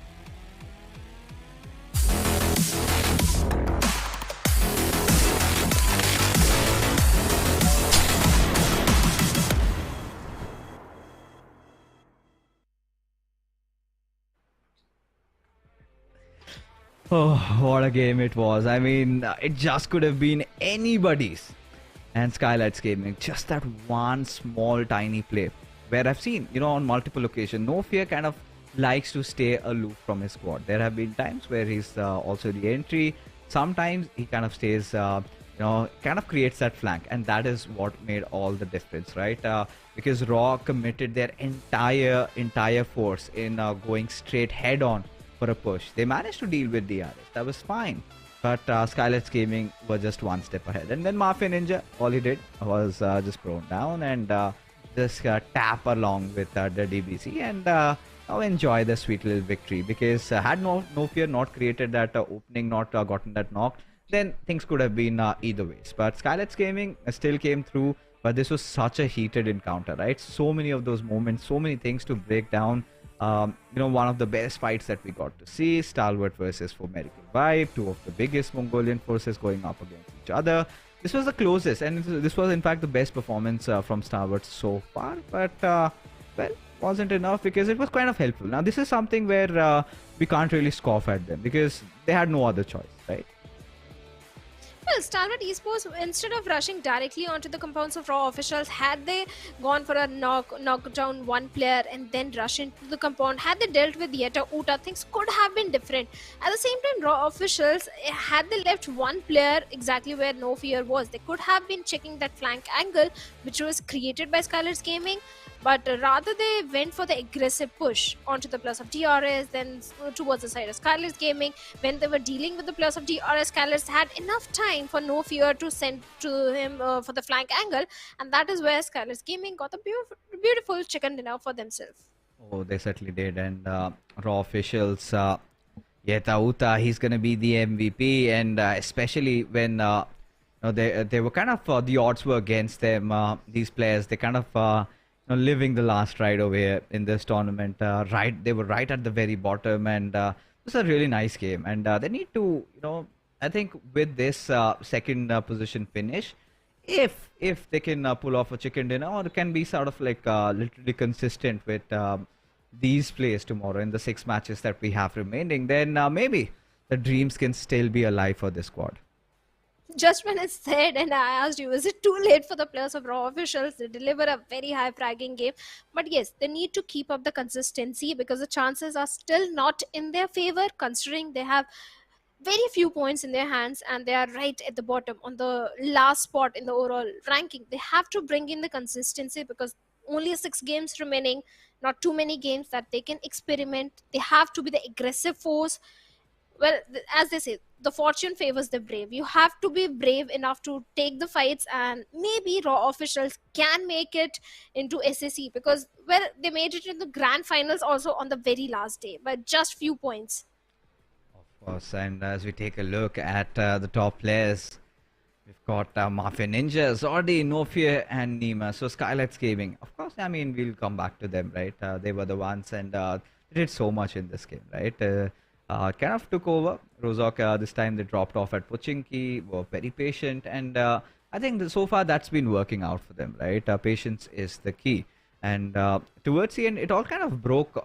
It kind of became easier for SKYLIGHTZ Gaming when Stalwart sort of decided to push in on Raw. And, you know, Raw at that point, to be honest, Shadow, they couldn't have done much. I mean, Stalwart couldn't have done much because, you know, Raw, they were not revealing themselves, right? Everybody was just hidden in their compound. So Stalwart was going in for an ambush. And that is exactly what happened, right? They decided to just entirely smoke off that area. And yet out that, you know, they did still take some measures, right? They had dropped off smokes, but who would have thought that Yetauta would still find a knock? And then we saw Zordi and the others, even Claw, they found out some way to just, you know, throw those preemptive grenades and got the job done. And in doing so, SKYLIGHTZ Gaming, they found the perfect opportunity to come a little downhill. And that is when things started getting really changed up. And as we take a look at the match summary, you know, here are the stats. You know, Mafia Ninja, finally we get to see the OG player stepping up. Yetauta did dish out the highest damage, you know, staying on the flanks. He did it all. And even for Stalwart, this was sort of a roller coaster of a game for them, which will help them secure quite a few points.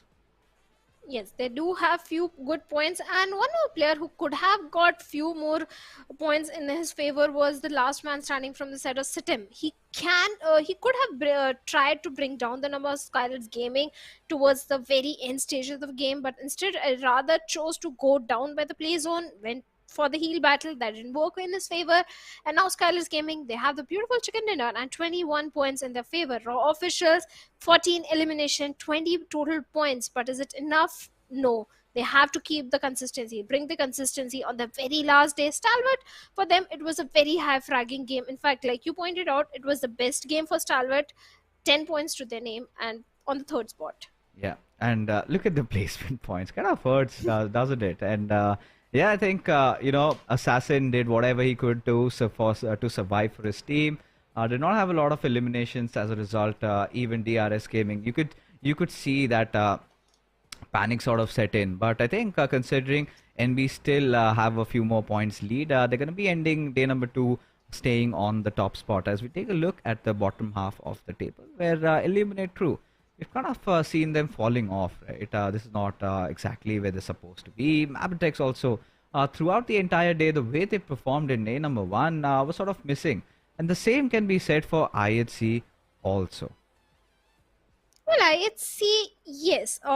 In the Sanhok, they had good elimination points for themselves, but other than that, IHC were kind of missing today, because yesterday, yes, they were coming on the second spot as well, but now they were nowhere to be seen in the top 5. So yeah, IHC also need to step up. At the same time, TRZ, Kunyo TRZ, I thought after the second game the TRZ are going to bring the consistency, but that was not the case.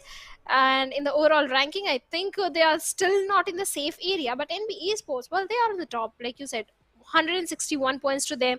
DRS, they come down to the second spot with 153 points, and Stalwart, without any chicken dinner, 149 points to them, and only 18 placement points. Yeah, now this is what we've been talking about, right? Even we head on to the final day, we cannot say that there is a certain team that you know, is kind of above everybody else, right? NB Esports, they still have that narrow margin of lead, which can be overtaken easily. Tomorrow is going to be a day where you have to really hold on to your composure. You have to show that you know, sheer mental strength, and whoever does that is going to be the champion. And the contest is, I think, between the top 4 teams right now, unless and until SKYLIGHTZ Gaming just bounce back or get another chicken dinner like they have been playing today, because today has pretty much been SKYLIGHTZ's evening, right? 3 chicken dinners out of 6, you know, 50% win rate. What else do you need? So Illuminate Crew, we've seen them dropping off. High Voltage Esports, they started a day with a shebang, but then it was all about trying to secure those position points. Yeah, you need to have the perfect balance between the placement points and the finish points, and Dead guys seem to be lacking that because they are a little short on those placement points. Yes, they're trying to grab those elimination points, but they need to focus on the survival as well. And right now, they are few points short from SITM Esports, and they are in the danger area. And so, the plus of TRZ, Seal Esports, Raw officials, Seal, they are not performing up to my expectations because in the league plays, yes, they were on and off. Few games they were shining in, few games they were completely missing out. But this time they need to understand that only few games remaining, and they really need to focus and get the chicken dinner. Just like the plus of Raw officials went all YOLO, played with the circle, got the best spot inside the circle, and if TRZ and Dead Guys managed to do the same thing, maybe the players of Dead Guys can make it into top 12. The fight for top 12, like I said, for all the new viewers that have tuned in, I mean, it's all about the road to the SA Championship, right? And with the way Deadeye's guys, Kunyo TRZ, they've been playing, I think tomorrow, this first 2-3 games, that's going to be of the utmost importance. If they can just close in the gap on SITM, of course, SITM haven't... I do not know, they've been making some really silly mistakes, right? Especially the one constantly trying to force a fight with high voltage, and this is where you kind of have to let your ego aside. You have to realize the gravity of the situation, that they're at the 12th spot with Deadeyes and TRC. These are the teams that do have those tendency to surprise us, and considering Deadeyes guys, they've been there in the region for quite a long time. I mean, ever since PMPL we saw the first inception. Now we're almost at we're about to get down to the 7th. They've been always there, right? And Deadeye's guys is a team that you can never really anticipate, and they're not going to take that fall, right? They would want to go on to play the SA Championship. So SITM will have to rethink their approach, especially in the game of Sanhok. But today, I think the day can be divided sort of into two halves, right?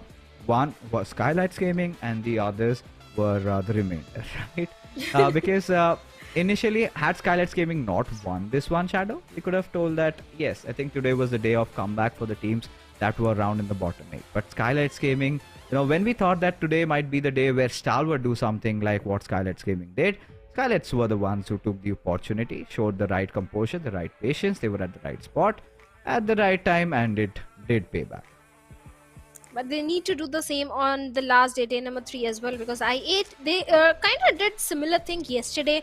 They got two chicken dinners for themselves, but today I8, except for one good game, that is third Erangel, I don't think I8 were literally there having those elimination points or placement points. So they were also kind of missing out. Yes, they will qualify for the SAC. The consistency was not there. So the consistency is something that SKYLIGHTZ Gaming, if they bring in, maybe they can be the table toppers as well. Oh, they certainly can be. But even for Miracle Vibes, this was of course they got a chicken dinner, and then we sort of started wondering maybe this is it, right? This is the Miracle Vibes that we'd been hoping for, and that's, I think, we kind of saw that a little bit of a transition in their style of play. How they'd been, approaching the game, because earlier in the first 3 games we saw them, just had a blindfold on their eyes, and wherever they heard gunshots, they would just charge in at their direction. And in the league stages, Shadow, I think it kind of worked out for them, and they were getting away with it. But cometh the 3rd week of league stages, that's where teams started figuring their strategy out. It was all about how do you counter a team that's extremely aggressive. Just play like how TRZ did. Stop IHC in Sanhok. Just play like how Raw stopped Stalwart, like in Erangel. Just wait, find the perfect angles, throw those pre-cooked grenades, and when they come just knocking at their doors, they explode. And that is something that the teams have been capitalizing. And for Miracle Vibes, they've been playing on the momentum, and once that momentum gets taken away, that's where you start second guessing yourself.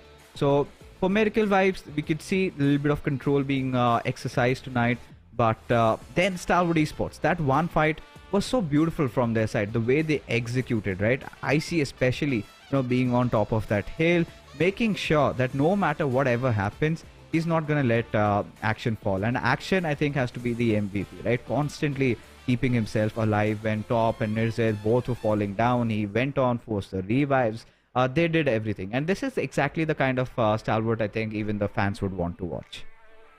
Well, no, completely agree. That fight with the players of 4MV was so very crucial. Yes, IC was providing the information, but the way action was going for the rescue mission onto his fallen teammates, kudos to him, because that was a pressure situation. It was not some other team. It was 4MV, the team that brings in the maximum aggression, not easy to deal with. So it was not at all an easy fight to shut down the players of 4MV over there. But on the other side, they didn't anticipate the position of Yeta Uta. That is where they fell down. Had they gone for a flank angle instead of directly rushing into the compounds of Raw officials, I have no second thought. This was a chicken dinner for the players of Stalwart Esports.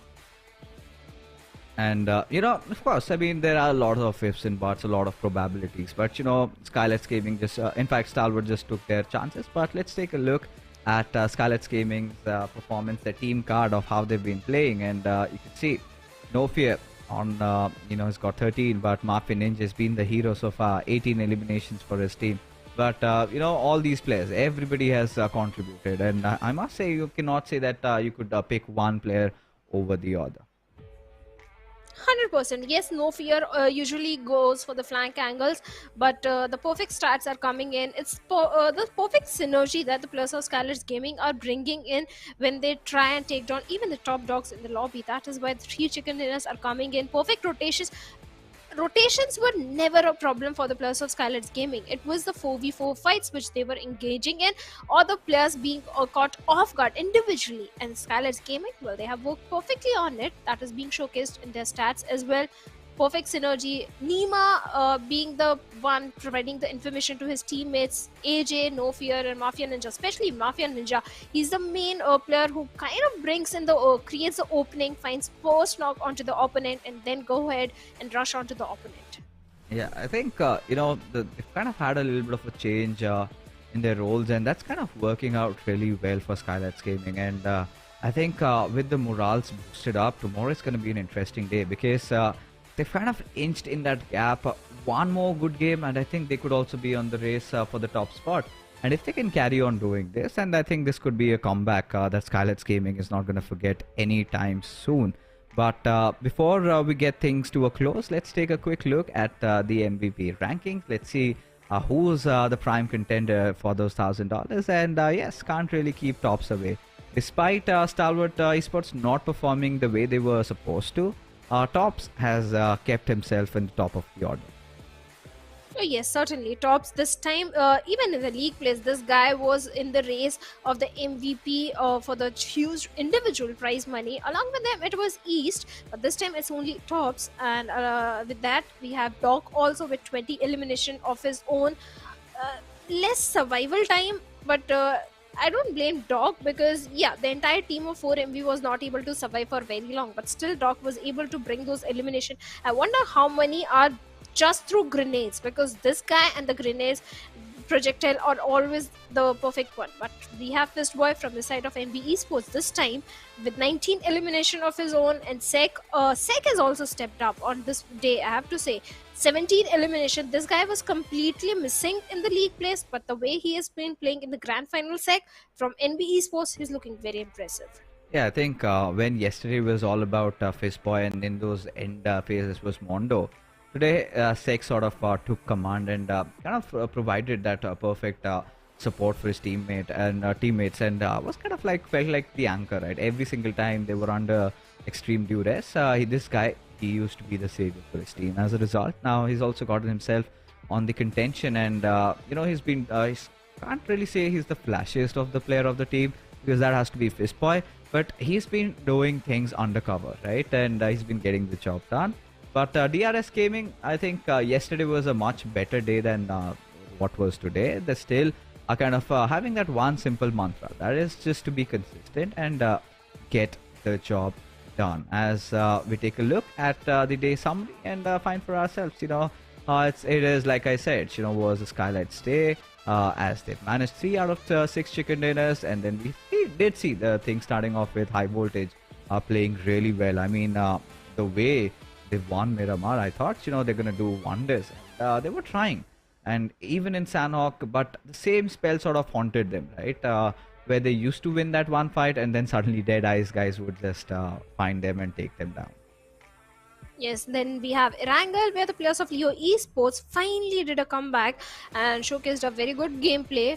Yes, the perfect rotations were showcased from their side. Then we have 4MV finally getting a chicken dinner for themselves, where the players of High Voltage tried to get the second one for themselves but failed to do so. It was 4MV, they trained supreme, but Assassin, kudos to him, valiant effort from his side.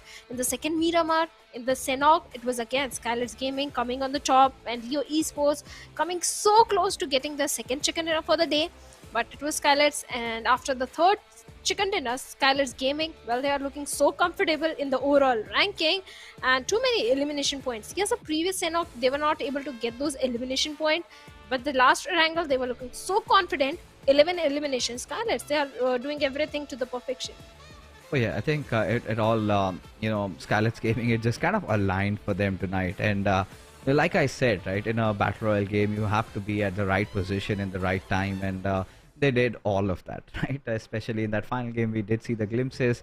Even in Sanhok, even, in every single game that they kind of participated, I think was a SKYLIGHTZ Gaming. But the other teams like, I8 was kind of not impressive, especially how they performed yesterday. Kind of was heartbreaking. They had that one Erangel chicken dinner with kind of which Leo sort of stole away from them. And even we could see the appraisal of Leo Esports. They had also been playing pretty amazing. I think now teams have figured out, you need to be at the center of the circle and you've got to defend. And if you can do that, then things would definitely work out for you. But yes, folks, that was all we had, for today's. That was, those games where we could see all these teams down at the bottom half of the table make their way to the top 8, and SKYLIGHTZ Gaming writing history again and again, trying to get themselves back up with, just final 6 days remaining. In fact, final 6 matches remaining, and that final 1 day to go. Anything could happen. And yes, make sure that you have subscribed to the YouTube channel where you can follow all the action. And really running out of breath and words, because 6 games and 6 long games can do a lot of things to your throat. Yes, it can. I feel for the players. Back-to-back 6 games, it's not so easy. Yeah. Yes, we have to cast, but they have to play the IGL. So many things are happening inside the game. Constantly looking at your screen, it's not so easy. Even the players face a burnout. It's not just a burnout, right? I mean, at least for the players, we can say that, they kind of died pretty early. But not for the case, not for us. But hope you guys enjoyed, and we're going to be calling it a night. We'll see you tomorrow. So till then, take care and have a good night.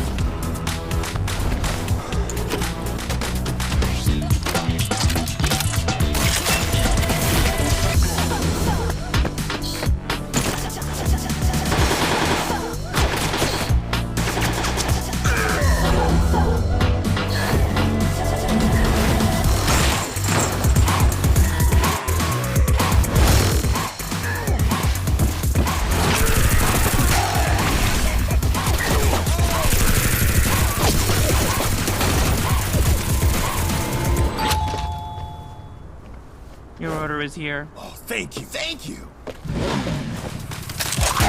Go, go, go!